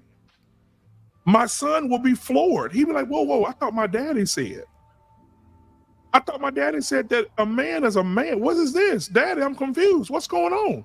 Even though this reading time is supposed to be about fantasy and that's the other person's identity, that's why I use the example of, like, you could have fairy tale people come in and read to the children. When this person comes in, they read to the children, and then when there's this idea of something sexual happening to them, we ask to prove it, and then it's not proven. But to your point, as far as religion is concerned, again, to the doc's point, it is still a form of an identity. And my thing is, I feel like with the identity, because what the doc said, you're born Muslim. I feel like you're born into Muslim. Just like if I was over in India, I will be born into Hindu or the that type of religion. So I believe it's where it's at. I think the issue and the problem is the fact that there is queer people that are given this information and their information is being disregarded. But then when I say, okay, I'm going to be completely objective, not emotional, but just objective in the sense, because if we're using the same logic as far as influence is concerned, then I feel like it's the same thing with Christianity, because who are the people who are knocking on the doors asking, are you ready for the Christ return? Whether it's Jehovah's Witness or whatever, that's indoctrination as well. The fact of, like you said, having it in the schools and praying, that is a form of indoctrination as well, form of an identity. So I feel like if we're going to have a safe space for children, then there should be a way where children should be able to find out who they are without all these outside influences. But no matter what happens, even if you don't have it in the school, you're going to have, like you said, BMU, where his children believes one thing. You're going to have other people who are queer believing one thing, and these young adults are coming into this place commingling with each other, and they really can't, because I've been told this about y'all, while the other person says, well, I've been told this about y'all. So it's kind of like, instead of trying to bridge the gap, there isn't any of that, because whatever's happening with the adults is starting to happen with the children as well. So again, I feel like if we're being fair, and this is not being emotional, this is being objective, if queer people cannot have any sort of representation for queer children, mind you, because there are queer children who, I didn't have this representation growing up in the 90s. I had In Living Color, which was being laughed at, in HIV and AIDS. So during that whole aspect, that was that type of ideology or aspect of it that was unhealthy. For children to be able to have an opportunity to build a foundation for something that benefits them, it's not going to benefit everybody. If you ain't gay, you ain't gay. But for those who are gay, where is their safe space? That's what I'm saying. But the difference is this. You said take away the religion just like they trying to take away homosexuality, right?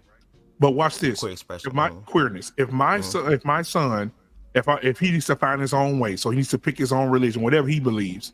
So while me and my wife and I go to church, we just leave him at home when he's 3 or 4 years old, or 5 years old, until he gets 12, 13, 14 years old, and 14 years has passed by until he finds what he really wants. That's what you're saying. We can get a babysitter to go watch. So that's crazy. There are ways around it. So that's crazy. Explain. That's crazy. That if I'm going to church every Sunday, I'm gonna leave my child at home until he's old enough, which could be 15 years, 16 years. No morale, no morals, no morale, nothing that I've learned from the Bible. Because everything I teach my children, it comes from Scripture. So basically, I can't teach him nothing. Don't teach him what's right, what's wrong, indifferent. Anything that comes from the Bible, let him learn on his own. So that means his behavior is out of line. That means his mindset is not straight. This means he's going to be a little confused ass little boy until he's about 18 years old. But then he can go out into the world and still learn those same principles. He's going to go out into the world and have no morals, no foundation, nothing. but he can learn the basic of the morals: do unto others as you have them do unto you, or just treat That's people Bible. with kind. You said Yeah. No. But listen. That's one way of saying it, because I also come from a religious background, so I will use that in conversation to make that more universal. Is the fact of, I'm going to treat you nice. The one thing we said we're not going to do, I'm going to treat you kind. I'm going to treat you with respect. I don't need to follow organized religion to do that. So I'm saying that basic thing there. And I'm just using y'all's logic, because y'all logic is saying that if there is this form of identity here that is destructive, and we should allow this, because I've heard people say on the platform, well, move their own out the way, and if my child decides at 18, 19 years old that's what they want to do, then that's different. But then y'all used a whole lie. I used an excerpt from Dr. Phil where this trans woman came through and the father had a nervous breakdown, but he did what was asked of him. I'm not going to do it in your house. I'm going to do it outside. So when we reconnect, there is this feeling there. Do you get what I'm saying? Yeah, but he had a nervous breakdown because the same way that Kenyan family that I said, the identity changed without his knowing, without his understanding what he hoped for. The nervous breakdown wasn't because the kid is so-and-so as much as that father who personalized. I think the father didn't even give a shit about what the kid was wanting. It was more about him. So I said, "Woo, Dad, you got some work to do." Secondly, when it comes to values, morals, practices, pillars, principles, and this is where you could teach me, are there are there LGBTQ principles, values, and morals? Because religion is going to be part of what my kid is learning for those things. Is there a gay value belief? Because and this is where you could teach me. Yeah. I know the identity piece of it, but when we start talking about sex, my 6-year-old shouldn't be having sex. Exactly. My 12-year-old shouldn't be having sex. Right. So that's a conversation to me that's muted until they even get to the point where they should be talking about 16, 17, 18. And I know about the countries or continents that do it at 11, 12, and 13. But until we have those conversations about sex at 16 on up, then it would not be appropriate to be having sexual conversations or letting my kid decide if they want to be a sexual identity. But again, the full identity I get, but I would say, well, then please teach me what are those values, principles, whatever that comes with those identities that my kid would need to learn compared to a religious value. I mean, well, it's literally kind of the same thing, but just in a queer type of way. There is, of course, like you said, the need for affirmation, for a place and a space to be. And then from there, you can build yourself up. That's why we have a lot of queer people right now that are not afraid to be themselves and do what they do in this world. Bubz, that is dangerous. It is very dangerous. I'm not talking about just the queerness. I'm talking about the ability to learn and then correct. We don't drive into a ditch and then correct. Right. We stay on the road. Now, here's an example. With the feminist movement saying we have a right to work now. So now you have the father who's out of the home for whatever reason. And now you have the mom or the other parent, mother, father. You have the other parent out of the home now. Who in the world is raising the kids? It used to be where my 13-year-old's enough to be home for a few hours. Now they're talking about my 11-year-old is babysitting the 5-year-old and the 5-year-old's babysitting the 2-year-old, and they'll be okay. Right. And they're growing up not with human connection, they're growing up with iPad connection. It is dangerous. And now you see the effects of it with this latest generation who's lost their mind. Right. But that's why I also think that community is important, because if there was a sense of community there, then possibly our children wouldn't have to be raised by iPads. You know what I mean? There has to be. What would be the community? The parents at work. You said they go to church and leave the kid at home, or parents who say, I don't need to be home. I'm gonna work instead and leave the kids at home. Right. So who's the community? Well, I mean, no more big mamas in the house. But it should be I would hope it would be your neighbors or someone in the community that you know, to be like, hey, because I mean, remember back in the day. Well, but not all of them.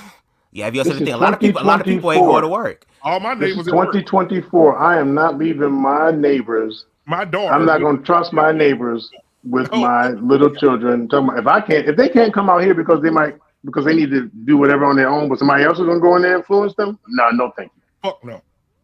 Wow. Because what if the neighbor is in there watching porn? What if the neighbor's in there? Why don't y'all screen the person? No. You don't know that. It's so many damn. Okay, look at the BTK killer. He was a deacon in the church praying every Sunday, a well-known man in the community, and at night he was raping and killing men and women. Right, but come on now. Come on. Go ahead.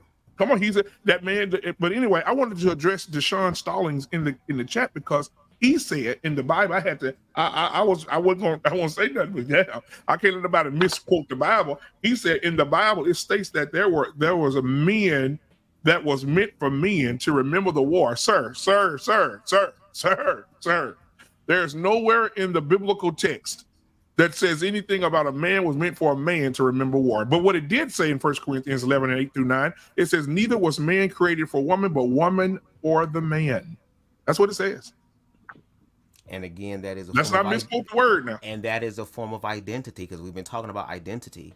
And again, what I'm trying to get to a point is, which I feel like is the most difficult, is again, how do we bridge that gap? Because at the end of the day, objectively speaking, just because you believe that does not mean everybody has to believe that. You have the right to believe that. So at this point, I'm trying to get to a place where how can everybody, in a sense, for the most part, respect each other? Because this is all about respect. Well, try this, respect. If you ask 5 people the definition of respect, you are going to get 4 different answers. Exactly. So we're not going to see eye to eye respect. If you ask 5 people the definition of love, you're going to get 4 different answers. So already we're not seeing the same as love. There might be 4 different answers in reference to their unique expressions, but I guarantee if we look at it hard enough, we will find the central root of it, because that's the humanity aspect that I'm looking at. With the whole thing with life and human expressions, it's unlimited, but it comes from a central level of understanding. Okay, well, let's follow a model. What model do you know that's been working like that so far? Yeah. We can look at a tree. A tree? In reference to its roots. It needs its roots in order to live. What human breathing, because a tree is an element that breathes and all that. What human element do you know that's already operating the way you said, that's working successfully, where they go by the humanity version versus what respect means to them? Because my office is filled with couples who swear up and down they respect each other, but they have 2 different versions. And when I thought you was okay with me calling you a bitch, no, I only said that because I know it made you feel good, but I hate it. Oh, well, why didn't you stop me? Well, because I didn't. 2 different versions of respect. You name one model that we can follow. At this moment in time, I'll be honest, I don't have a model. And I don't have a model. And that's why I'm saying I hear what you're saying, but it's going to be what I said about that guy putting out there in the streets with the caskets. It's going to be impossible. Finding a common ground, yes. Finding definition differences, yes. And those are the conversations. So you know what I need and want to feel respected. I know what you need and want, and then we can go from there. Until then, what I hear is that in order for other people to feel better, I have to readjust. I have to unlearn. I have to, when you say leave the kids at home, when we've gone forever with having farmers miss school because they were out there helping farm and bring and add to the community, add to the value to the family, add value to the family. We had kids who picked cotton back in the day who had to stay home from school to add value and be workers and workers and workers. What value, what benefit is there that I allow a youngster, raise a youngster and have whatever belief system that they want at those ages? It will cause more harm. We have to work backward. And I would never recommend for us to work backward. Have those safe spaces to talk about it? Yes. Grow into it? Yes. Be curious about it? Yes. But to allow a youth, and why would we do that? Well, because everyone feels kind and loved and connecting. Now, I'm not willing to risk that. Yep. So you believe that? So you believe the queer year-old set in his ways and try and teach him your ways. There's nothing worse than that. You have to start training these children, because again, going back to the Bible says, train up a child in the way they should go, and when they are older, they will not depart from it. So if I'm starting early at when they can understand, when they can really comprehend, right? I'm starting at 3, 4, 5 years old, and they're in church already. They're singing. They're hearing daddy sing in the choir. They're seeing mama sing in the choir. They're in the whole church aspect of things. They're learning at an early age. And some of those kids become great singers, great worship leaders, right? These are some singing kids out here, right? I know my kids, some singing ass kids. And so my thing is, you know, if you take that from them and that if they don't know there's a higher power, that God is real and Jesus is the Son of God. If they don't know none of that, they have nothing. But don't they have to grow into their own to really actually understand that for themselves?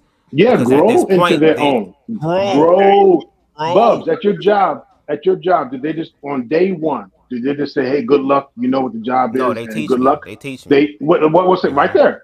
They teach me. And when you get to a certain point where you can be independent or whatever your role is, when you get to that point, we'll give you the keys, we'll give you we'll give you promotions. If there is a teaching first. You don't leave a vulnerable, just open. There you go. Just try and figure it out based on how you feel. If we don't do it at work, why would we do it for our family? Right. Exactly. And then I can say the same thing about queerness. Why is it wrong to do that in reference to children, in reference to queerness? Because what do you mean? I don't understand. What do you mean about the queer? Why? Say that again, please. I don't understand. If again, like you said, religion, all this stuff is imperative to be able to teach them, to be able to give them information, to be able to grow and find themselves. Why is there so much pushback when it comes to the queer aspect of it as well? Because again, there are queer children who also want to have information and to build themselves up, and they can't. And even to BMU's point, yeah, there's a lot of people that go to church that sing and that are amazing. And the gag is some of those individuals are also queer as well, but they hide it. So it's like there's so much more that we can have in reference to these conversations. Because, and I'm just going to speak from my perspective, from how I see it. And again, Doc, maybe you can correct me, but from what I'm understanding now, I'm just trying to figure out a way of, again, how do we find a healthy way for the most part to be able to deal with queerness as opposed into the negative way that it's always been dealt with. It shouldn't be in schools, period. Zero. And the reason for that is I agree with that, as long as religion not in schools either. No. Religion is going to be there because the country is based on that, and 90% of the people in the United States is based on that. Yeah, but it's also a country God, of freedom of religion. And God, I pledge allegiance to the flag of the United States of America and to the republic for which it stands, one nation under God. Freedom of religion, though. There's freedom of religion. So, Bubz, so first thing, sir, I respect you enough to where it wouldn't be about correction. It would just be we're in this. We're talking about this together. So I hear you. Thank you for the correction part, but I want to acknowledge that no, we're doing this together. Right. Now, here's my thought. When I heard you say it the last time, just now, I was able to separate, and I hear what you're saying. So if I accept this higher power, either because it was revealed to me or because I went to the church as a child, I hear how it's equal to it's revealed to me that I have a certain. That's why I say you have to teach me if there's a difference between just orientation, sexual desire, and actual identity. But if I have this revealed attraction, if I have this revealed passion inside as a child, or even if it's taught to me, that's the same as either revealed religion or taught to me. So if I'm queer and I feel this inside, yes, you are correct. Why would I say that you can't be queer, but you have to be Christian? The question becomes, are we talking about an identity versus a sexual? Because the first thing our world is going to go to, remember when I talked about the Indians holding hands, that went to his two dicks. So when you talk about queer, am I even educated enough to understand queer means what? Gay means what? Lesbian and trans means, because if we automatically go to what we see, then I'm thinking of a roach, I'm thinking of a spider, I'm thinking of a mouse, I'm thinking of kill it. So once I understand, have appreciation and value, because the bee helped me understand that they're one of the number one insects in the world because they provide blah blah blah. Oh, shit, now I'm trying to save bees. Once I understand that the centipede versus kills the so-and-so in the house, I'm trying to save centipedes. Without that understanding, if it just becomes that I should be able to sex a man on a man, and then And then in the Bible, I know nothing about, so I'm nowhere religious or anything, but my understanding was there were men in the Bible having sex with each other, and also understood that whole town or whatever went up in the flames. And when HIV came out, they said, "Oh yeah, there's only the men in the bathhouses that are getting it, and that whole community is going to go up in flames." But all I know is every generation is going to go up in flames, and it's still here.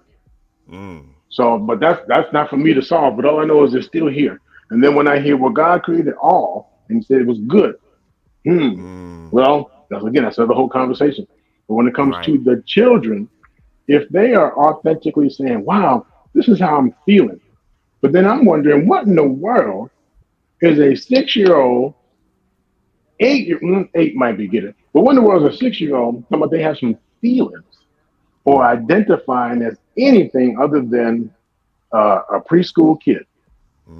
So somewhere I'm wondering, were they early activated with sexual stuff? Because that's why I need to learn what part of identity would they be feeling to say, "Oh yeah, I'm 6 years old and I'm queer." What would that be? Yep, that's a really good point. I think that I feel that same way. I think that at a 6 years old, what is a 6-year-old talking about? Oh, I'm gay. Because when they say they're gay, they're not talking about relationships. They're talking about fucking.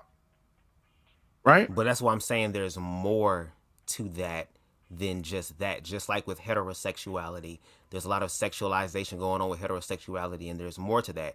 Even though there are, like you say, hoes and sluts and all this stuff out there, there is also an aspect of heterosexuality that does honor sex, that does honor that experience in a beautiful way, to where they're not just fucking, they're making love, and they're able to overflow that love also to their family. So as a queer person, from the outside looking in, yes, y'all see just sex, but even me as an individual who is abstaining from sex until I attract someone in my life who's worthy of it, I'm much more than that. It's the fact that our identities are just labeled as that and that only, period. That's the problem. So that when we come in with our life experiences about how queer people have been treated, how they have been unalived and all these things, that is disregarded because we just only see you as sexual. And I'm gonna be honest with y'all, even with the queer community,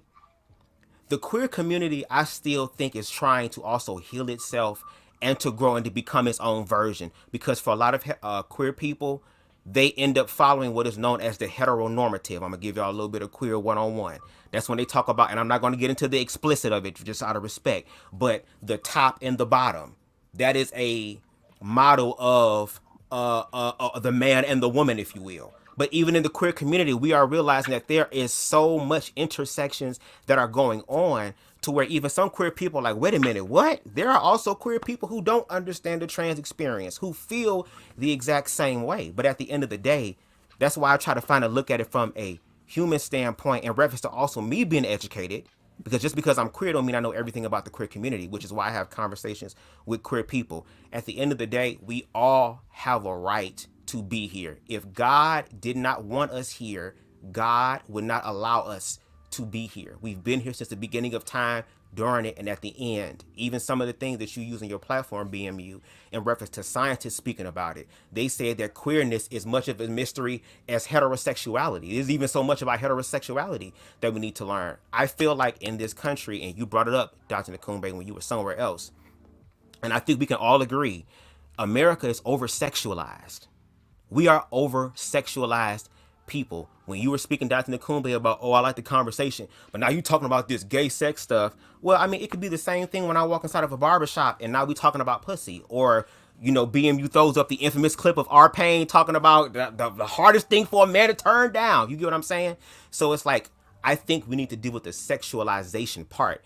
That's why I say, if we're going to be a community, we can get a lot of this stuff done. We can screen people. We can. Like, not everybody is a serial killer. Not everybody is this or that. And if we use that same logic, we can also take it to racism. So when a black person walk into a white neighborhood, all of a sudden, the assumption is I'm trying to do something. Well, now you have to prove that. But when they don't prove that, instead of just sitting there saying, you know what, my apologies, I was on some racist-ish, I was scared. They don't do that. They stand 10 toes down in their stuff. Again, it's literally the same energetically. Different, unique expression, but at the core basis, it's the same thing energetically. So let me say this because I got to go because I got to get up in the morning for church. Right. Amen. You terrible Sunday. Hold on, say bye-bye. But listen. Come on now. But I will say this. I want to look at the world right now in a clear lens 25 years from now, 30 years from now. Right? If you're looking at the statistics based from the CDC, they're telling us right now that the birth rates in the United States, just talking about us, birth rates are down tremendously. Right?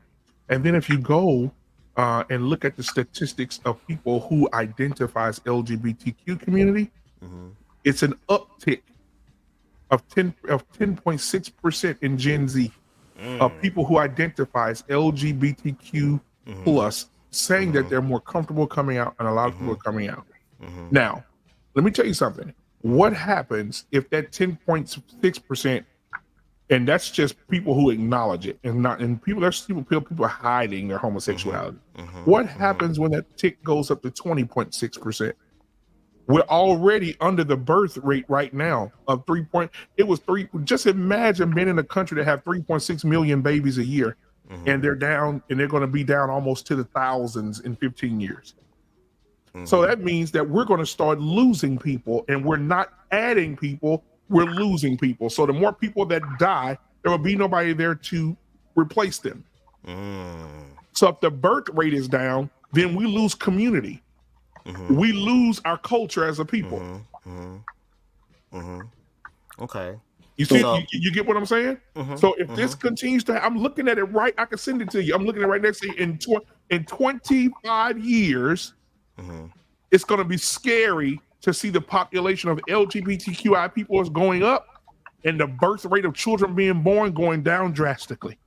And you think that is of recent times that this is I'm looking at it right now. So if they did, so what you're saying is that if they didn't have TikTok and Instagram and all this other type of stuff, it would look different? I think listen to me. The other day I was talking to my wife about this. We were watching some nostalgic videos of, they showed the mall in 1994. And they show those videos, I just love them. Yeah, they are really good. They showed the kids outside playing on their bicycles, no video games, no social media, no cell phones, getting dirty, falling down in the mud. You know what I'm saying? They show all this nostalgia. Getting scraped up and everything, yeah. Yeah, yes. I think if we still lived in that world right there, we wouldn't have none of this shit.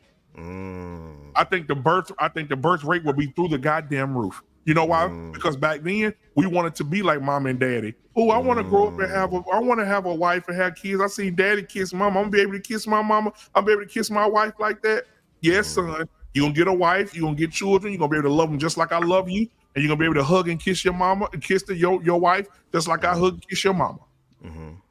Kids wanted to be their parents. They wanted to mock them, they wanted to be them. And that's when the nuclear family was through go look at the numbers in the 90s, 80s, late 70s of the uptick in kids. Shit, they were popping them out.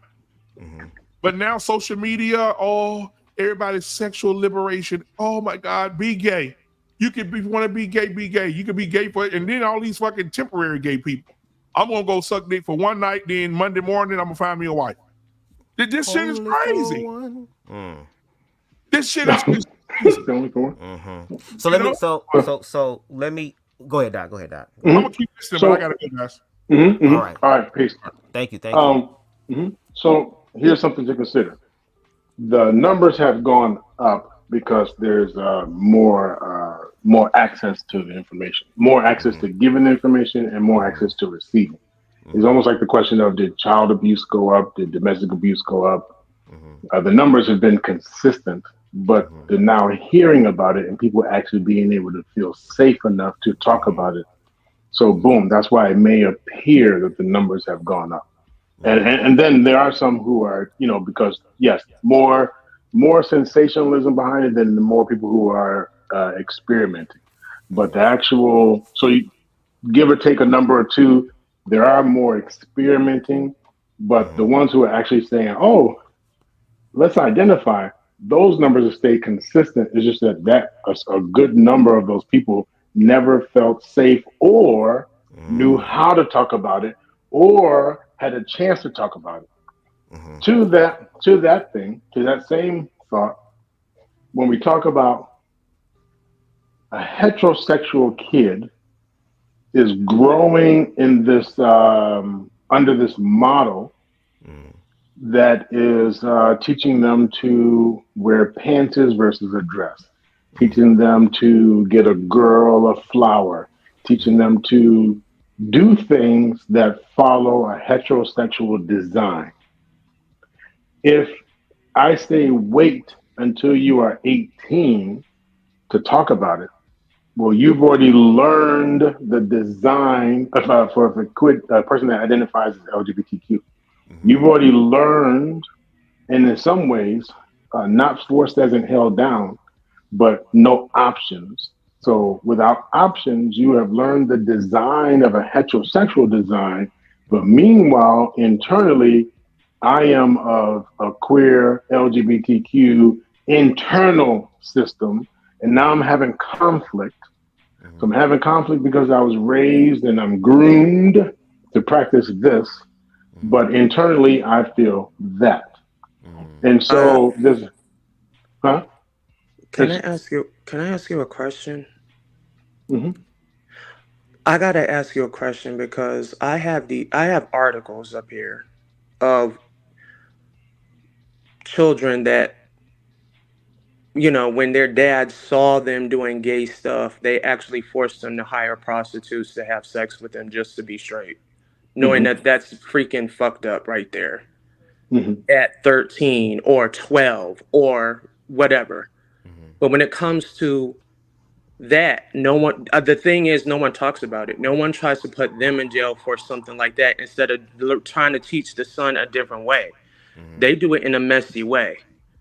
And when it comes to situations like that, then when that kid grows up, he's going to learn to hate these women or hate someone else, and or whatever he's going to do, or hate himself or hate the LGBT, but then he'll sleep with them, but then hate because he grew up in this society where all this other stuff. And the thing is, that's what's happening. And then on top of that, again, no one protects women when it comes to these men that try to pretend like something that they're not. And when shit hits the fan, the women die because the dude, when she finds out that he's doing gay stuff, she gets shot in the head and he shoots himself, or he shoots the children, shoot a gay person, shoot her, shoot everybody else. Right. Well, okay. Let me take this in bite sizes. There's too many articles on that. I'm sorry. Yeah. So let me reverse engineer this. I'm of the type where if a person blows their brains out, that has nothing to do with someone forced them to do. We live that. I'm not dismissing it, but I'm saying what meaning we give to things. So that part of that is that person's mental health. So I hear what you're saying. That is true. We respond, we react to things, we put our lives on the line because now I have HIV, now I have this thing. And what is that? I was just been talking about it all night, Bubz. What is it? It wasn't the identity that I agreed to. So when people are talking about, well, so what, they came from Kenya, and so what? It wasn't the agreement that we had.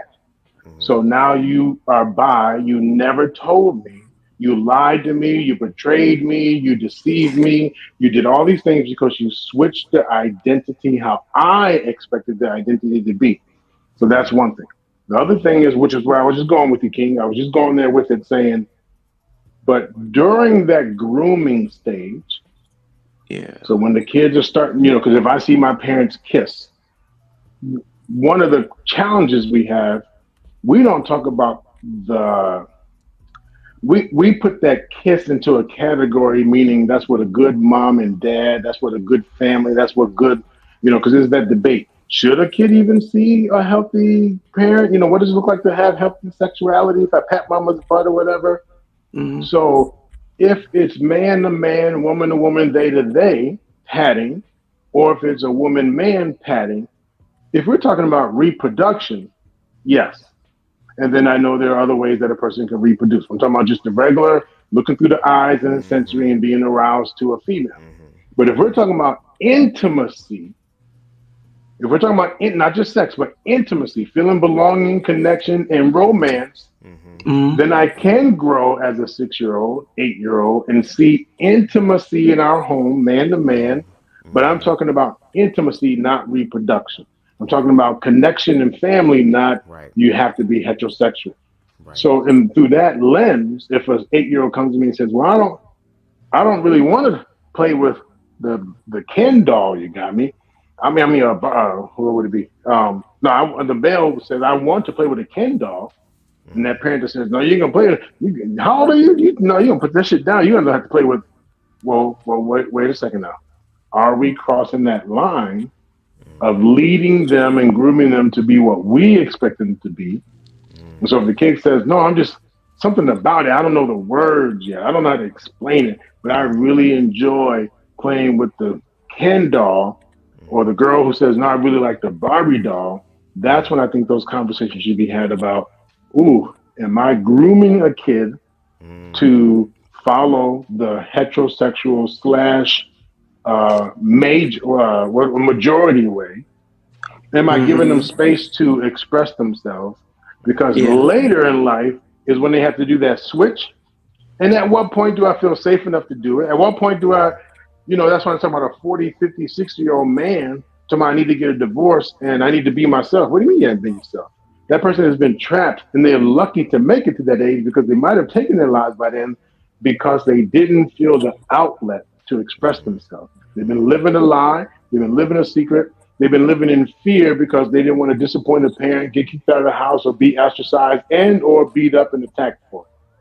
So that's a little winded, but that thing just before you said that, I was going to go that direction and say, well, there are people who are holding on to a lie because that's how they were groomed, but that's not how they truly felt inside, if that makes sense. Right. And yeah. Go ahead. And also, sometimes when they're kids, they don't even have to be sexual. It doesn't even have to be like, oh, I have to be gay or this or that when it comes to dolls. It's like sometimes they use dolls for, if they want to grow up to do hair or something like that. They don't have to be gay just to do hair, or they don't have to be gay just to do, let's just say, cooking. Because I saw, this was I think it was like 2 years ago. I think it was 3 years ago. Okay, so this kid is a boy, had a cooking set. This woman said, "Oh, this is gay, this is like a cook. Ain't no boys are supposed to be cooking or something like, but ain't that a good thing? You want to cook for your woman, right? That's the best thing for that, right? And there's chefs. Yeah, but see, Number what you one, just said, 5-star chef. Right. But with what you just said, that's part of the question of, other than sexual activity, what other things represent queer, gay, so on and so on? Because the second you say that, and I only identify that with two women or non-gender, two identifying loving, same gender loving folks, then I get into that versus, well, why can't I just be queer, not having sex, but I love to do X, Y, and Z? Why are these behaviors attributed to something negative? That's the thing. Why has it got to be so negative and everything else? It doesn't have to be that. Right. And I kind of wanted to speak to some of the points that BMU made as far as like the queer population and, the birth rate. To your point, Doc, if all these things, even though history may have said that these towns have burnt up because of queer people, obviously God does have a problem with it because it's still here. So there is a place and a space for it to be here, even though people may not understand. As far as the birth rate being down, according to what he's saying, I'm gonna go by his statistics.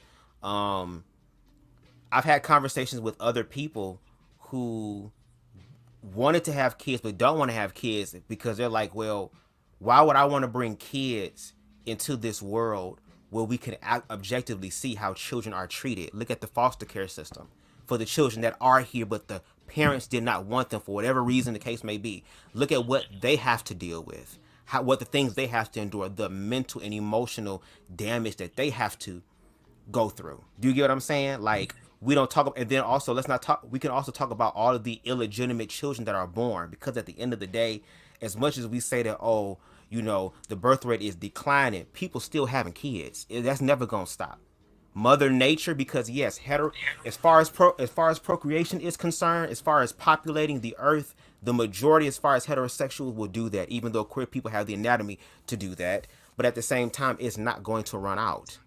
Never. It's not. It's never ever going to run out. The only way it's going to run out is if there was like a mass extermination of people. And it sometimes would be interesting to me how the smallest percentage somehow has this big wide influence. And like you even said, a lot of this stuff could be a phase, but why are we not having conversations to have the resources and the tools and the steps necessary to even see if that is a phase? Because even when those things are offered, again, there's still a resistance. And I'm just going to speak for me. Hearing the conversation, not with you, Doc, but just hearing the conversation about queerness and the way that it is looked at, there can be some way, if I wasn't emotionally aware and intelligent, it would make it seem like the only thing that queer people can do in this system is to go the fuck back in the closet. Because when we try to express ourselves more than just sexual, because like you said, I'm not having sex, I'm abstaining from sex. I'm still gay. I'm an intelligent man who's still gay. I love working out, still gay.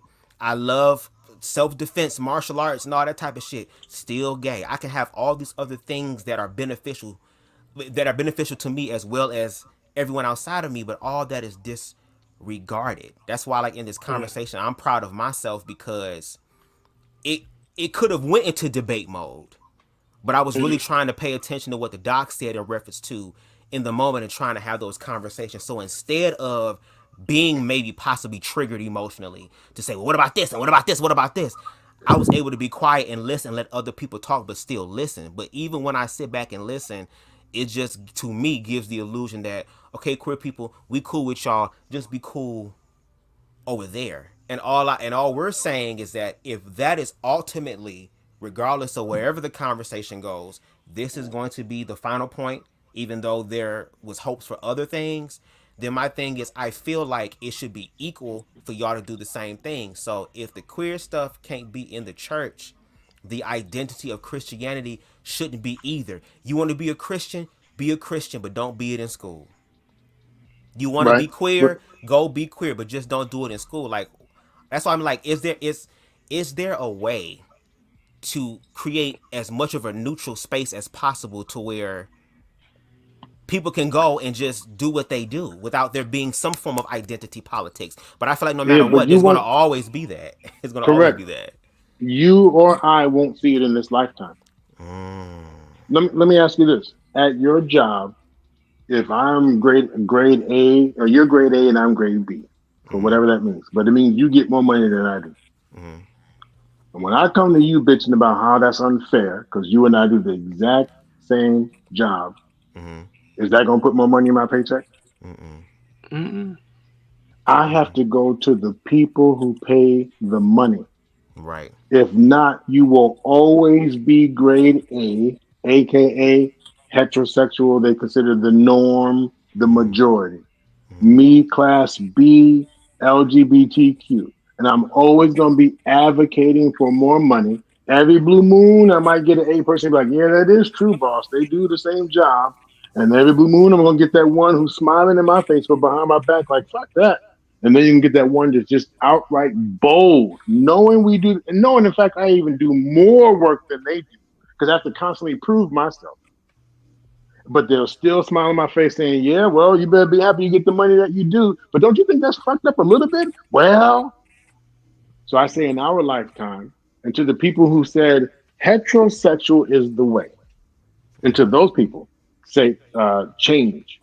These grassroots level conversations are awesome because one by one, we start taking one step forward and we start teaching and educating each other. But until the global, where the money is, because if you take that, Mulvaney, whatever his name is, the guy, the trans person who did the beer commercial. Oh, Dylan Mulvaney, I think that's Thank you. Dylan. What they've been saying, if you go, what is it? If something broke, if you go, what's the quote? I don't know. Yeah, well, for trans, so for him, they're saying any company that now tries to, woke.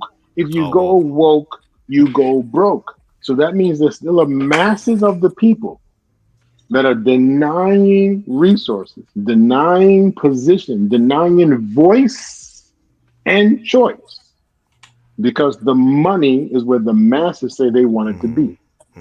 So I hear you, but it won't be this lifetime that we get to the comfortable spot of saying, hey, we matter too, and we're all equal. We just have difference of how we value and love each other. Right.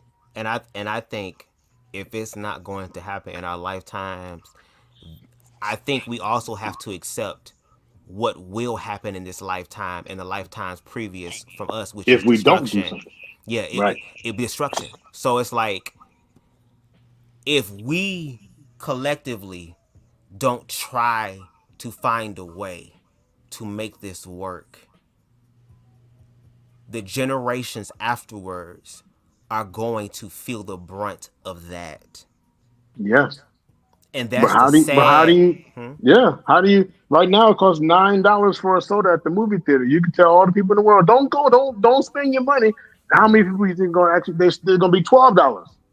Right now, a ticket to a game, to a concert. But no matter how much we complain about it, name a concert that said, well, you know, the masses of the people. No. Yeah. But then when we look, Baseball, boxing used to be free on television. Now I got to pay a subscription. And no matter how much I complain about it, it's still the subscription will be higher next year. right. But that, I think that also goes back to the power of the people and realizing they have the power, because when we look at, I think it's the Montgomery bus boycott, if I'm not mistaken. I could be wrong as far as the actual place, but I think that's what it is. The same thing. They came together and said, no, we will not support you at all. And if we gotta walk, if we gotta carpool, if we have to shift our life around and adapt our life around doing something just so that you don't get what you want, what happened? They had to do something. Yeah. And the thing about the black community is that we are one of the largest consumer groups as people. That's because Yeah. we ain't never really had shit. So it's kind of like I hear, like you said, I hear all of that, and that is a reality right now.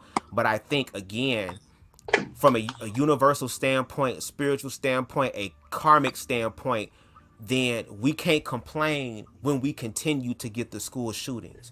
We can't complain when we continue to get the gang violence. We can't complain until all of a sudden you get a knock at your door and it's police lights and they looking at you and they talking about, we're here to talk about your son, we're here to talk about your daughter, your mother, your father, until it's you.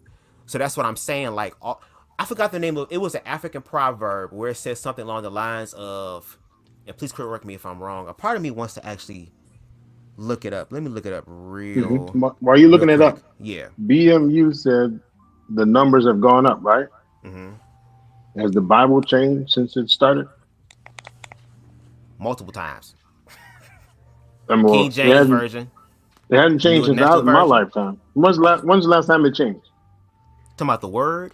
The Bible itself. I know there's a First Testament and Second Testament. When's the last time the Bible changed? Was updated or edited or whatever you call it? When was the last time it was? You have the New International Version. You have the What year was that? Queen. I can look it up for you. Hold on, let me look at this proverb. But there are different interpretations. I mean, different versions of the Bible. Like you have the King James Bible. Usually in religion, that's what you're supposed to stick with, the King James. But there's New International, all the other type of stuff. But go ahead. The reason I ask is because if the numbers have gone up in those who identify with LGBTQ, but the Bible hasn't changed its belief in love one another, love your neighbor, none of that's changed over how many decades? But That yet the part. numbers are going up, right? So I say slowly but surely, but even right now, 2024, the version that I received, so maybe this is karma for heterosexual people. The version that I received is, if you don't do it, I lose my license. If I don't do it, I go to jail. If I don't do it, if I don't go along with it, I'm punished. So maybe the tides are slowly changing. And I still say it won't be this lifetime because it's a huge tide to change, but maybe that's a version of now people are finally starting to listen. Yeah, because I think now again, like you said, we can even use the Bible. The last shall be first, and the first shall be last. So it's kind of like now there is a shift, and that's why I think the information and conversation is important, because from a spiritual standpoint, when you in whatever you put out, you're going to receive that back. And I think that's what's happening. Like, again, when I mentioned how there was a point in time where, as a queer person, you could be denied housing, denied health care. If I am having a fucking heart attack and I need to go to the hospital, this person has the right, again, because of religious freedom, the religious identity, I can refuse you service because it goes against my. But this is about someone's life on the line. But I asked a question before, and I'm going to get to the African proverb, to another queer person who had some anti-trans stuff. I said, okay, hypothetically speaking, let's say you have a heart attack where you need a heart transplant ASAP, and you're being airvac'd to the nearest hospital, and the person who is able to do that in the nearest vicinity in reference to your time frame is a person of trans experience. Would you allow this trans person to perform this life-saving surgery on you? Or will you really stand firm in your belief and your identity and say, nope, I'd rather go to the kingdom, I'd rather go to the gates than to have you end up putting your hands on me? And you know what he said? Save my life. So again, when it benefits you, you can see that. But then it's like, that's the issue. But then the African proverb says, the child who is not embraced by the village will burn it down just to feel its warmth. So with that being said, if we don't continue to put the work in to actually help the next generation, we can't get mad when they act out of a different way. You get what I'm saying? So it's like, but we how long, have to accept that. How long? People don't know. I don't know. People actually measure how long it's going to take for that village to burn. Right now, with everything going on, they said the white male is the enemy. I mean, shit. How long did it take for that to happen? I mean, I'm talking about didn't we say slavery was for 400 years? So if the white man is just now getting to the point where people are like, oh, it's bad, and it's 2024, it's going to take a minute before others say, oh yeah, now we need to start accepting. So yes, it will happen. But until then, there's going to be pushback, there's going to be fight, and the majority is going to say, fuck that, I'm not getting down. And there will be someone to say, well, shit, plan my funeral. Let me start writing my shit right now. If I got to take a gay heart, fuck that. You think you're going to turn gay because if it's part of it, because I'm locked into the identity. And I told you identity, we talk about identity politics. But in therapy, people don't know to come there and talk about identity issues. They come there talking about justice this and justice that. And most of the therapists get right into that and they talk about the situations. Every week, how did that go this week? How did that make you feel? I say, even in my industry, or not mine, but the industry, folks, licensed people, therapists, counselors, all of us, we have to stay on top of the best practices possible. And I say learn multiple different versions. If I had never gotten into forensic psychology, I don't know if I would ever really learned about root analysis work. And I'd have been dealing with the surface stuff. You had a bad week. But if I didn't know about autism and I didn't realize, oh, there's some autism stuff going on. Oh, there's some ADHD stuff going on. Oh, there's some, if I'm just saying, oh, you're gay, what does that mean? Is that an illness? Well, because I didn't, but if a person doesn't learn intersectional stuff, oh, that might play a role. Absolutely. And the same way you just magically was heterosexual, how do we not know that a person was not magically opposite of that? How do we know? If we just shut it down right away because it doesn't look like or sound like. So the question is, how do we coexist? And then how do we coexist without killing each other? Well, we're being told that we can coexist as long as y'all coexist over there. Well, in some ways, remember about the gangs. Well, yeah, we can come together, but because we're raising the rate of killing each other, we'll lower the rate as long as you stay over there. But then I can counter that and be like, well, Bubz, you know how much I'm hearing from the people running for the president and who's already been president? You know how much now we've gotten into individualism. I don't need a man. I don't need this. I don't need that. I don't need this. I don't need that. And yes, Dr. Nakambi, you have 8 years of education plus postdoc education, but I can do that in 8 weeks. Oh. So I hear you about stay over there, but our USA is becoming about everyone stay over there. And the pandemic, stay home, disconnected, apart from each other. Yeah, but I think they also had to find, I think it was able to also help people to adapt and find new ways of communication, which is why like all these panels and podcasts have been birthed out of these Oh, experiences because yeah. of that. So, This is I another mean, topic, but I just want to tell you a side note. I totally agree with you. It is a death trap. I'm trying to tell you how many numbers have gone up. I just told you I went through it myself. The amount of depression. These panels are not about brotherhoods. These panels are about kill, kill, go against each other, go against each other. All those pills you named. Count how many educational things are on there versus compared to how many entertainment things are on there. Count how many shows are about because Bubz, to be honest, most of the shows I listen to yours, it's like, ooh, tonight, are we talking about the skills to bridge? And then naturally it turns into, well, what if this and what if that? Because we need to feel equal first. We need to feel like you even recognize me before I can even talk about, why would I bridge with you? You don't even respect me. So we haven't even had those conversations yet. So I say yes, but keep this in mind. There's a certain source that is allowing a 9-year-old to get on there talking about pussy, shoot 'em up, and bitches. But if you go back a certain generation, you could not have that on the media.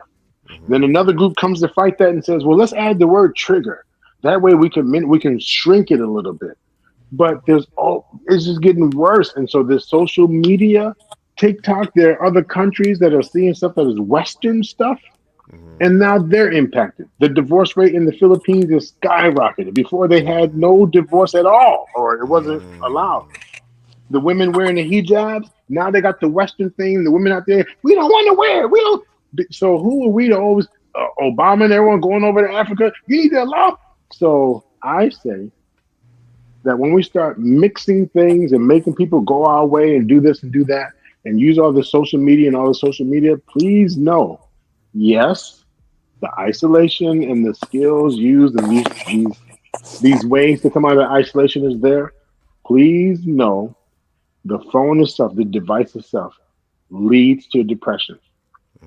It is an overload. Our eyeballs are our receivers. Our dopamine rush and our serotonin only produces so much an hour, so much a minute. And every one of these videos I watch. So the work that I do, I'm dealing with murderers, I'm dealing with rapists, I'm dealing with the victims, I'm dealing with depression, anxiety, body dysphoria, stress, trauma, and domestic abuse. So already my serotonin and dopamine is whoop. Then I'm going to get on the social media and my thumb is just swipe, swipe, swipe, swipe. And then I can press rewind, rewind, rewind, rewind. And then I can even laugh at a dog that's playing by a creek or whatever, or not a creek, by some water, and the alligator gets off. I'm like, God damn. Instead of me going, oh no, rewind. Oh no, rewind. To the dog being eaten by the alligator. Then I'm searching, damn, are there other dogs getting eaten by alligators? The one brother, I can't think of his name, had a mental health breakdown in the Bronx. And he's out there yelling and stuff, and people making shows laughing at him. He had a mental health breakdown. I can't think of his name, in the Bronx. And they made show after show after show, teasing and laughing and teasing and laughing. So, Bubz, I tell you from a clinical perspective, just contact other companies. Not even the government. Just contact other people. Contact the hospitals and clinics and ask, is there an increase in mental health depression due to social media streaming? It is increasing and increasing. And that's not a jab like, oh, the young gen. I'm trying to tell you the sensory overload, it leads us to depression. And when I talked about the kindness, and I'll land my plane because I acknowledge I'm dominating the time. I apologize. No, you good. When we talk about depression, I can not only maintain the feel good, I get depressed, but then the fantasy. The people over, come on, you know Spud Webb was 5'8", but when he went to the NBA, how many people kept saying, you won't make it, you won't make it, you won't make it. And now I can watch video after video after video telling me, you don't have to do this, you don't have to do that, you don't. And then I'm taking that home. Well, Instagram said I don't have to, and I don't have to, and I don't have to. Changing systems, some of it good, some of it not so good. But you have people taking risks, thinking they can do things that they can have never been able to do before. One part is, yay, we can. Okay. but how many lives are we impacting in the name of fantasy? So anyway, that's my whole thing about the about the pandemic and the social media, and now how we're rebridging. We are not reconnecting human to human. We are connecting through the internet. We are connecting. Even when I say, "Hey, let's do this show live," well, let's get together real quick online. So the whole human experience is reduced to online, and the money and the companies are making money after money. I mean, so much money. Exactly. So anyway, that's my 2 cents. Sorry about that. No. You are definitely good because, like I said, those are the conversations I really want to have. Like, I'm all for edutainment because unfortunately I realize that people have to be entertained in order for them to stay tuned to stuff. So I don't mind all that. But Right. again, it's like I think it just shows the conditioning of Yes. just us as human beings to where we've lost the essence of humanity to where I feel like on all parts, everybody wants to be the main one, the one above all things, as opposed to honoring each other's experience and existence. Like when I Right. spoke earlier about America being a country where you have the right to practice whatever religion you want. Yeah, maybe the founders were Christian themselves, but they didn't say everybody had to be Christian. It was they actually left where they came from over here to Right. create a space to where there is freedom of religion. But then it's like to try to have the conversation. I don't know. Maybe I just haven't accepted the fact because I know you said it'll never happen in our lifetime, and there's just something a part of me that is like so resistant Oh yeah, against resist it. that. No, It's resist it. In very fact, fight it is and make it. Yeah, do opposite. Do. I mean, I'm right there with you. I'm here for it. I'm here for it. yeah. Yeah, But go because I back could to Go ahead. Go ahead. Go ahead. no, but I was saying like, just I guess that's the empath in me because again, like I've already been bullied, made fun of and stuff, and I could have allowed that to make me a destructive person, or I could have went out and let that hurt infect me to where I hurt other people. But in the midst of that, I was still helping other people. So it's like when I have these conversations or try to have these conversations, I don't be doing it to be like a troll or anything. Like I really genuinely be trying to find the connection because at the end of the day, innocent people lives are being affected. Innocent Yeah. people lives who are Christian are being affected. Young innocent lives that are queer that is being affected, and it's all by the hands and the interpretation of the adults. And it's like Yeah. this is not really solving anything because a lot of the adults haven't really healed from their own stuff or not even aware and being honest enough to heal, which is why it's The- sad that a lot of these conversations that are full of information, like you said, they don't get the views because they're not entertaining. They're not a place where you can come and unload all of your shit on. This is a place, like you said, to learn and unlearn, to learn again, because this is life. Like Right. we have to keep growing in life, but it Right. just But sometimes it do just you, do you hear that contradiction? And King, please do jump in. I don't want to monopolize it. Please jump in. But do you hear the contradiction? What? It's the adults, right? But then we just finished saying that we should allow kids to make their own decisions. So you hear the contradiction? The adults should be doing better, so the kids would do better, or the whatever. But even if the adults do better, we should be allowing the kids to make their own decisions. So it's a rub. It's a constant rub. And I'm not saying one is right over the other. It's a constant rub. That's why these conversations are important. And if we have to do them until we're dead and long gone, and we just keep doing them until we can do them till my brain is gone, I'm gonna keep doing my part. Yeah, and same But here. it will be a long journey. And then people who can really influence people, are they getting out there doing their part? Because you mentioned some ass and titties, and I promise you, you'll be able to get past your 8,000 subscribers.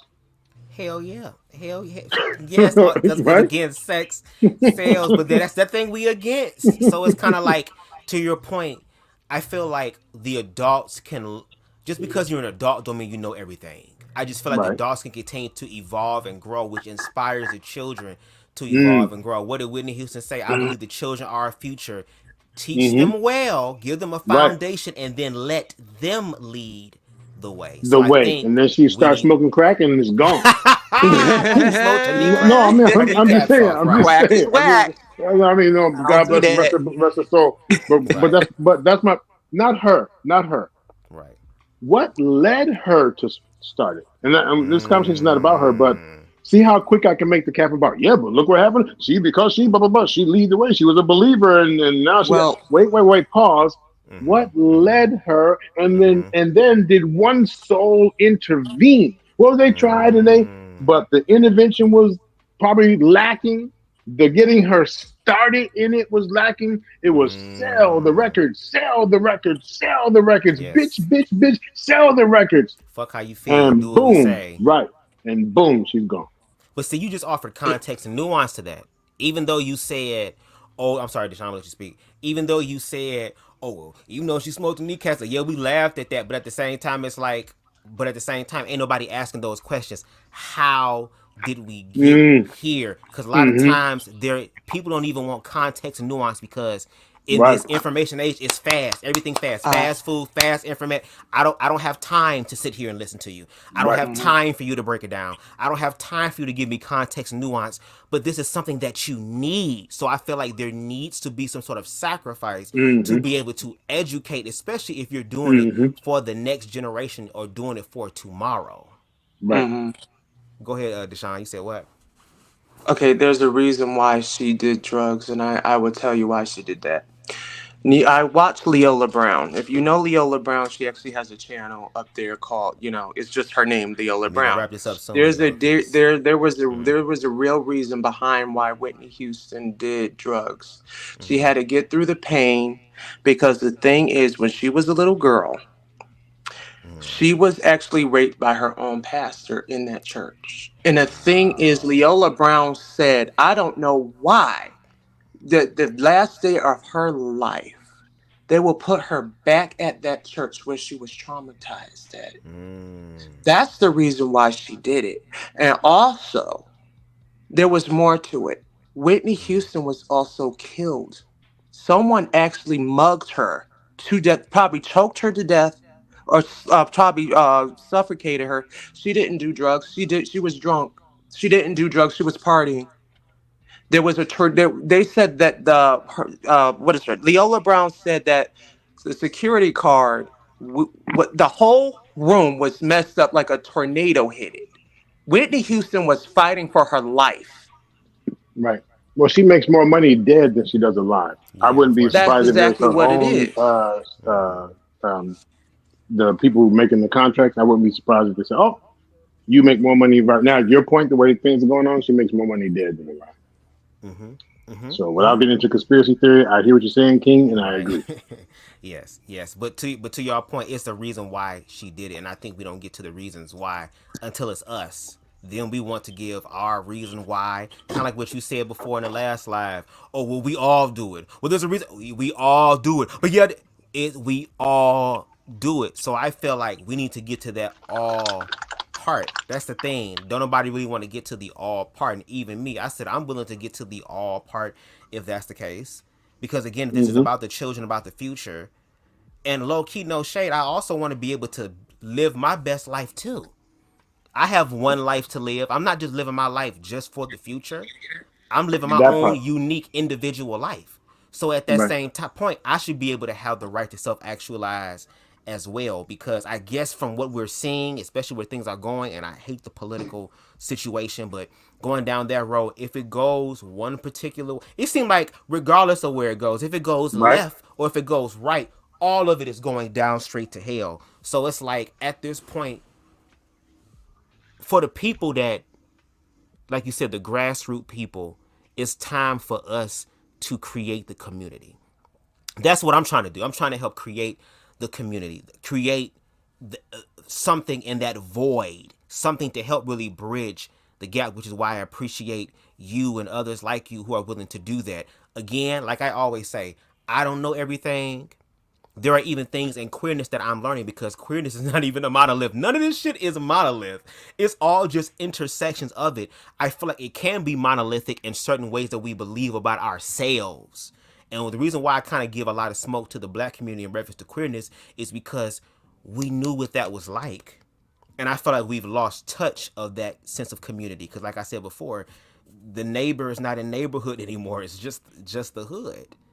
So there's a lot of work that needs to be done. And I even have to learn the way. And like you said, Doc, which is very, very good, I'm also learning how to have boundaries, because me doing this stuff a lot, like I think I didn't go live for a day or so, whatever, because I literally had to decompress from consistently watching that gang clip over and over and over and over and over and over and over again of just people being unalived. So it's like, I know in a perfect world it would be different, but I just wish I knew, or I just had the directions on how to help change the narrative for this, because this shit also affects my life. I am a very intelligent black queer man, but that does not mean that I'm exempt from a hate crime. It does not mean that a bullet from somebody else that's not meant for me hits me. And it's like, I guess have to accept the fact that that's a part of the reality. But if I have to accept that that's the fact that that's a part of the reality, everybody going to have to accept the fact that that's a part of the reality. This is what I ask my clients, and this is what I invite to another conversation. Yes. I ask my clients, why are you here? Like, what is your main, the ones who are coming saying they don't feel acknowledged and they're trying to identify. I ask, why are you here? Who gives a shit about your sexual identity? I mean, like, why? And what makes you so, what heterosexuals don't run around. Well, because they're privileged and they're a majority, correct? Let's go with that.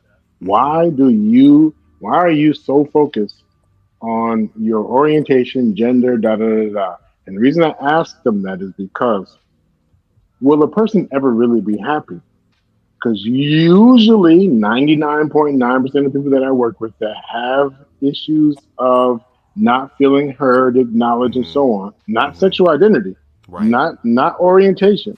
Right. The people who have issues of just feeling heard, acknowledged, validated, they have this thing called inadequacy. And until they do the work on that, it will never, ever, ever be enough. I have more degrees than a thermometer and still just as dumb as a box of rocks in certain things, right? In certain things, I'm just still, I don't know. But how come so many degrees? Well, because I want to make sure I'm qualified equal to a white man. How come so many of this? How come it doesn't stop? How many social certificates? And even though if I finally get acknowledged, but right to this day, there are some people who's like, oh, this is Dr. Fisher, and Dr. Fisher, this is so-and-so. And it's like, oh, why wasn't it not Dr. Meet Doctor? Is there something on my forehead? I mean, like, and then guess what? There's another certificate, there's another license, there's another new thing going on. Let me go get it. And then maybe now I qualify. So I say another conversation to help bridge the gap. At what point does a person recognize no one is coming for you? No one is coming for, in my opinion, my opinion personally and professionally, at the end of the day, no one is coming for us. When you are down, down, down, you might have one or two companions that when you're down, when you're up, they're up. But the rest of the people are only with you when you have status, when you have money, or when there's puff, puff, and pass. You lose that, they are gone, out of sight, out of mind. The other people just they'll fight with you. Puff, pass. Yeah. They'll fight with you. It feels good. They feel like a companion because they're willing to fight for you and with you. But they will take your same vulnerable information and throw it in your face and fight you. So at the end of the day, who is coming for you? What is this need to be able to say, if we were talking about bridging the gap, it should just be, I'm from this neighborhood, you're from that neighborhood. How can we make sure we get along? Why is it about, well, just make sure you accept if I do this. Make sure you accept if I do that. Make sure, don't beat up this person. Don't beat that. Why are we, all of us, why are we stuck in that mode? Yeah. Who gives a shit if you lay with a man, a woman, a non-gender, if you lay with a goddamn tree? Who cares? If I get all the coochie, if it has gonorrhea coochie, or if it's just clean as a whistle, who not the strawberry shortcake cookie. Man, coochie. But why does that matter? Right. And not just sex, but people show up at work all the time. They want to talk, and express. Who cares? Well, shouldn't you? No, there's no law that says a person has to care. So I challenge and I say, I think we should bring those up. I mean, like when I have some of these town hall meetings, I'm asking people, all right, I'm glad we're here. You just made a threat that if you don't do so and so, you're gonna wipe yourself out. Why would that need to be part of the conversation? Well, people need to know how well, why are you here talking about it? Why haven't you done it? And I'm not trying to just sound mean about self deletion, but I'm asking, how did you get to this point? And I've been thinking this way for years, and you're still surviving. Now, so when are you? But they use it as a talking point. They use it as a manipulation point. And so then I ask, what is it that you really want? I want to feel loved and accepted, no matter if I go left, right, forward, up, or down. I just want people to know, don't treat me like an enemy. Treat me as a human being that's lovable, that's cared for, and I'm definitely open to giving it back to you. Oh, cool. Let's have that conversation. So I just want to invite that to all of us, no matter what, where you land with gender identity, sexual identity, no matter where we land, are we able to have the conversation that our fears, our anxieties, our mental health, our addiction, our belief of inadequacy, all those things, are we working on that as an individual so we can even extend a bridge to someone else? And I definitely want to. Like I said, I want to do the best I can. If we have to have these conversations 50 million 11 times, that's fine until we get to that point. I think that should be like one of the next lives if you decide you want to come back, because I know again you doing what you need to do. But I would love to have conversations where we can just go ahead and just unpack our fears and just be human. Of course, yeah, it might be certain elements of our own identity, i.e., BMU, religion, me, queerness, all these things, and it can help us also unlearn certain societal or stereotypical things that even we may unconsciously support, to be able to say, you know what, let's remove that and actually get to who we are. And I think, to like you said, to your point, the only way we're really going to feel happy is when we're actually happy with ourselves. Nothing outside of us should matter. But because the world we live in, we're told that it should matter when it shouldn't matter. Because like you said, to your point, all we want to do, I don't care where you are, every human being wants to be loved, affirmed, accepted, and included. And it shows the mental state of where we are as Americans and as people when we fight against that or create fear narratives around that. Yes, we have to work through these conversations, but key word, through. Go through them. The fear prevents that. But that's why it gives me hope that even though the majority may not understand right now, there are always people who, again, the minority. Isn't it funny how it's always the minority that come together to try to make things work? So I guess at this point, I'm just going to have to accept it for what it is, even though it kind of hurts. And it also is a little scary because, again, I'm not a feminine gay man, but I am a gay man nonetheless. If I want to walk down the street or go somewhere with my partner and we're holding hands and I decide that I want to be intimate with my partner, whether it be a small little kiss or whether it be me holding their hands or putting my hand over their shoulder or we're just caked up on a bench somewhere, it's a shame that I have to look over my shoulder and be aware of my surrounding when other people around me who are heterosexual don't have to worry about that. So I guess that's something that I just have to accept. But what I'm saying is that if that is the exception, not everybody is going to think of it in the way that I do, to where there are some people who are going to resort to being defensive or automatically going to the last resort in a situation because I already don't feel safe in this environment. I'm doing something that is considered out of the norm. It's a possibility that somebody will walk up to me, and there's also another possibility that they may do something physically to harm me. So what do I then do in that situation? Do I just assimilate and not do anything, and that can fuck up the relationship that I have with this person? Or like you said, do I take that risk? But see, that's the conversation. Yeah, but see that while we're focusing on do you accept me as I am, I'm saying, whoa. How do we talk about bridging the gap regardless? When I see a parent yelling at the kid at the restaurant, blah, blah, blah, blah, and I go over, ooh, excuse me, it's none of my business. You got them right on your business. I said, but listen. I said, what are you concerned about? I said, well, here's the deal.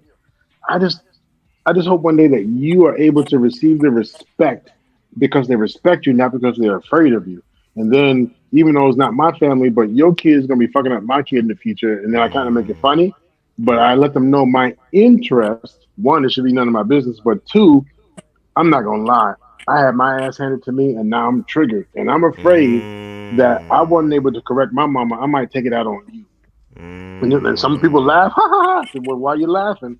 Don't underestimate a person in pain. Don't underestimate That's why when I hear conscious TV say you can grab his 45, I said don't underestimate a person in pain because they know they're not going to stay in pain. They're not going to stay in fear. They're going to start responding in a way to let you motherfuckers know I don't play that. And it seemed like they had to learn the hard way before people start changing.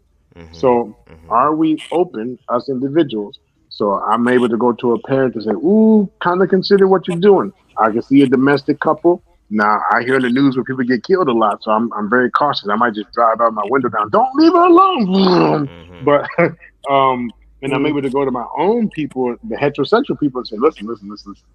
Why are you fucking with that person over there? Well, look at them. They're fruity. You just as fucked up as they are. What makes you so different? What makes you so different? Well, because stop. Again, not everyone has to let the mouse go. Not everyone has to let the spider go. You know, if you want to feel like you got to kill it. But then my question is, what was that spider doing to you? Well, I don't like the way it looks. That's your problem.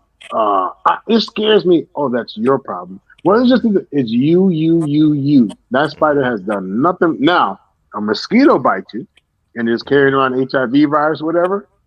We're talking about something different because there's potential to cause me harm. But why are we? And then also, I'll land with this, and I thank you so much for the space and opportunity for you and those listening. It's about time. There are bears that are only in certain parts of the world. There are tigers that are only in certain part of the world. I'm not saying we have to isolate, but do consider there are just some species. There are some animals. There are some plants. There are some beautiful things in the water, but they're not in all parts of the water. They're not in all parts of the world. And sometimes we may figure out this particular community doesn't fit for me. This particular whatever doesn't fit for me. But until it does, no one has the right to hurt me. Until it matches, like I have a motorcycle and I live in the Midwest, but I can't ride it all year long. My winters are longer than the summers. If I want to go somewhere where I can enjoy it longer, I would have to move. That's messed up. Well, until I can control Mother Nature. But we're talking about humans that have more control than we can over Mother Nature. Right. So therefore, it doesn't make sense to me. It makes sense that I can't control Mother Nature, but it doesn't make sense that I can't talk to another human being and just have them understand my way and have them just say, you're right. No one is trying to fuck your kids. I mean, I don't like kids, but you know what? If your thick skulls and and you're denying them and they're going to end up being just like I was, angry, hurt, confused, bitter, sore, why would I let them have that? Why would I let them do it? Because if you're not going to talk to them about it, I will. And now we have a war on our hands. Well, you're not going to be talking about kids, blah, blah, blah, blah, blah, blah. And then we say they're not your kids, they're all of our kids. Because guess what? You might have spit them out minus religious things. You might have put them into the world, but after that, they're on their own. Yep. And I think that's the biggest thing. And then I'm gonna let y'all get y'all final thoughts. I'm done. Yes. But I think that's the thing that you just said. Like, I think we all just need to address that again. Like you said, there's fears and insecurities there, and we have to be honest. We put on this show like we're not afraid or we're not scared. Even with training, even with all these things that is supposed to prepare you for that, nothing prepares you for the actual experience because now you're in it. This isn't a training thing where if you fuck up, you're good. This is real. This is life or death.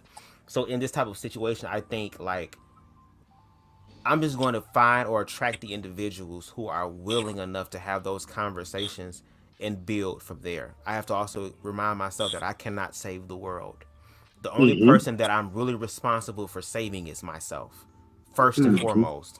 I can go ahead and help give information to the world to help the world be a better place. But I think it's just also the empath in me that cares about humanity, that wants to see us be better. And it's like we're in the information age. It'd be one thing if we were in an age where we didn't know any better, but now we do. Now it's about what is it that we believe.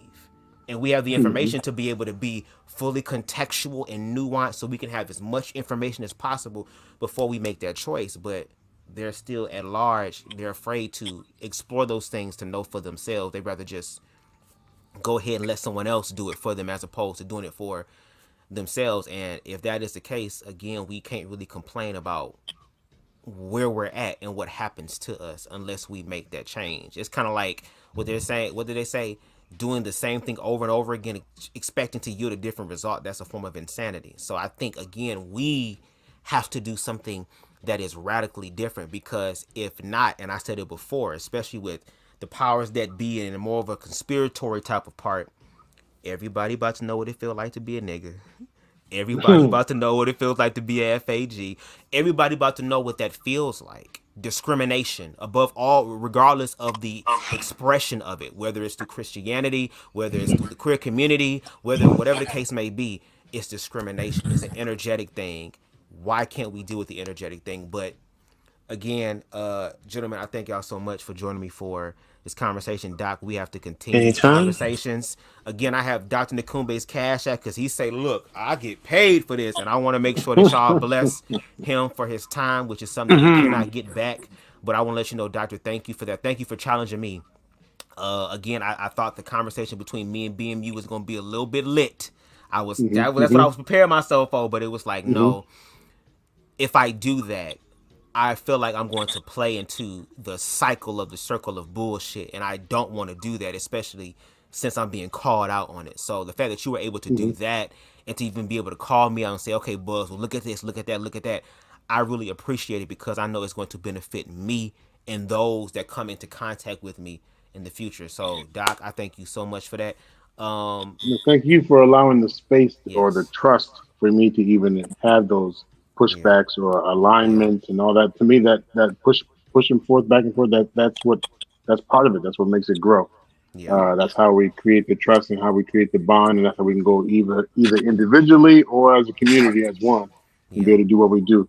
So I don't take that for granted. I don't take it lightly. I don't take it as, oh yeah, I'm the expert. I take it as an appreciation, as a privilege for you and anyone else in the community to allow me to do that. BMU and the community over there, for those, I take it as a privilege for those who allow me to say what I say and do what I do. So I am honored. Thank you for everyone on listening live and or the replay. If we didn't get to any of your comments, I apologize for anything that I missed, but I'm sure Bubz will let me know. King, it was an honor to share in the same space with you. Yes. And I appreciate the challenges, the pushback, the questions, all of it. That's part of it. Bring the smoke. You brought the barbecue smoke with the Uncle Sanders on. Right. I mean, but hopefully we're not afraid to have these tough conversations, and if we are, then we probably should do the work. So Deshaun, and who else was up here that we had shared the space with? Queen Stevie. We had Harold, who was there for Harold. Harold was up here. Yes. And shout out to BMU for coming through. Yes, style by Stevie and BMU for sure. And then like I said, I haven't abandoned the network. It's just the stimuli of it is a little higher, so I just take it in slowly but surely, in doses. So we'll catch up again. Another 1 hour, 2 hours that stretch to 3 or 4 hours of this wonderful content. Yes. We may land with where we don't agree. We agree to disagree, but at the same time, I ask all heterosexual people to recognize your privilege, our privilege. I ask that you recognize how you are spewing out hate versus a concern. If you have a concern, we all have concerns, but how are we expressing the concern? Does it put other people's lives at risk? That's something I want us to think about, because at the end of the day, when BubzDaGawd says, wait a second, one day you're going to need us. If we're talking about right now the election, what if they, here's a prime opportunity to say, whoa, you might be on to something. We might need to learn how to get along. No matter who ends up being the leader, either way, they're going to be both of our leaders. So we're going to have to deal with how to get along. At the end of the day, if I'm worried about what you're doing with the children, and it seems like I can't win that, then why not align with you? So I'm at least hoping that you're teaching them something that I want. But it's not about stealing the children. As much as I say, for the heterosexual folks, for us to recognize, especially now, you're talking about working 3 jobs, you're not going to be there for the kids, and the first person to say, I'll pay attention to you. So I say, don't worry, don't put all your eggs in the basket about what someone else is doing to your kids if you haven't even done things for yourself. That part. Yourself for the kids. All right. Peace, love, and grease. You guys take care. Yes. Peace. Yes. Take care. Good night. All right, Deshaun, you have any lasting thoughts? on the conversation. Again, shout out to the doc. Lasting thoughts. Yeah, for the lasting thoughts, I have to go to population. Also, when it comes to population, and when it comes to, oh, we need more population of black people, how are we going to have population of black people when black people keep killing each other? They keep killing each other, but again, when people keep saying these men got to be masculine, but what kind of masculine are you trying to direct them? Are you trying to direct them to violence? Because the thing is, the violence has been going on since 2005, where 500 freaking black people in New Haven got killed by and then you can just be killed, shot in the head. Look, I remember when there was a black dude that wanted to be a he was about to be a basketball player, get shot in the head. Wow. Again, and the history continues. Like, the history just keeps continuing. It's like a cycle. I mean, how is men going to either respect each other? Either it's going to be violence or it's going to be peace. Or where do we get down to the middle part? You understand? Because the thing is, a lot of people want to try to say, "Oh, this is they're like girls," or "This is like this," or "These men are just too weak," or anything like that. But how do we find the masculine, the divine masculine? How do we find the real masculine? Well, I guess the only way we're going to discover that is through these conversations, which are very, very important. And I want everyone to know that, especially for the ones that really want to have the conversation, it's going to take a lot of mental and emotional fortitude to do so. And not everybody is going to be able to do that, and that's fine. But for the ones that are able to do that, I am asking that y'all please continue to rise up and to continue to share y'all voices. You know what I mean? There's so much that we all can learn from each other. And I think some of us, and I ain't gonna hold you, even me included, had kind of got wrapped up in the whole aspect of, okay, well, since y'all doing it to us, we gonna do it to you, out of response of the fact of y'all not listening to queer people. This is why I kind of did the live the way I did it with the gang shootouts, because it's like, okay, let's really have a conversation for real. And at the end of the day, the children are suffering. The They're children are suffering all the way around. They're suffering all the way They're around. always the ones that suffering. They're the ones that are being trafficked. They are the ones that are being abused. They are the ones that And then they grow up to be crazy. Yeah, but then those are the ones that are being groomed by other adults in reference to control, whether it's hetero, homo, whatever the case may be, male, female, man, woman, it doesn't matter. A lot of children are being exploited, and I think that we also need to start incorporating children's voices because that's their experience. I have a book over here, one of the spiritual books called, I think it's called the Book of Cryon or something like that, where this person kind of channels this energy and this entity, and they have this section in reference to parents, and just saying, like, parents have to understand that when you have children, you are bringing another life form, another life force, another human being, another spirit into this natural human experience to have its own experience. Yes, it needs to be taught about the ways of this reality, of this dimension, because they came from a place where everything was already taken care of, already secure.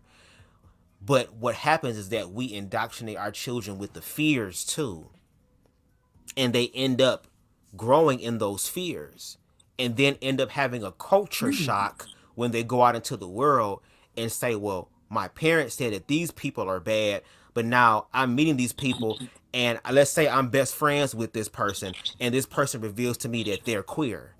Oh, well, in my head, my dad says this, my mom says this, organized religion says this in reference to the belief aspect of it. But now that I'm having the actual physical, visceral experience, tangible experience with this other person who I'm cool with, I vibe with, he's like a brother to me, but he just told me that he's gay. Imagine the culture shock and the conflict and the destruction of that friendship that was beneficial to that person. So again, I think we all have to face the fear, and the only way that's going to happen is by loving your damn self. That's why I infuse everything with all of my talking points, whether it's online, offline. It's about loving yourself. You have to know who you are. You have to stand strong in who you are. And even for the people who stand strong in who they are, even they need community. Because sometimes being strong by yourself is damaging. You need people around you to be able to love you, to affirm you, and to lift you up. And I just hope that we can get to a place where that can be universal for the children. That's just hope. That's what I hope it is. But Deshaun, thank you so much for joining me for this live. I'm gonna go ahead and read a few of Dr. Nakumbe's comment, or the doc's comments, and then I'm gonna get my final thoughts, and then we're gonna log off because it's almost 3:00 in the morning, and I know it's gonna be this long, but I appreciate it. If it has to be this long, it's gonna be this damn long. It has to be. It has to be. Like we need to find a way to make this entertainment. No, but I think we gotta, again, that gives us an opportunity to look at it in a different type of way. If we keep doing the same stuff and nothing's changing, we have to do something different. Trying to kill the queer people off didn't work. Trying to kill black people off didn't work. So if they're a part of this experience, why can't we learn from this? But we have to learn from ourselves first. We have to hear our own voice. And I think that's what's happening, especially with 2020. The whole world was shaken. Whatever identity that you have outside of you is shaken and is falling apart. And a lot of people are getting fucked up and losing their minds because they don't have identity in self. I heard one person say that we look for God everywhere outside of us except for the one place that God, source, universe, consciousness has always been, which is inward. Inwardly. We don't know. We haven't been taught how to look inwardly. Even when we do try to look inwardly, it's seen as an evil thing. Right. And that's something that we have to deal with, but that's another conversation for another time. Let me look at Doc's comments. Let me see. Always an honor to share in the space. Thanks for keeping a level of stimuli that was not overwhelming. I still say that we need to get to bridging more than tell me why this. For me, it's not about a side, it's about humanity. Dialects say both can be true and right. And that's what I want to get to. That's definitely what I want to get to. Get to that point. The gray area where we can try to come together and work. And my thing is, I don't want it to have to be under the guy, because it seems like we really get to that point only under the guise of, like the doc said, survival, or when chaos happens. Because I feel like even that's not an organic thing, because if we can't come together in chaos, and then afterwards we go back to our regularly scheduled program, that says something about us. That says something about us. If this is the enemy of my enemy is my friend, then let that be said. But I don't want to deal with that. I want to deal with the individuals that care about humanity. And if that is only just a few damn people, I don't give a damn. I'd rather be with those people. You know, so it's a lot to be said. I'm not even going to pronounce Okira. I hope I said that right. Unfortunately, we don't know what self means. We have two selves. We only understand one. Exactly. We have our light side and we also have our shadow side. Like the pain, the grief, the hurt, the abuse, the rejection, all this stuff also is an opportunity for us to learn from it. Oh my God. Because even though these things happened to us and we may have not had any control about what has happened to us, we are responsible for the cleanup of that situation inwardly. We are responsible for that. So I think if we can start having more conversations about the self, what does that look like for human beings? Fuck it just being black. Fuck it just being queer. What does it look like for human beings to self-actualize? And I think you have to self-actualize first. Build your own independence before you can be of any real, true, genuine benefit to the whole. Michael Jackson said it best. Shout out to the king of pop. Shout out to him. Okay? I'm starting with the man in the mirror. And I'm asking him to change his way. I got to start with me first. So these conversations gives me the opportunity to look at myself outside of myself. Because like the doc said, oh, Bubz, there's some contradictions there. Oh, really? Show me what those contradictions are. And he did, to where it was like, now I have the opportunity. Now I have the ability Now I have the awareness to say, okay, how do I look at it differently then, to where this puzzle piece might actually fit? You know what I mean? Okira said, now, no, the internal self, the collective self is the most important one. It can be the most important one if you have already mastered the art of self. Now you've already mastered that. Now you can go ahead and help contribute to humanity, which humanity, to your point, is the most important thing. Humanity needs more love. Humanity needs more awareness. Humanity needs more connection. Humanity needs more inclusion. Needs more. It needs more of that. All this shit that we're seeing is literally, in my opinion, the lack of love, the lack of awareness, the lack of affirmation, the lack of community, the lack of inclusion. There is a lack of these things. How can I be able to fully, how can I say this? How can I be able to fully impact the collective if I don't even impact my own self? Right. I have to know for myself. I mean, for me personally, that's one of the reasons why I walked away from organized religion, because I was hearing the voices of other people who also was struggling, trying to make it work for themselves, to where it was like, no, I had to be able to find that one voice inside of me that said it would never leave nor forsake me. I had to figure that out.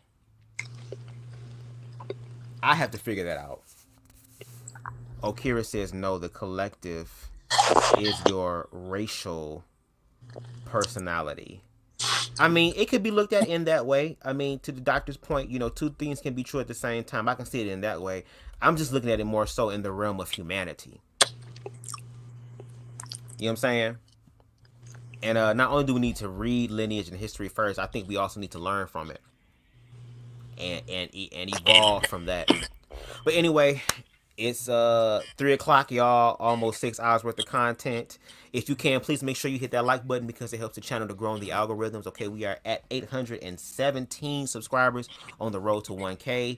Okay, if you like the vibe over here on BubzDaGawd, with our out-of-the-box thinking conversations, even though it may be unfamiliar, even though it may be like, whoa, what is this? If you want to have those conversations more, you can definitely hit the subscribe button and make sure to hit the notification bell so that you can stay up to date with all of my lives and my edited content.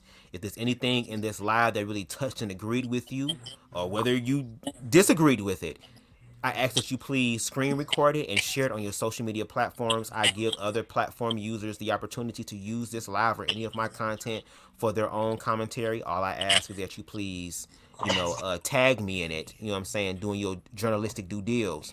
Okay? And if you feel compelled, you can definitely hit me up in the Cash App, $BubzDaGawd.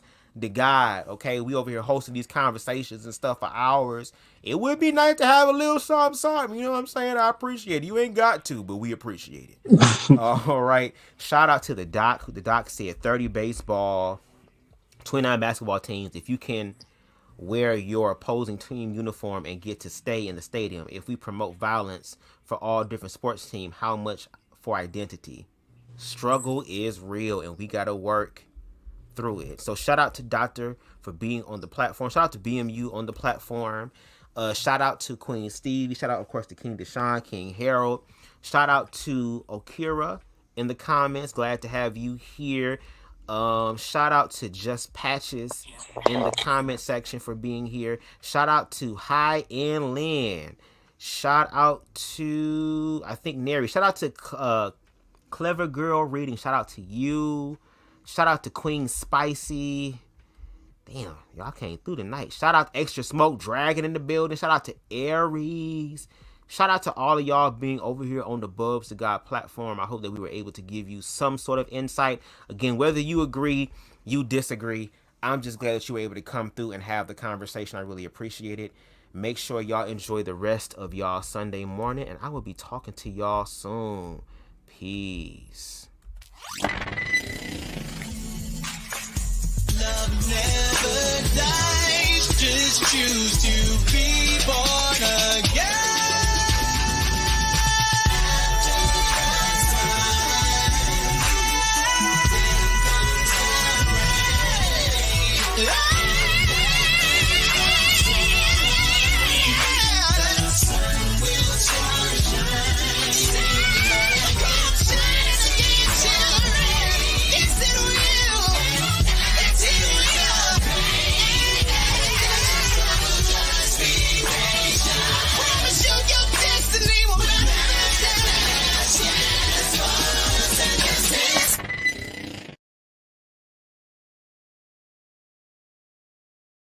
ho! Adalobo kosha. The kosha ta. To be atuda da masika to ho. Hey, atu uba itelebekiska to ho. Atididi me. Atididi me. Zatada mansia. I pretty hebeke. Oba bibi ansha. Adoboko shandi diosi katabahaya. Shatako mansia. Atu uma itelemensi. That Shaya. Oh, Mashanya. Oh, I feel a Shakani up in here. Shandaba. Oh, I feel a Shakani up in here.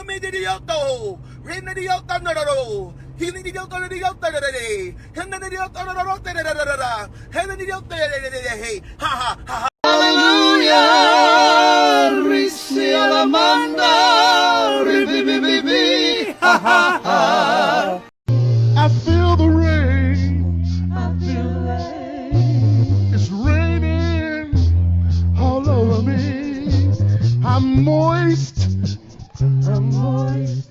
Call and response, I said I'm moist. Good God, I'm moist. Yes, I am. Rain all over me. I'm saturated. I'm saturated. I'm saturated. Yes, I am. I'm saturated. Yes, I am. Yes, I am. I'm damp.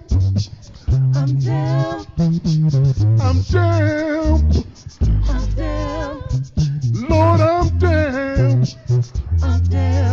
Oh, Lord, I'm damp. I'm even wet. Wet all over for you, Lord. Wet all over for you, Lord. Thank you, Jesus.